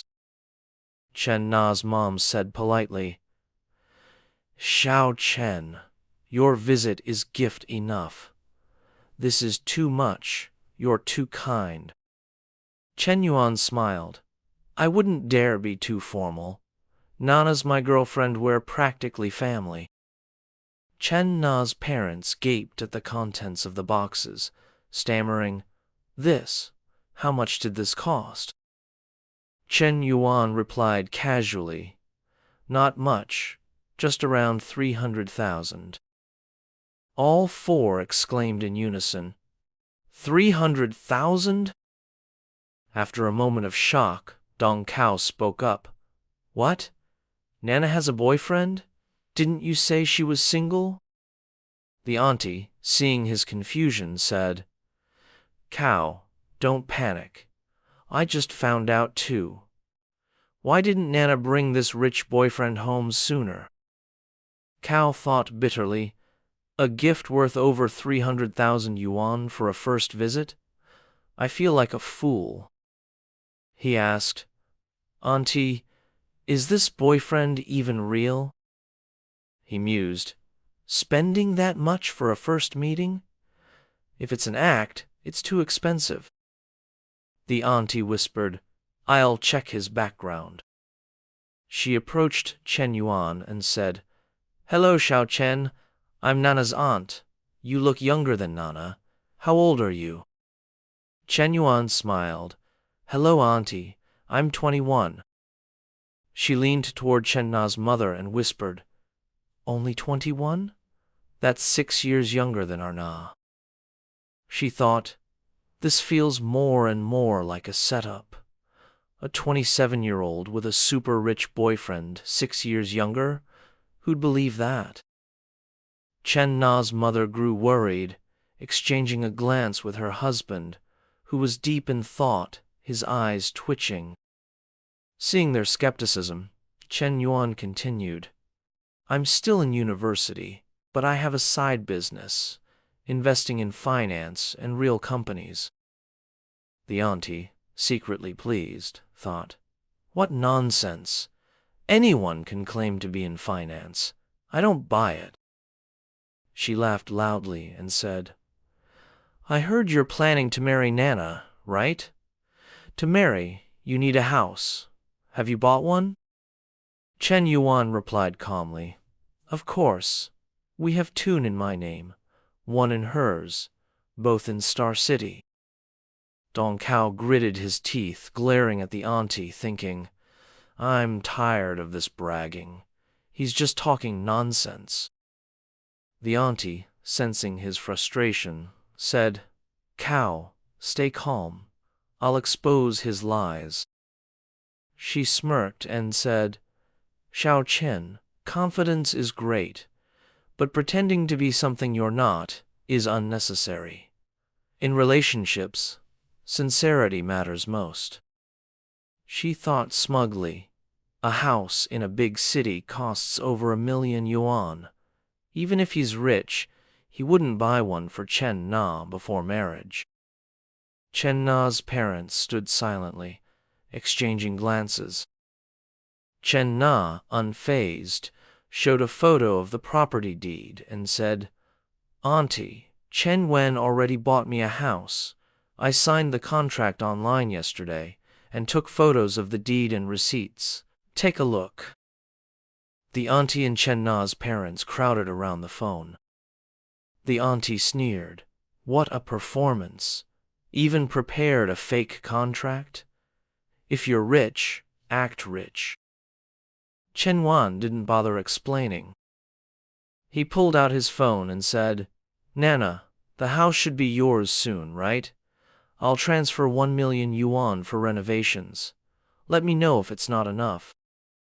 He thought, they probably think I'm a fraud, but they're family, so I'll ease their minds.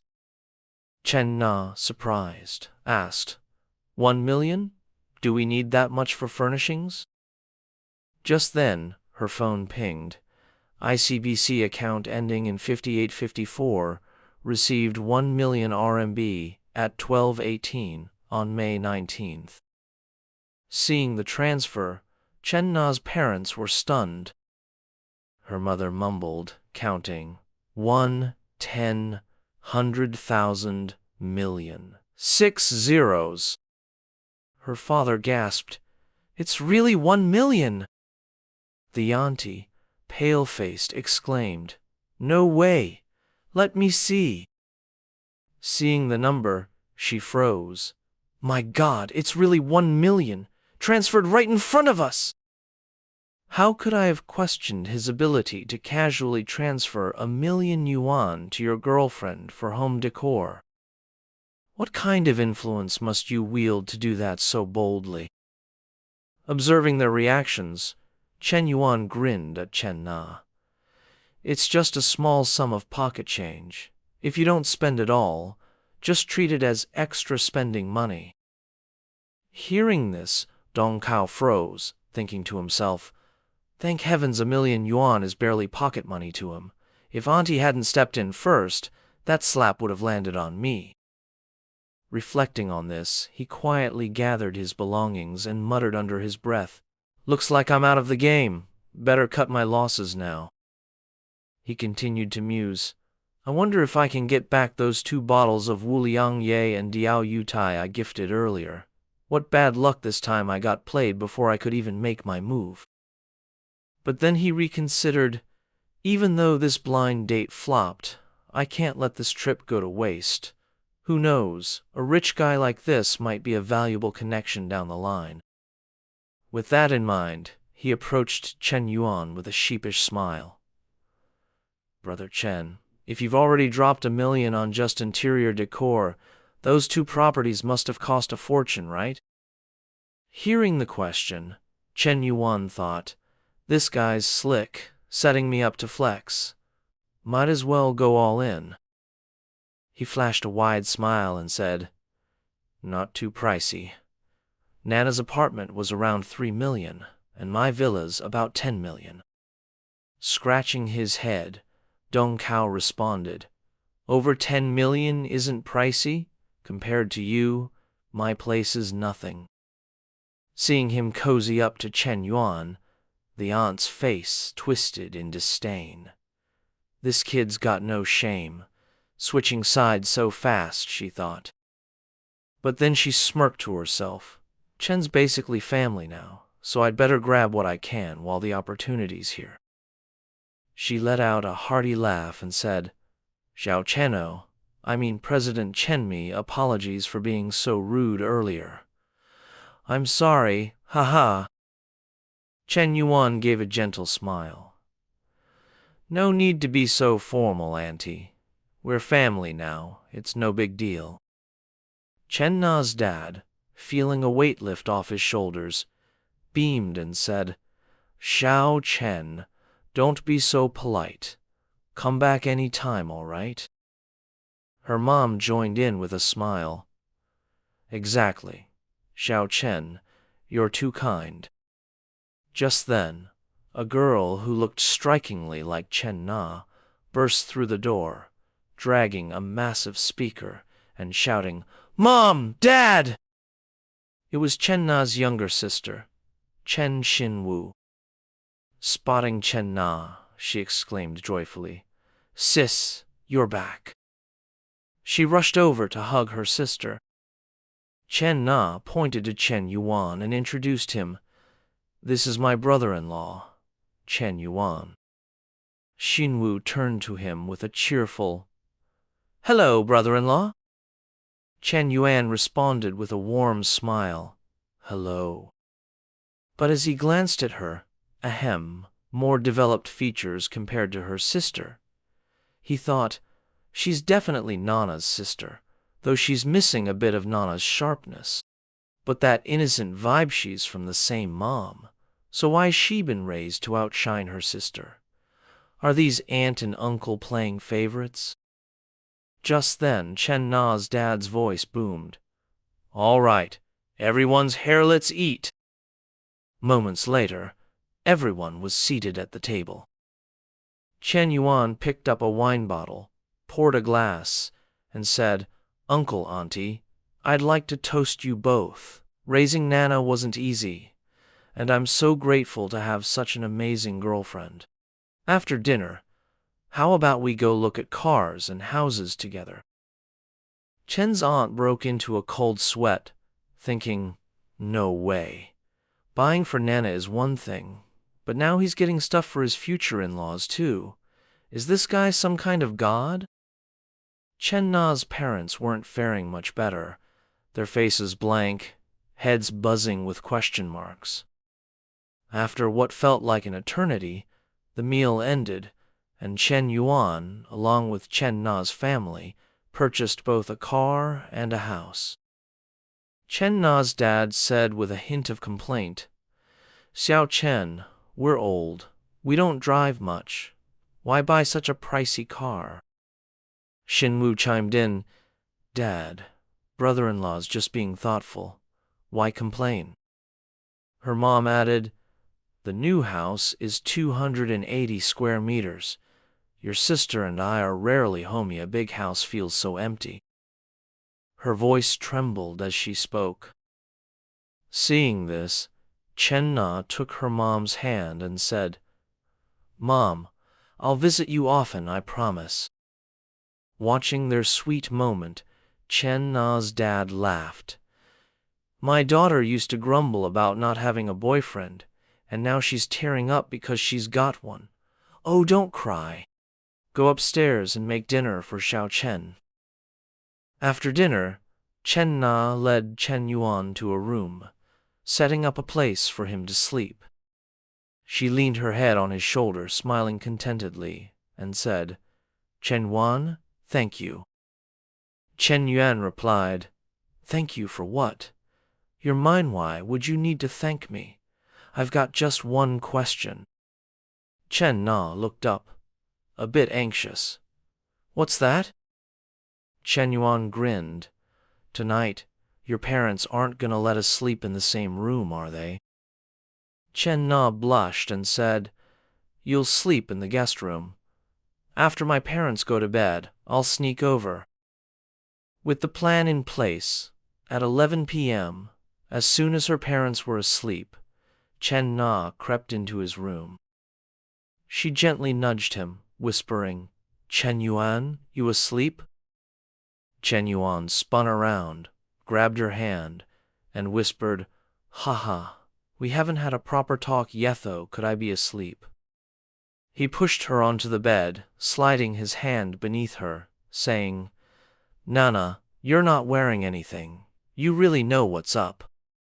With that, Chen Yuan's hand ventured into the cave to explore, sending a rush through Chen Na. She trembled, quickly covering her mouth to muffle her soft moans. Meanwhile, Xinwu woke up, groggy, and stumbled toward the bathroom. Hearing faint moans, she grew curious. Leaning closer to the door, she caught the soft sounds of Chen Yuan. Peeking inside, her eyes widened in shock. She saw Chen Yuan and Chen Na practicing the Jade Maiden Heart Sutra with all 72 moves. Blushing, she thought, "I've watched stuff like this with friends, but hearing those heavy collisions up close, brother-in-law's got some serious strength." Clutching her skirt, feeling the heat and moisture below, Xinwu covered her ample assets with her other hand, swallowing hard.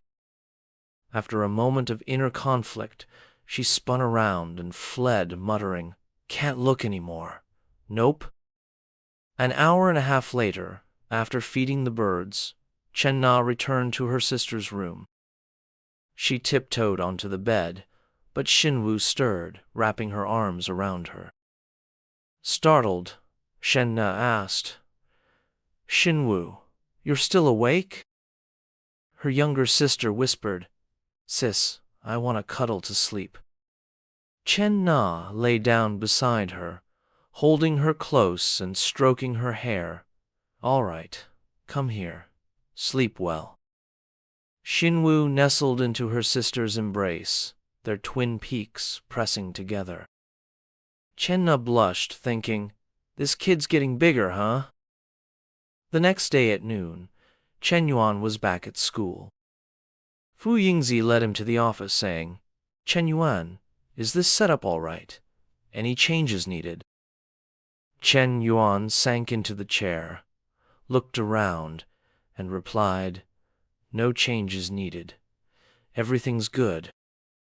He thought, Fu Yingzi's not just stunning, but also efficient, always giving clear feedback. She's a top-tier secretary candidate. Everything's perfect. Fu Yingzi handed him a stack of documents. "These are the startup applications and business plans from the first batch of students collected by the Youth League this morning. About a dozen or so. Want to review them first?" Chen Yuan took them, saying, "All right, let's see." He flipped through a few pages, pausing at a girl's resume, mumbling, "Gender, female, height, 156 centimeters, weight, 70 kilograms." Author's note: in China, 1 kilograms equals 0.6 kilograms, so 70 kilograms here is about 41 kilograms, 156 centimeters, and 70.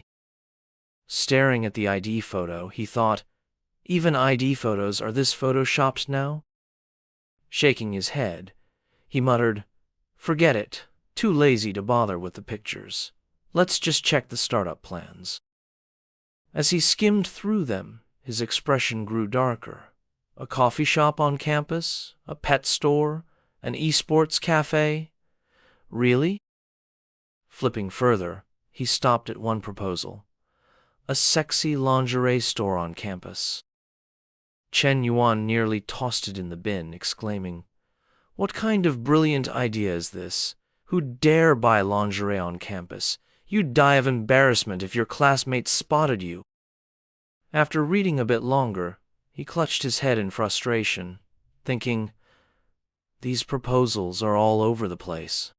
Even with the school's 10 million yuan for this startup center, we can't just fool around. I'm not here to play kids' games. He imagined himself as an 80-year-old man in a wheelchair, chasing girls and muttering, "Sure, I can charm girls now for high rebates, but am I really going to do this forever? When I'm 80, will I still be hustling on the beach to flirt with girls in bikinis? No way. I don't want to be some old playboy." The school's startup base and Nana's coffee shop, these projects need to be taken seriously. I need to build real business experience. When the time's right, I'll dive into the business world, turning small companies into giants like Samsung, Apple, or Tesla. I, Shen Yuan, won't just be a flirt, I'll be a legend who contributes to society and the nation. Frowning, he said sternly, "Friend Fu, it seems I overestimated your foreign language students. These impractical proposals don't even consider the target market or consumers. I don't want any of them. You need to start over and plan seriously." Yingzi hesitated, then replied, "Maybe it's because too few people were interested initially." Shen Yuan nodded. "Could be. Can the school and youth league ramp up promotion efforts?" Yingzi responded, "Absolutely. Secretary Lao has already asked me to fully support you." She suggested, "I manage the school radio station.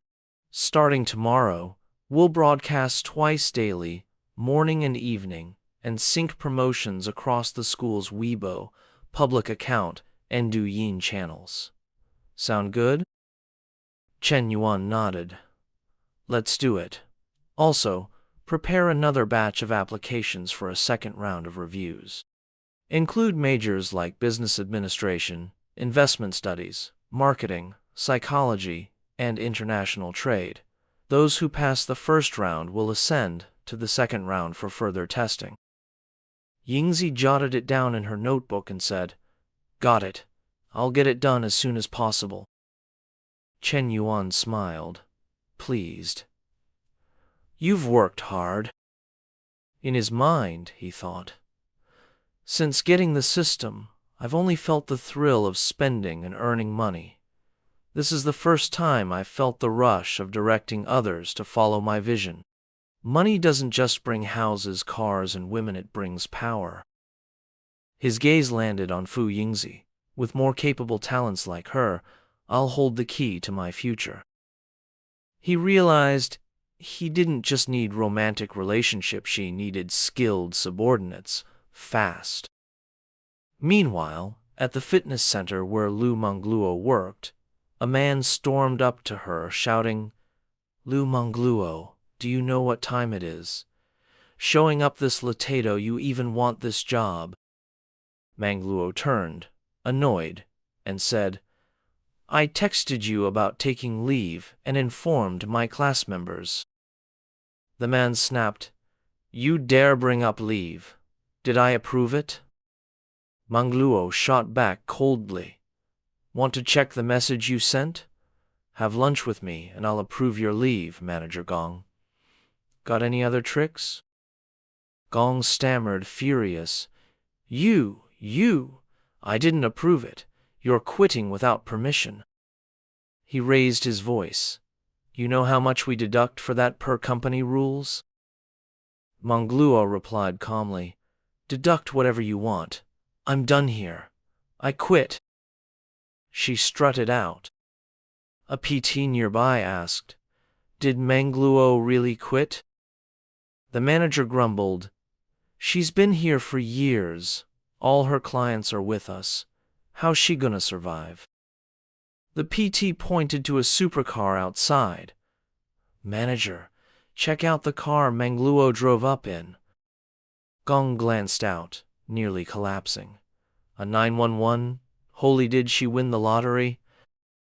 Meanwhile, Mangluo sat in her car, dialed Shen Yuan, and whined, Shen Yuan, I got fired. Won't you come cheer me up? Shen Yuan replied coolly, Perfect timing, Coach Lu. How about becoming my personal trainer? Blushing, Mangluo asked, Any rewards for being your full-time trainer? Shen Yuan teased, Rewards? I'll swing by later for a workout, and maybe I'll treat you to a few dozen small goals for dinner. Mangluo made a heart shape with her hands, winked, and said, All right, I'll be waiting in the VIP room. Love you. Time flew like a dog sprinting across a field. By 8 p.m., Shen Yuan arrived. Hearing his knock, Mangluo cracked open the door, pouting, It's this late, and you think you can just waltz in? Shen Yuan thought, This girl's feisty and playful. He teased, Want to learn what real flirting is? Fine, I'm leaving. Panicked, Mangluo flung the door open and chased after him. Honey, don't go. Shen Yuan faked anger. Didn't you say I couldn't come in? Mangluo grabbed his arm, cooing, Oh, Shen Yuan, I was just acting mad. Don't leave, okay? Noticing his gaze on her thin silk dress and its prominent features, she pressed her melons against his arm, blushing. Is my sincerity clear enough now? Shen Yuan's little brother stirred. He swallowed hard and said, All right, I suppose I feel some sincerity. For your sake, I'll stay. Like a beast unleashed, he dove into her ticket area, sniffing eagerly. After pressing her face against Mangluo's ticket booth, Shen Yuan kept his hands on her hips, massaging and gripping as he guided her toward the bed, then took a seat. Mangluo, showcasing her two prominent curves, looked irresistibly alluring and teased, Daddy, I wasn't behaving earlier. Are you going to discipline me? Those words instantly stirred Shen Yuan's senses. He leaned closer and murmured, What was that? Repeat it for me. Mangluo's cheeks turned pink. She brought her soft lips near his ear, her warm breath brushing against him as she whispered, Papa. The moment she spoke, Shen Yuan pinned her down, breathing deeply at her neck and saying, I love that name. Today, Daddy's going to turn up the heat for you. Mangluo shivered, letting out a soft moan. Daddy. With that, Shen Yuan drew his weapon and charged at Mangluo. She wasn't about to surrender easily, and countered with her own surge, her wave enveloping Shen Yuan's advance. A fierce clash ensued, lasting a full hour. By then, Mangluo's body was numb, her gaze distant as she thought to herself, Forget the money, this alone makes Shen Yuan irresistible. Barely 2 minutes after stepping out, Shen Yuan wiped his lips, flashed a sly grin, and said, Hey, Aren't you my personal coach? I'm ready for another round. Don't quit on me now. Without pause, he found a narrow pass between her peaks and thrust forward. Manglu's eyes widened in disbelief. No way. So soon after finishing, you're ready again? This defies logic. They kept drilling for another hour until the well overflowed. Exhausted, they finally stopped. Manglu, drenched in sweat and gasping, exclaimed, "Oh my gosh, I'm done for. Is this how you treat me? Where's the gentleness you promised?" Shen Yuan smirked. "That was gentle. I only used half my strength compared to with Nana." Manglu scoffed. "Don't lie. I overheard you at the cafe. No way that was half." You clearly went all out. It's way different from last time." Her words made Shen Yuan pause. He glanced at himself, thinking, unending vitality. This skill keeps me going without fatigue, but my energy's draining. I've gotten thinner lately. He commanded, "System, show my stats." Instantly, a notification appeared. Height, 182 centimeters. Weight, 70 kilograms. Health index, 69. Shen Yuan broke into a cold sweat. "As I thought, I've lost 2 kilograms in 2 weeks, and my health index dropped 3 points. At 182 centimeters and only 70 kilograms, this isn't good." Turning to Manglu, he said, "Coach Lu, let's hit the gym tomorrow morning." Manglu replied, "Planning tomorrow already? What if you change your mind?" Misunderstanding her, Shen Yuan clarified, "All you think about is that? I mean real exercise. Look at me, I'm too skinny." Manglu burst out laughing. "Ha ha! You finally see you're a scrawny pup." Annoyed, Shen Yuan shot back, "Keep talking, and I'll make sure you can't walk." Manglu quickly raised her hands. "My bad, Daddy. I won't do it again." Smirking, Shen Yuan said, "That's better. Now, help me make a serious workout plan." Manglu stood, wrapping a towel around her curves, and said, "I'm showering first, then I'll draft your diet and exercise plan. You need rest, plus a mix of cardio and strength training." Shen Yuan nodded. "Fine, we start tomorrow once it's ready." Suddenly, Manglu added, "Oh, Junyu's got a gym. Let's use it. I'll grab my clothes tomorrow and get you 2 sets too." As she left, the system pinged. Ding. Host has initiated a gym plan. A perfect life requires wealth, career, and a strong personal image. The host's commitment to self-improvement is noted, and the system will support the training. Limited time mission. Within 1 month, reach 75 kilograms with 115% body fat to upgrade to level 3, gaining physical enhancements for 2 years. A new interface appeared. Shen Yuan clicked it, muttering, "Fitness assessment panel? The system has this too?" Another notification popped up. Height, 182 centimeters. Weight, 70 kilograms. Health index, 69. BMI, 20.1. Body fat, 21%. He thought, the mission's just weight gain and fat loss. His eyes landed on an Enter button. Clicking it revealed options: business management, investment strategy, negotiation skills, human resource insight. Thrilled, he thought, fitness is just one part.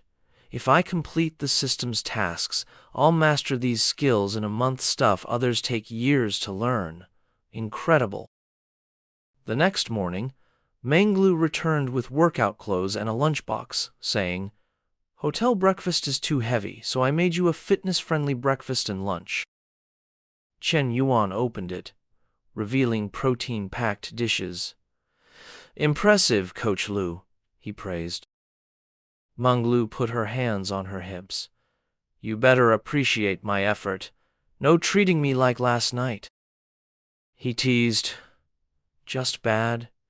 Nothing else?" Manglu gave a thumbs up. "You're great, okay? Now eat, we're hitting the gym." Shen Yuan grinned. "All right." At the gym, Manglu's figure drew every man's gaze. A weightlifter stared at her chest, thinking, "When did we get a coach this stunning?" A treadmill runner ogled her curves, her body's unreal. As Manglu adjusted a machine's weight, a nearby guy's body reacted. He covered himself, muttering, "Can't look anymore, or I'm done for." Another gym-goer flexed, eyeing Shen Yuan. "How's a weakling like him with her? She's perfection. She should be with me." Manglu guided Shen Yuan. "Widen your movements, no cheating with momentum." Nearby, Jun, who stole Shen Yuan's ex, spotted them. Shocked, he thought. Shen Yuan? Who's that goddess with him? He was with a beauty at Gwyn last time, and now her. What a player. After training, Manglu handed Shen Yuan water, saying, "You're lazy, so you're tired after a few reps. Not bad for day one, though. Drink, and take it slow. You can't rush hot tofu." Shen Yuan joked, "When can I eat that hot tofu?" Manglu playfully snapped, "You're the worst." Seeing their closeness, Junha's jealousy flared. "This jerk's living it up with a new woman, while I can't even get Chu on the phone. She blocked me on WeChat, and I don't know her address or why we broke up." Infuriating. Suddenly, an idea struck him. Is he really two-timing multiple women at once? I'm going to unmask his true nature. Most women would lose it right away. Ha ha ha, let's see how this plays out. Acting on his scheme, he approached Shen Yuan and said warmly, "Shen Yuan, what a surprise seeing you here." Spotting him, Shen Yuan responded with surprise, "Oh, it's you. What's going on? Need something?" Hojin waved dismissively and said, "Nah, just noticed a familiar face and thought I'd say hi." At this, Shen Yuan replied coolly, "If there's nothing else, I'll get back to my workout." Manglu turned with an irritated expression, thinking, "Get lost already. Can you stop pestering us?"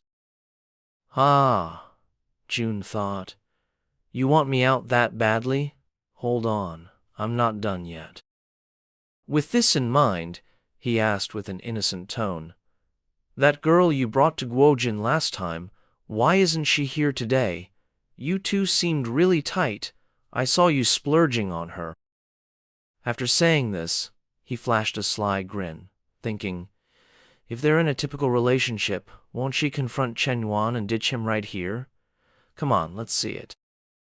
But as luck would have it, no one paid him any mind. Manglu kept guiding Shen Yuan's movements, wiping his sweat attentively. 20 seconds passed, and Hajun's face fell. No reaction?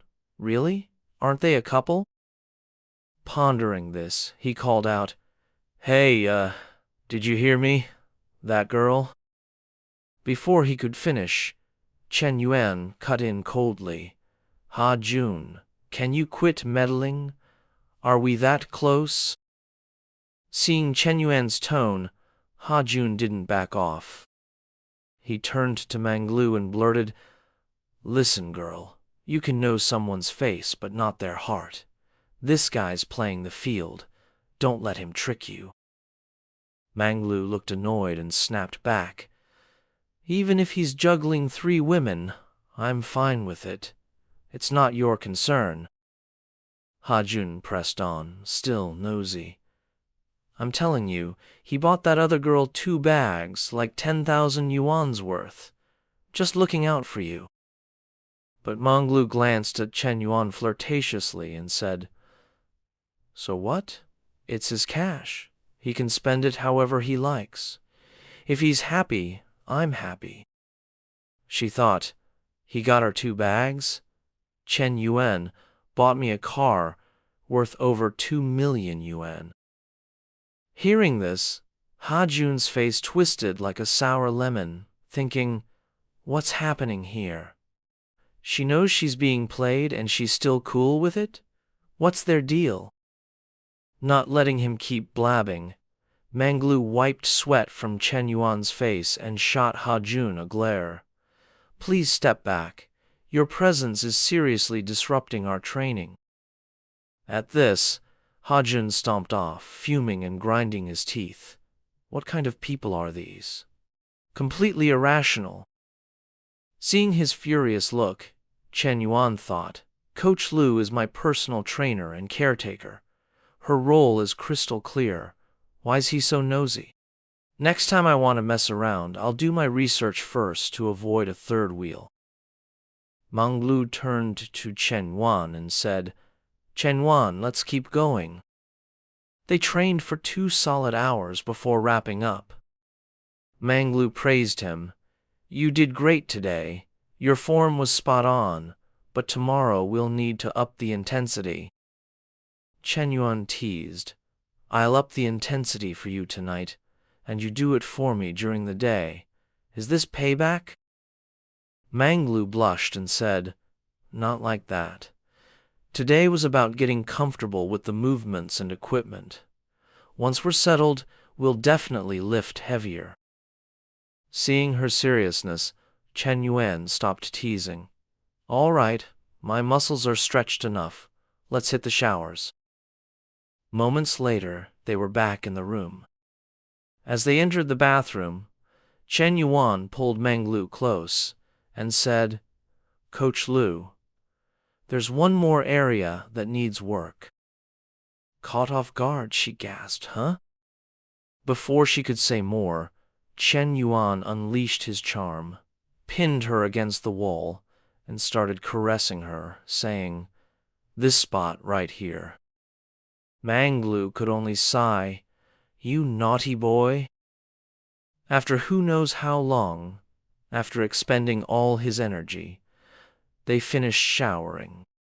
While drying her hair, Manglu called out, Hubby-o, I mean Daddy, are we heading back to school tonight, or... Before she finished, Shen Yuan cut in, I've got plans tonight, just stay here. Manglu replied, This room's too big. I don't feel comfy staying alone. I'll head back to my little apartment. Shen Yuan smiled and said, Fine, you handle it. Oh, and call me that again. At this, Manglu leaned on the table, washed her hands, and struck a playful pose, saying, What? Then she purred, Ah, Papa. Her favorability rating ticked up to 88. Seeing this, Shen Yuan thought, My favorability's up 2 points since last night. The 90-point mark isn't far off. I can't wait for the system's special reward. Soon after, showered and dressed, Shen Yuan left the junior hotel and headed back to school.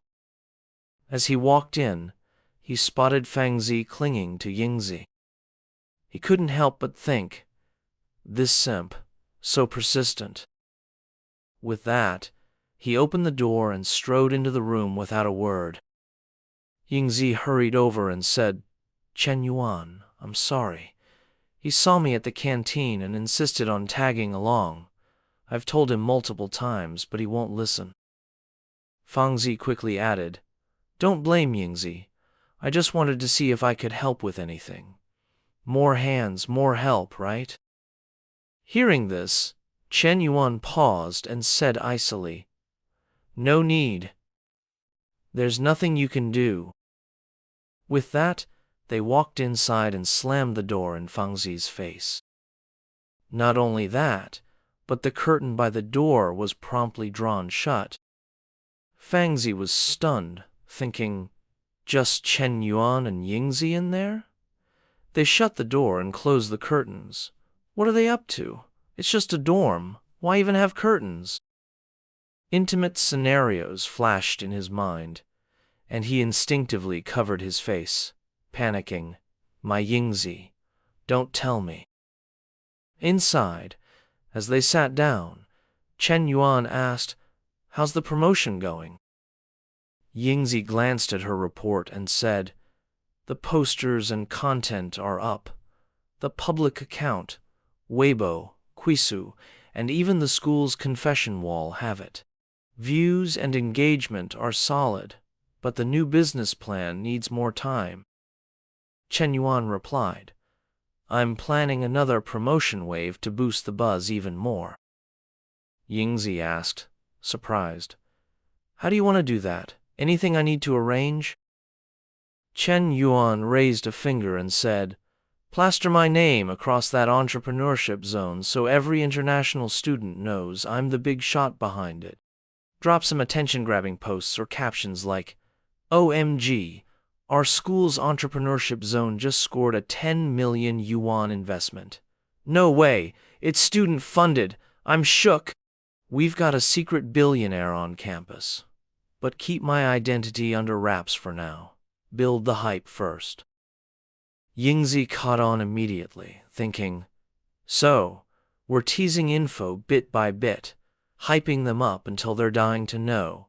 Then bam, Shen Yuan steps in when the buzz is at its peak, right? She mused, No clue why he wants the spotlight, but it's not my business. I just do what he says. Shen Yuan, pleased, said, Exactly. This'll make the hype explode, and startup applications will flood in. With enough data, we can pick the real winners. He thought, First, I get clout in school and the education world. Second, it's easier to spot top-tier juniors and seniors. Third, after dropping 10 million, the system will hook me up with a whole industry. He added, For max impact, keep it quiet at first. Any issues with the rollout? Yingzi replied, Nope. We can have unofficial accounts post first, then use burners to stir up the comments. Shen Yuan nodded. Perfect. That's the plan. Now, what do you want from me? Yingzi was caught off guard. Huh? Didn't expect him to just ask like that. I was kinda hoping we could date, but he's got a girlfriend and probably isn't into me. After a pause, she said, Internships start next semester. You know how it is for private school students like us. Good jobs are tough to find, especially in marketing. I was thinking, if I could work for you, maybe I'd earn more than the usual gigs. Shen Yuan thought, She's still a student, so she's being coy, huh? If she just said she wanted me, we'd roll with it. He asked, How much more are we talking? Yingzi hesitated, then said, 8,000. She thought, marketing jobs for fresh grads pay like 3,000 to 4,000 yuan a month. 8,000 is double or triple that. Worried about rejection, she was relieved when Shen Yuan said, I'll make it 10,000, plus bonuses and perks if you do well. You'll work for me from now on. Yingzi's eyes widened. He's paying that much? Wait, what does work for me mean? The tension spiked when Fangzi's whiny voice came from outside. Yingzi, are you done talking yet? What's taking so long? Shen Yuan cursed in annoyance. That clingy simp is such a disgrace to guys. Yingzi said, Sorry, I'll go talk to him. Shen Yuan stopped her. Wait, I'll handle this once and for all. Yingzi looked surprised. Huh? Before she could react, Shen Yuan leaned in and gave her a quick hickey on the neck. Admiring his work, he said smugly, "Let's go." Arm in arm, they walked out, putting on a show. As soon as the door opened, Shen Yuan declared, "Ying, you need a 'no simps allowed' sign." Seeing this, Fengzi's heart shattered. Teary-eyed, he asked, "Ying, what's happening?" She replied coldly, "Stop coming around. I have a boyfriend now." Fengzi sobbed, "Boyfriend? When did you two get together?" Yingzi answered, "Just now. Stay away from me, or both Shen Yuan and I will be really annoyed." With that, Fengzi's world collapsed. He crumpled to the ground, wailing, "Ying! No! Yingzi wouldn't do this!" After a long cry, Fengzi staggered away. Watching him go, Shen Yuan thought with a smirk, "Sorry, pal. Money talks. Deal with it." Yingzi pointed at her waist and asked, "So is Shen Yuan like?" Shen Yuan let go and said, "Yeah, he probably won't bug you anymore. If there's nothing else, I'm out." He bolted, leaving Yingzi watching him go. Later, back in his room, Shen Yuan plopped on his bed, thinking, "Honestly, Vice President Yingzi is total secretary material, but I'm not skilled enough to run a company well yet." He opened his business management skill panel, thinking, "Without the skills, even with all this money, I'm just a nouveau riche. Gotta unlock this knowledge fast to level up." He mused, "School's required courses cover management basics, but when I think about what I've learned, I feel underprepared."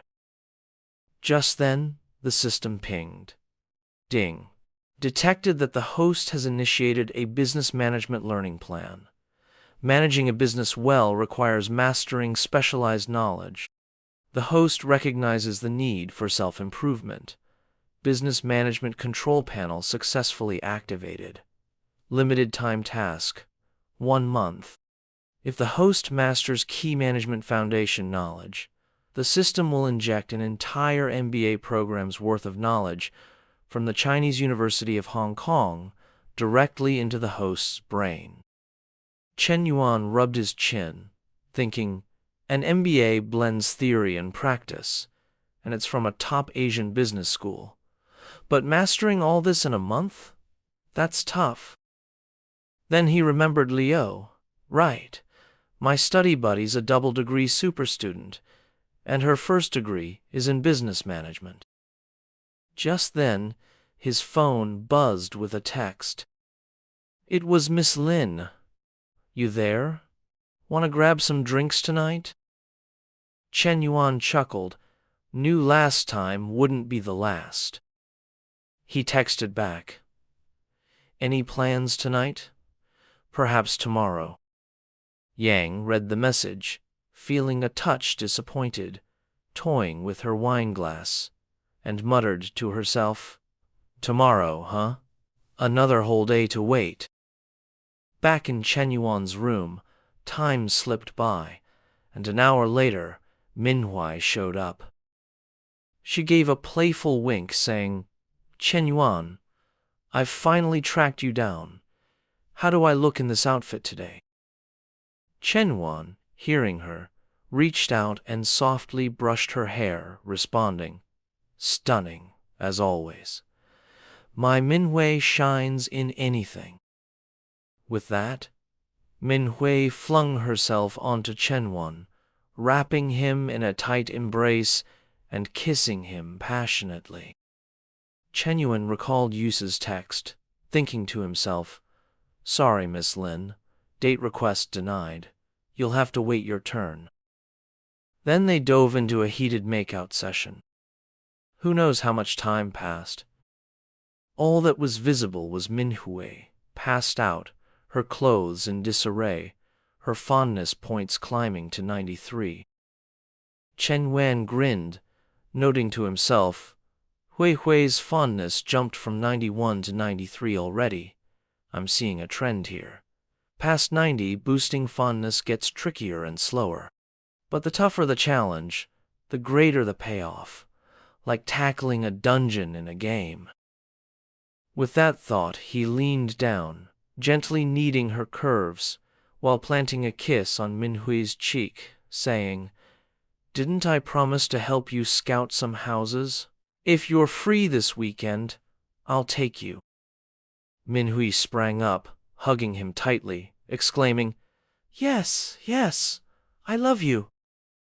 The scene shifted to the next morning at school.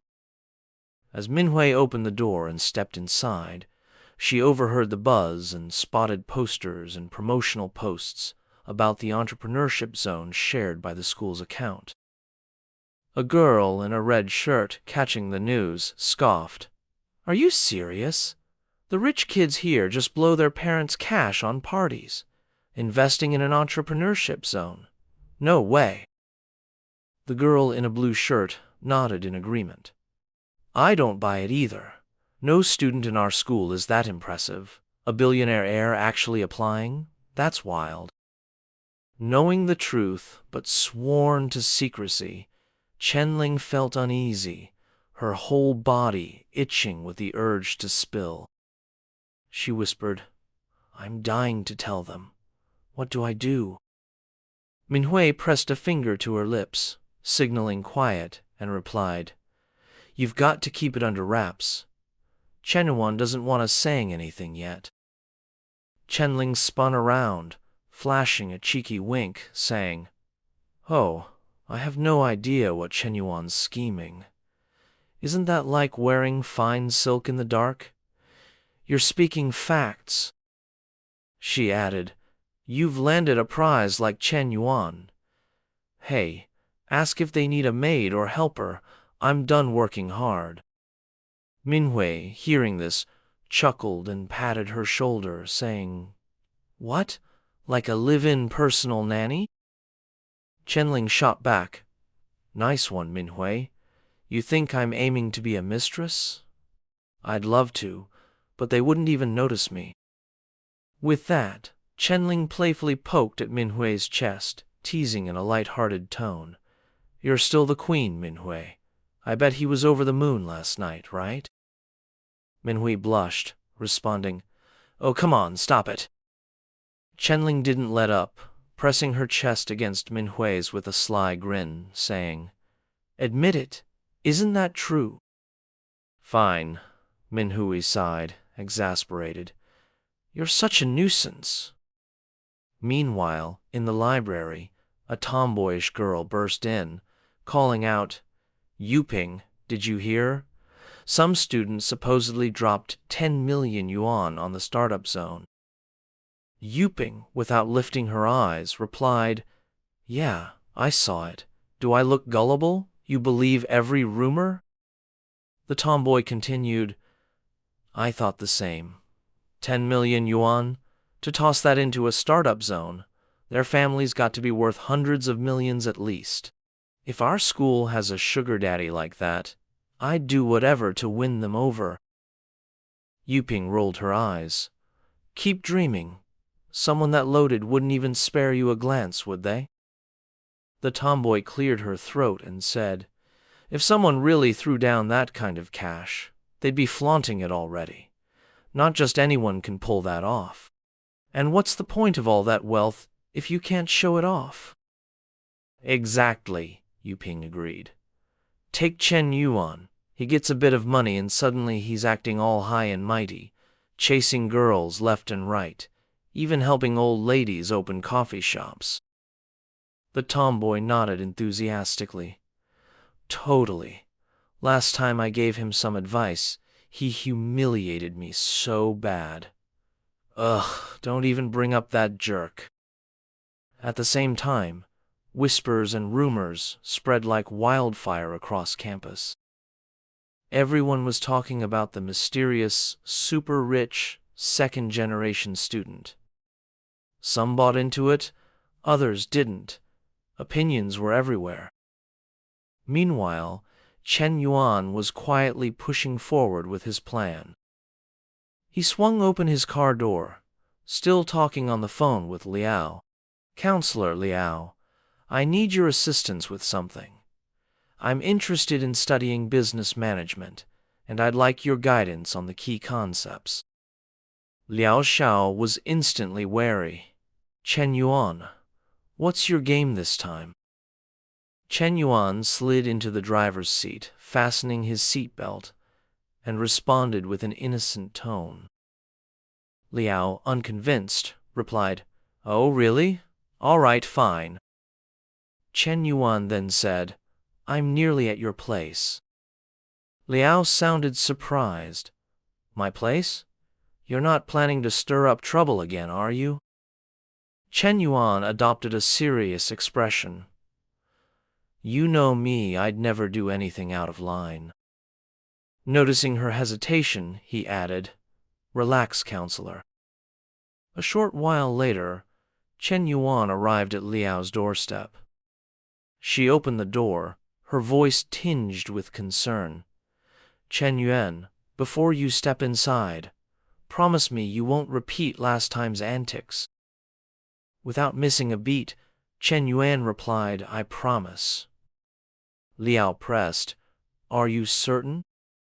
Chen Yuan met her gaze with earnest eyes. "Absolutely certain." Reassured, Liao swung the door wider. "Okay, come in then." Once inside, Chen Yuan headed straight for the table and sat down. Liao pulled out a stack of papers, saying, "This is the business administration textbook I used in college. I've highlighted the main points in the first 3 chapters." She handed the materials to Chen Yuan. "This knowledge is mostly about memorization. Try connecting it to real-world scenarios. As you study, it'll help you retain it better." Chen Yuan accepted the documents and said, "Got it. I'll commit it to memory." And so, Chen Yuan spent the entire afternoon studying diligently. Liao sat nearby, quietly watching. After some time, Chen Yuan paused, turning to fix his gaze on Liao Xiao intently. She frowned. "Why'd you stop? Why are you staring at me? Focus on the book and memorize it." Chen Yuan propped his chin on his hand, his voice dreamy. "Counselor Liao, how can a book compare to your beauty?" Liao's cheeks flushed as she scolded him. "There you go again. Didn't you promise to study seriously?" Quick as lightning, Chen Yuan leaned in close. "I am here to study seriously, but I also want you to be my girlfriend. Those two aren't mutually exclusive." Liao stood abruptly, visibly displeased. What nonsense is this? Chen Yuan darted behind her, wrapping her in a tight embrace. "It's not nonsense, I'm dead serious, Counselor Liao." Panicked, Liao exclaimed, "Stop it, Chen Yuan. My younger sister is asleep in the other room." Chen Yuan grinned mischievously. "Even better that she's here, we can announce our relationship." Liao struggled faintly. "Let go, Chen Yuan. I haven't even agreed to be your girlfriend." Before she could finish, Chen Yuan spun her around, kissed her lips, and declared, "You'll agree eventually." Liao, stunned, thought to herself, "He promised so solemnly before coming in, and it's barely been 1 session. As expected, men are liars." At that moment, Chen Yuan's hands began wandering again. Liao pushed him away firmly. "No. Chen Yuan, stop." Suddenly, the door flew open, and Liao Mang stumbled in, rubbing her eyes, only to freeze in shock. There, in the living room, were Chen Yuan and Liao in a compromising position. Internally, she screamed, "What the heck? My sister and Shen Yuan are going at it on the couch. Since when did she get so bold?" With that, she slammed the door shut faster than lightning. Flustered, Liao shoved Shen Yuan off, exclaiming, "What do you think you're doing? My little sister saw everything." Shen Yuan, unfazed, leaned closer to reassure her. If she's going to find out eventually, why not tell her now? Liao snapped back, clearly irritated. "Not helpful," she continued. "I haven't even agreed to be your girlfriend, and now I don't know how to explain this to my sister." Shen Yuan pulled her to face him, closing the distance, and asked directly, "Counselor, do you like me or not?" Caught off guard, Liao stammered, her thoughts racing. "If I say I like him, I sort of do, but we're teacher and student." Meanwhile, her affection level rose to 71 points. Seeing this, Shen Yuan quietly rejoiced. "Her feelings for me are growing 2 points isn't bad. No need for gifts or cash, just sincerity and persistence. She'll understand my heart eventually."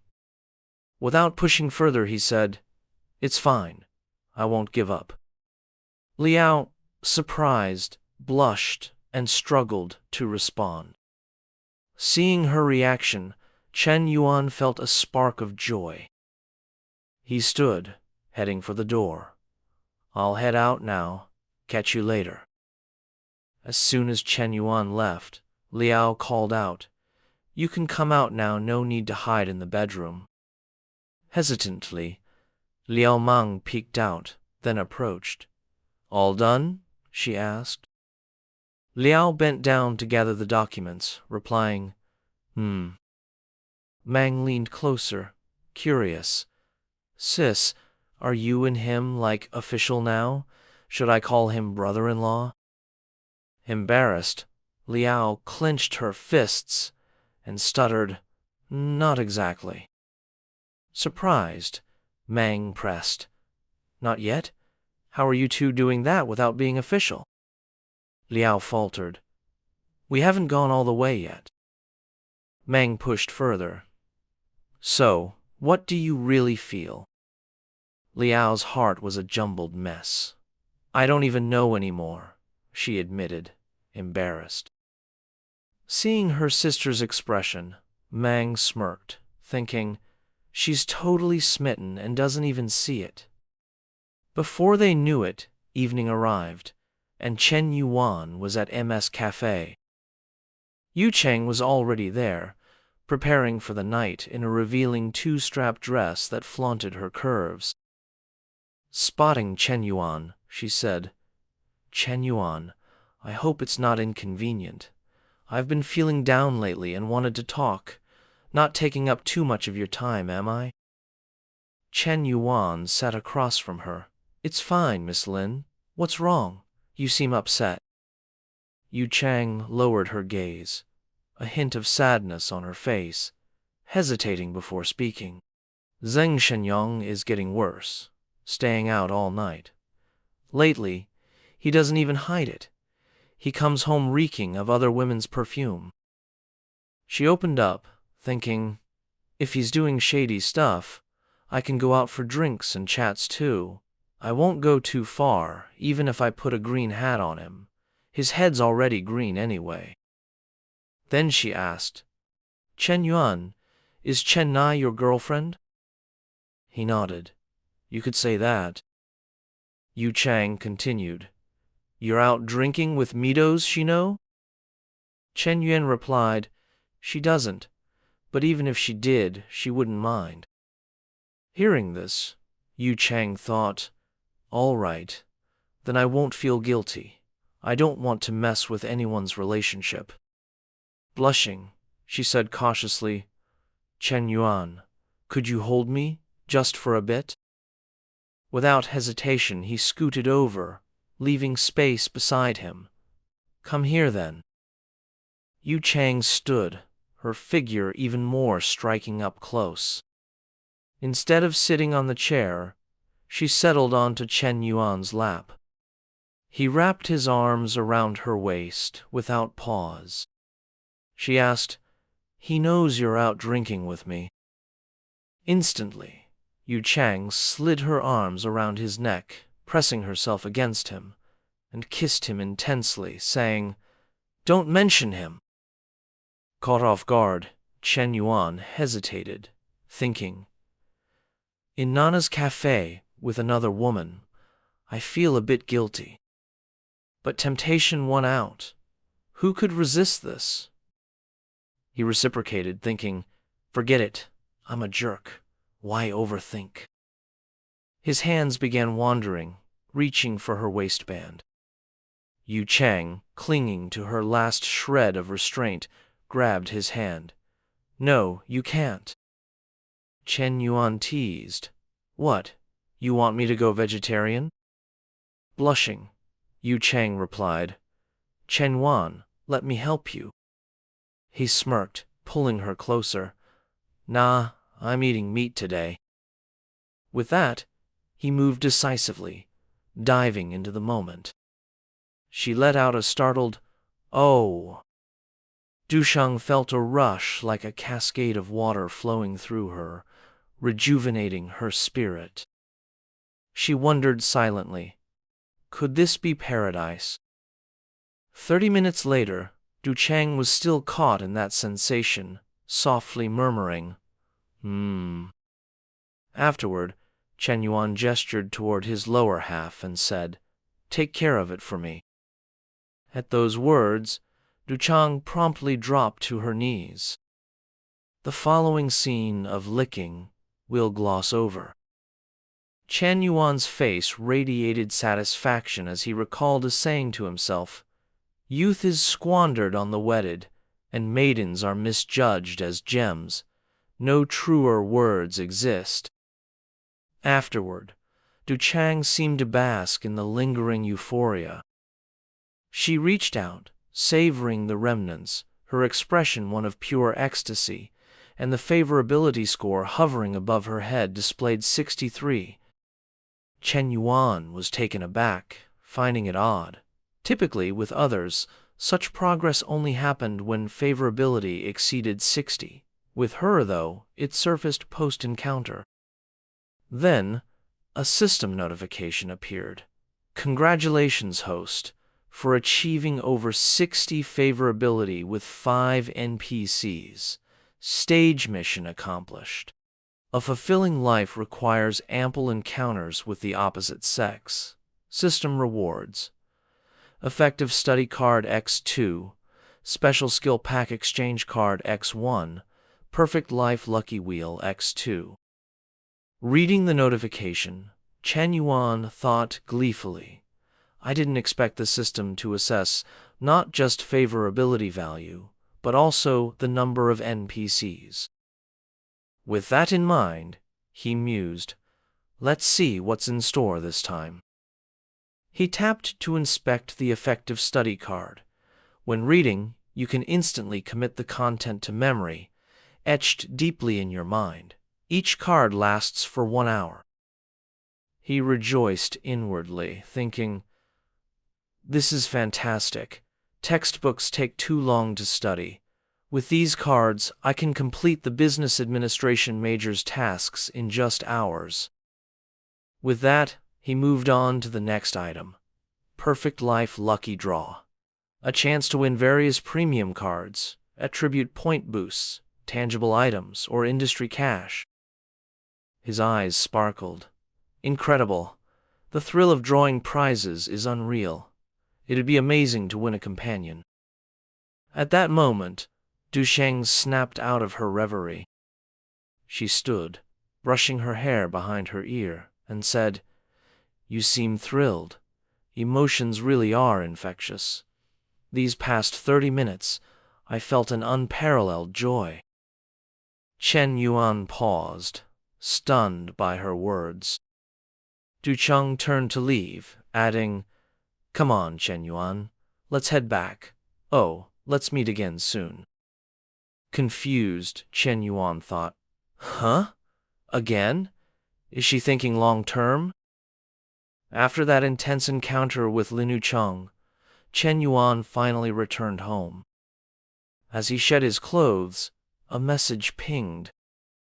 Checking it, he saw a flood of screenshots.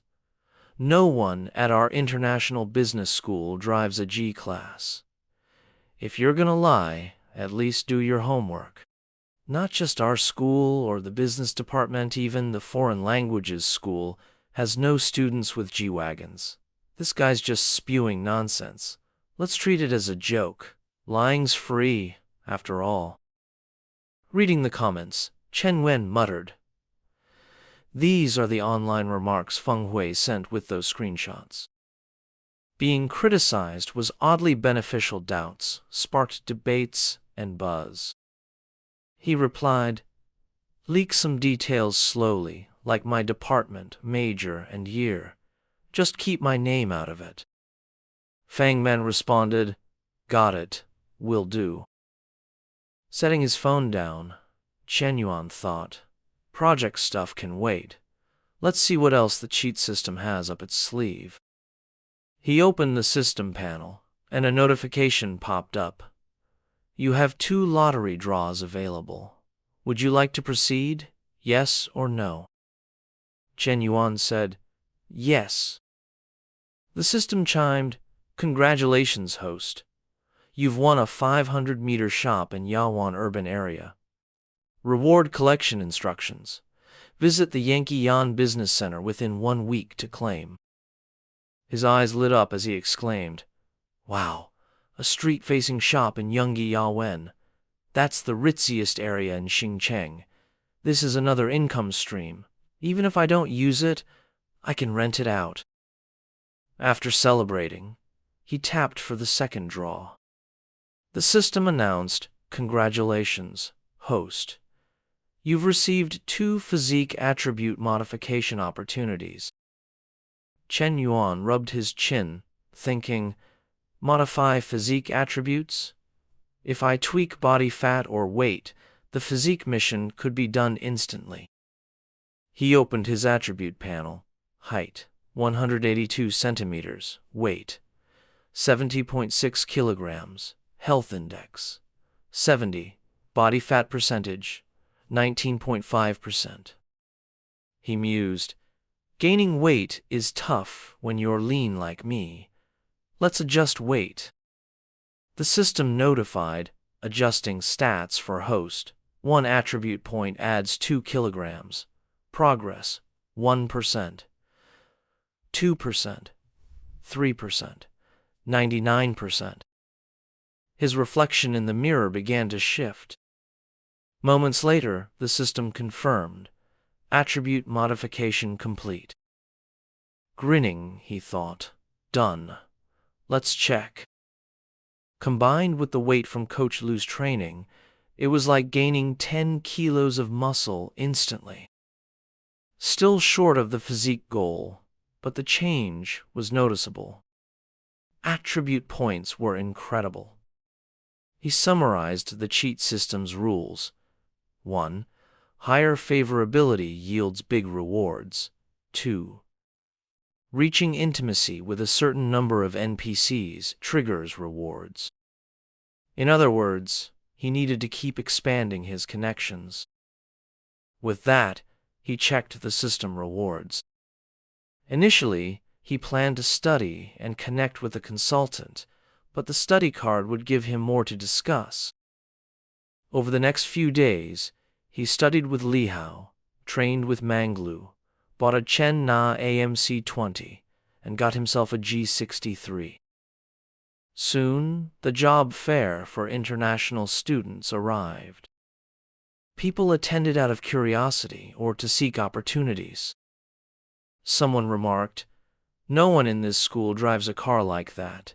It's worth, what, 300 million? Another said, "Did you hear? The Startup Zone investor, an international business student, drives a G-class." Haha, like the last guy said, lying's free. Why would someone with that car attend a second-rate private school like ours? Focus on the job fair, another replied. The companies at the fair weren't major corporations, just local small and medium-sized enterprises in Xingcheng. In the school's small auditorium, Yuping and the short-haired girl from before appeared. The girl asked a guy, "Brother, doesn't your family own a company? Why are you at the job fair?" A blonde-haired youth in a suit, with a face flat as pavement, replied, "To study other companies' strategies. Managing a business means staying current, not isolating yourself." The tomboyish girl nearby chimed in, "Senior, if I can't find an internship, can I join your company?" He smiled confidently. "Submit an application. With my support, it's a done deal." Both girls' eyes sparkled, saying in unison, "Really? Thank you, Senior." The blonde guy gestured to other girls, adding, "If you haven't found internships, apply to my company. We're schoolmates, I'll look out for you." His arrogance irritated Li Yunping and others nearby. One gritted his teeth, saying, "What's that beau doing here? He's just flirting." Others agreed, "Yeah, this guy's posing as a senior. So annoying, and he's trying to drag us down. If Laosan were here, he'd knock him out." The tomboyish girl whispered to Yuping, "Our senior's skilled and humble, unlike Shen Yuan, who only knows how to run a coffee shop and flirt. A coffee shop versus a company? Worlds apart. Shen Yuan's so narrow-minded and crude." Mentioning Shen Yuan, Yuping recalled her prior embarrassment and said irritably, "Don't bring him up. His pettiness last time ruined my opinion of him." Meanwhile, the gold-digging grandpa-grandson duo kept boasting. "Student Tian, free this afternoon? Let's grab food after the presentation." The girl replied eagerly, "Sure, sure." Just then, a sleek G63 rolled in. Everyone gasped. "Aren't outside cars banned on campus? What's this?" Their eyes widened. "Wait, that's a G-class!" Yuping and her sidekick, Zongboy, turned instantly. "G-class? Everyone's been talking about it. The student who invested 10 million in the startup zone drives that." Zongboy whispered, "If that sugar daddy's really from our school, he's worth more than the senior." Yuping thought, "If I could meet him, I'd ditch the senior in a second." Just then, Shen Yuan lowered the window, leaned out, and said, "La Huang, Lao Cao, what are you doing? Hop in, I'll drive you back to the dorm." Their jaws dropped. Yuping thought, Chen Yuan? How's he driving that?" Both exclaimed, "The luxury car driver's Chen Yuan." Huang Hai, who'd endured the old guy's bragging, was overjoyed. "He's here, driving the G-class, right on time." Yuping stormed over, pressing her face to the back seat window, thinking, "No way it's Chen Yuan. Someone else must be inside. He's probably just the driver." Lao leaned in, asking, "What you whispering about? So shady." Huang Haibao, now cocky, opened the door and said dismissively, "Step aside. My brothers and I are getting in." As the car drove off, Zongboy regretted, "A top-tier sugar daddy was right there, and I missed it." She asked, disappointed, "If we apologized to Chen Yuan, would he accept?" Yuping, still shocked, stammered, I don't know." Soon, news that Chen Yuan drove the G-class spread across campus, especially in the girls' dorms. One girl declared, "That's it. My goal's Chen Yuan from now on." Another replied, "Obviously. If it was some 50 or 60-year-old, girls might hesitate. But Shen Yuan's young, handsome, and successful at 21. What's to think about? Go for it. In another room, a girl bragged, "I got his WeChat. Watch me charm him." Her roommate asked, "Don't you have a boyfriend?" She shrugged. "So? If I can be with Shen Yuan, my current guy's history, I'll tell him to get lost." In Fu Ying's room, a girl called out, "Sister Yingzi." It was Jing Han, Yingzi's junior. Yingzi asked, "Jing Han, what's up?" Blushing, Jing Han said, "You're working with Shen Yuan on the startup zone, right? Can you introduce us?" Yingzi raised an eyebrow. "You're a sophomore. Shouldn't you focus on the radio station and becoming station manager? Why are you thinking business?"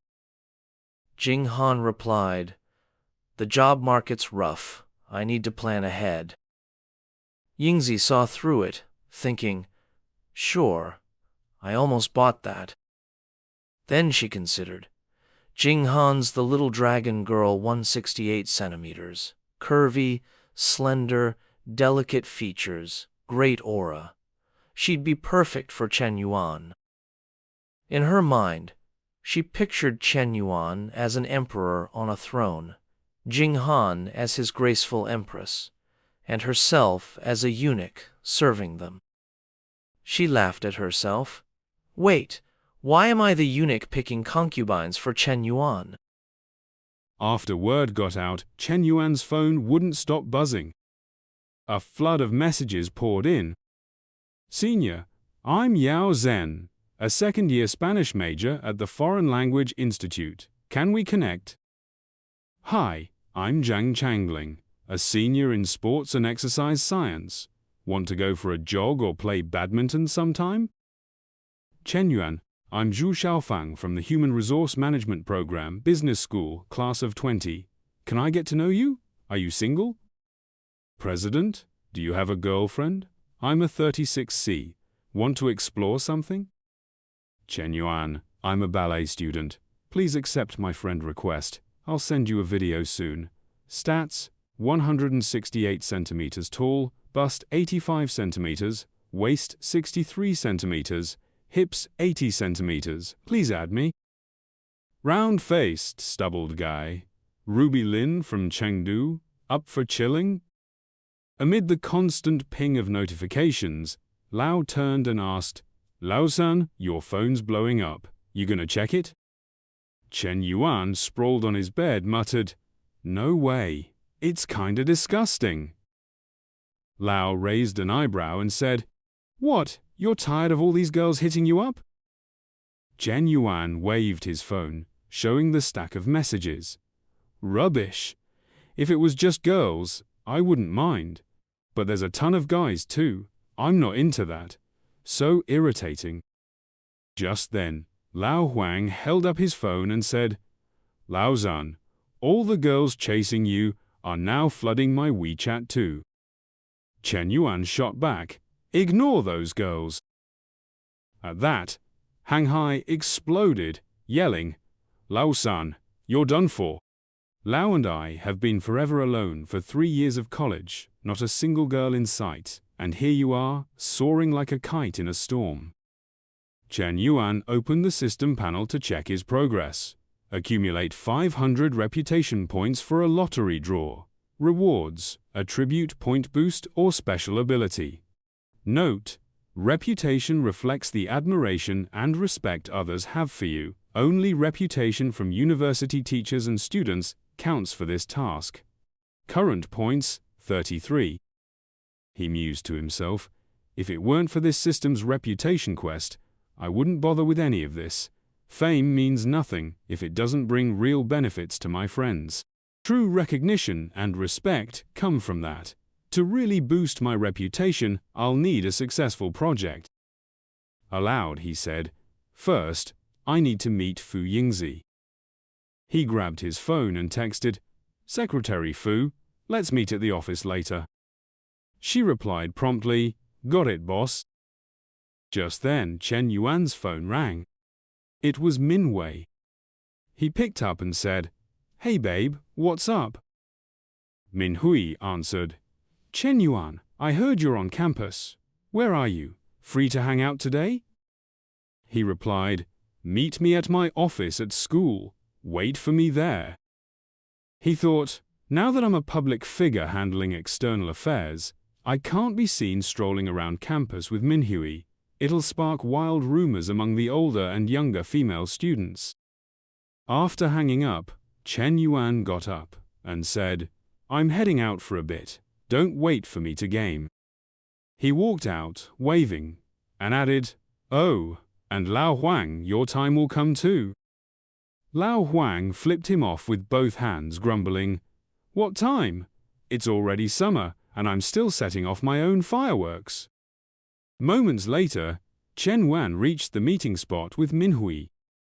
The second she saw him, she threw herself into his arms, saying, "Shen Yuan, I missed you so much." He nudged her gently, saying, "Let's head inside to talk." He led Minhui into the office. As soon as they entered, she huffed, "Well, now you're a big deal. Every girl on campus knows who you are." Shen Yuan raised an eyebrow. "Really?" Minhui plopped into a chair and said, "Yup, your personal info's all over the internet." He sighed. "Those people have way too much free time." Minhui stood, walked over, and pulled the curtains shut, saying, "When guys go out, they need to know how to stay safe. Got it?" Shen Yuan blinked naively. "I know how to stay safe, but what's that got to do with closing the curtains?" She slipped her hand under her skirt, slowly sliding off her panties, and said, "It's related, of course. I can do it here too. Shen Yuan, you want to?" He stammered, "It's not that, Minhui. I've got a meeting with someone else to discuss stuff." Minhui tugged him up, saying, "Shen Yuan, get up." As he stood, she reached down, gently unzipping his pants. Shen Yuan froze, staring blankly. Then she turned, facing her rear toward him, and asked, "Like this position?" Shen Yuan slid his sweet potato into the oven, murmuring, "Uh-huh." Meanwhile, outside, Fu Yingzi had arrived. Hearing noises from inside, she thought, This sound isn't good." She leaned closer, catching the increasingly rapid pitter-patter sounds, and thought, "The sound of card games is so loud. Did the boss call me here just to overhear this?" After listening for a bit, Yingzi's face flushed crimson, and she scurried to the side, telling herself, "My boss is definitely powerful, but not exactly proper. At a time like this, a secretary's job is to stand guard and make sure no one overhears the boss." This continued until a class period ended, by which time Yingzi's legs were aching terribly. She bent forward, musing, "Is the boss still not finished? He's really something else. My legs are totally numb." Just as this crossed her mind, the office door swung open. Minhui stepped out. Spotting Yingzi, she cleared her throat with 2 sharp coughs. "Cuckoo!" Then she strode toward Yingzi, a smug grin on her face. "You overheard everything just now, didn't you? If you did, you should know Shen Yuan belongs to me. Stop fantasizing about foolish things." After Minhui walked away, Yingzi entered the room. She asked, "Boss, what did you need me for?" Shen Yuan responded, "You've performed admirably these past few days, generating quite a stir." Hearing this, she modestly replied, "It's mostly thanks to your outstanding guidance, boss. Without it, I wouldn't have come up with those ideas." Shen Yuan nodded and said, "With this kind of buzz, we'll likely see a flood of applications for the startup zone. When those come in, please help me pre-screen them. It'll make it simpler to pick projects that can launch quickly." Yingzi hesitated before asking, "Who should I filter out? What's the criteria?" Shen Yuan smiled and answered, choose the exceptional ones. Select those who can reflect our school's fresh image. Though our school is a second-tier private institution, and our teaching quality and student results don't match top universities, we have a significant edge. Curious, Yingzi pressed, "What edge? Could you explain, boss?" Shen Yuan replied, "The female students at our school are strikingly beautiful." At these words, Yingzi's eyes widened in shock, thinking, "My goodness, is the boss spending all this money just to back beautiful, charming university students? But openly recruiting consorts right here at school is too bold, and I've basically become a pro at picking consorts." With this in mind, she cautiously asked, "Boss, is this really all right?" Noticing her concern, Shen Yuan quickly clarified, "We're offering startup opportunities for the school students. This is a fantastic chance to transform their futures and destinies. With so many applicants already and more to come, why not pick a few who are more pleasing to the eye?" Yingzi responded, "Got it, boss. I'll screen them first and send them to you." Inwardly, she thought, the boss is really the boss, talking about picking consorts while sounding so noble. Shen Yuan then asked, "Have you finished the set of re-examination questions I asked you to prepare earlier?" Yingzi replied, "Yes, it's nearly complete." Only then did she grasp his intent, telling herself, the boss plans so far ahead. He asked for re-examination tests as a way to justify eliminating those not selected, keeping them from stirring trouble at the school or with higher-ups. With this realization, Yingzi leaned closer and asked, "When the time comes, for those in the know, can we quietly leak the exam answers to the ones you want, so they score high?" Impressed by her quick thinking, Shen Yuan praised her with satisfaction. Yingzi's heart was in turmoil at that moment. One part of her said, "Fu Yingzi, isn't what you're doing just like those corrupt officials in ancient times offering beauties to the emperor? Are you worthy of the education you've received?" The other part countered, "If those girls end up with other guys, would their fate be any better than with Shen Yuan? It's a two-way street. If they don't apply, they'd never land in the boss's radar anyway." Her internal conflict reached this point, and she quietly thought, "Besides, the boss pays me 10,000 yuan. So thinking for him and easing his burdens is only natural. If that's the case, let's start by presenting the boss with the first beauty." With that, she spoke up, "Boss, I have a younger sister at the same school. She'd love to meet you." Shen Yuan immediately asked, "How old is your younger sister?" Yingzi pointed to her chest and said, "Just like me." Hearing this, Shen Yuan sighed helplessly. "Secretary Fu, what are you talking about? I mean her age." Embarrassed, Yingzi quickly swiped open her phone and said, "Oh, my apologies." She handed the phone to him and introduced, "Boss, she's a second-year student, 19 years old, and her nickname at school is Little Dragon Maiden." The moment Shen Yuan saw the photo on the screen, his gaze locked. He thought to himself, "There's even a chance to play the Dragon Knight." Then he said, "You can add this girl first."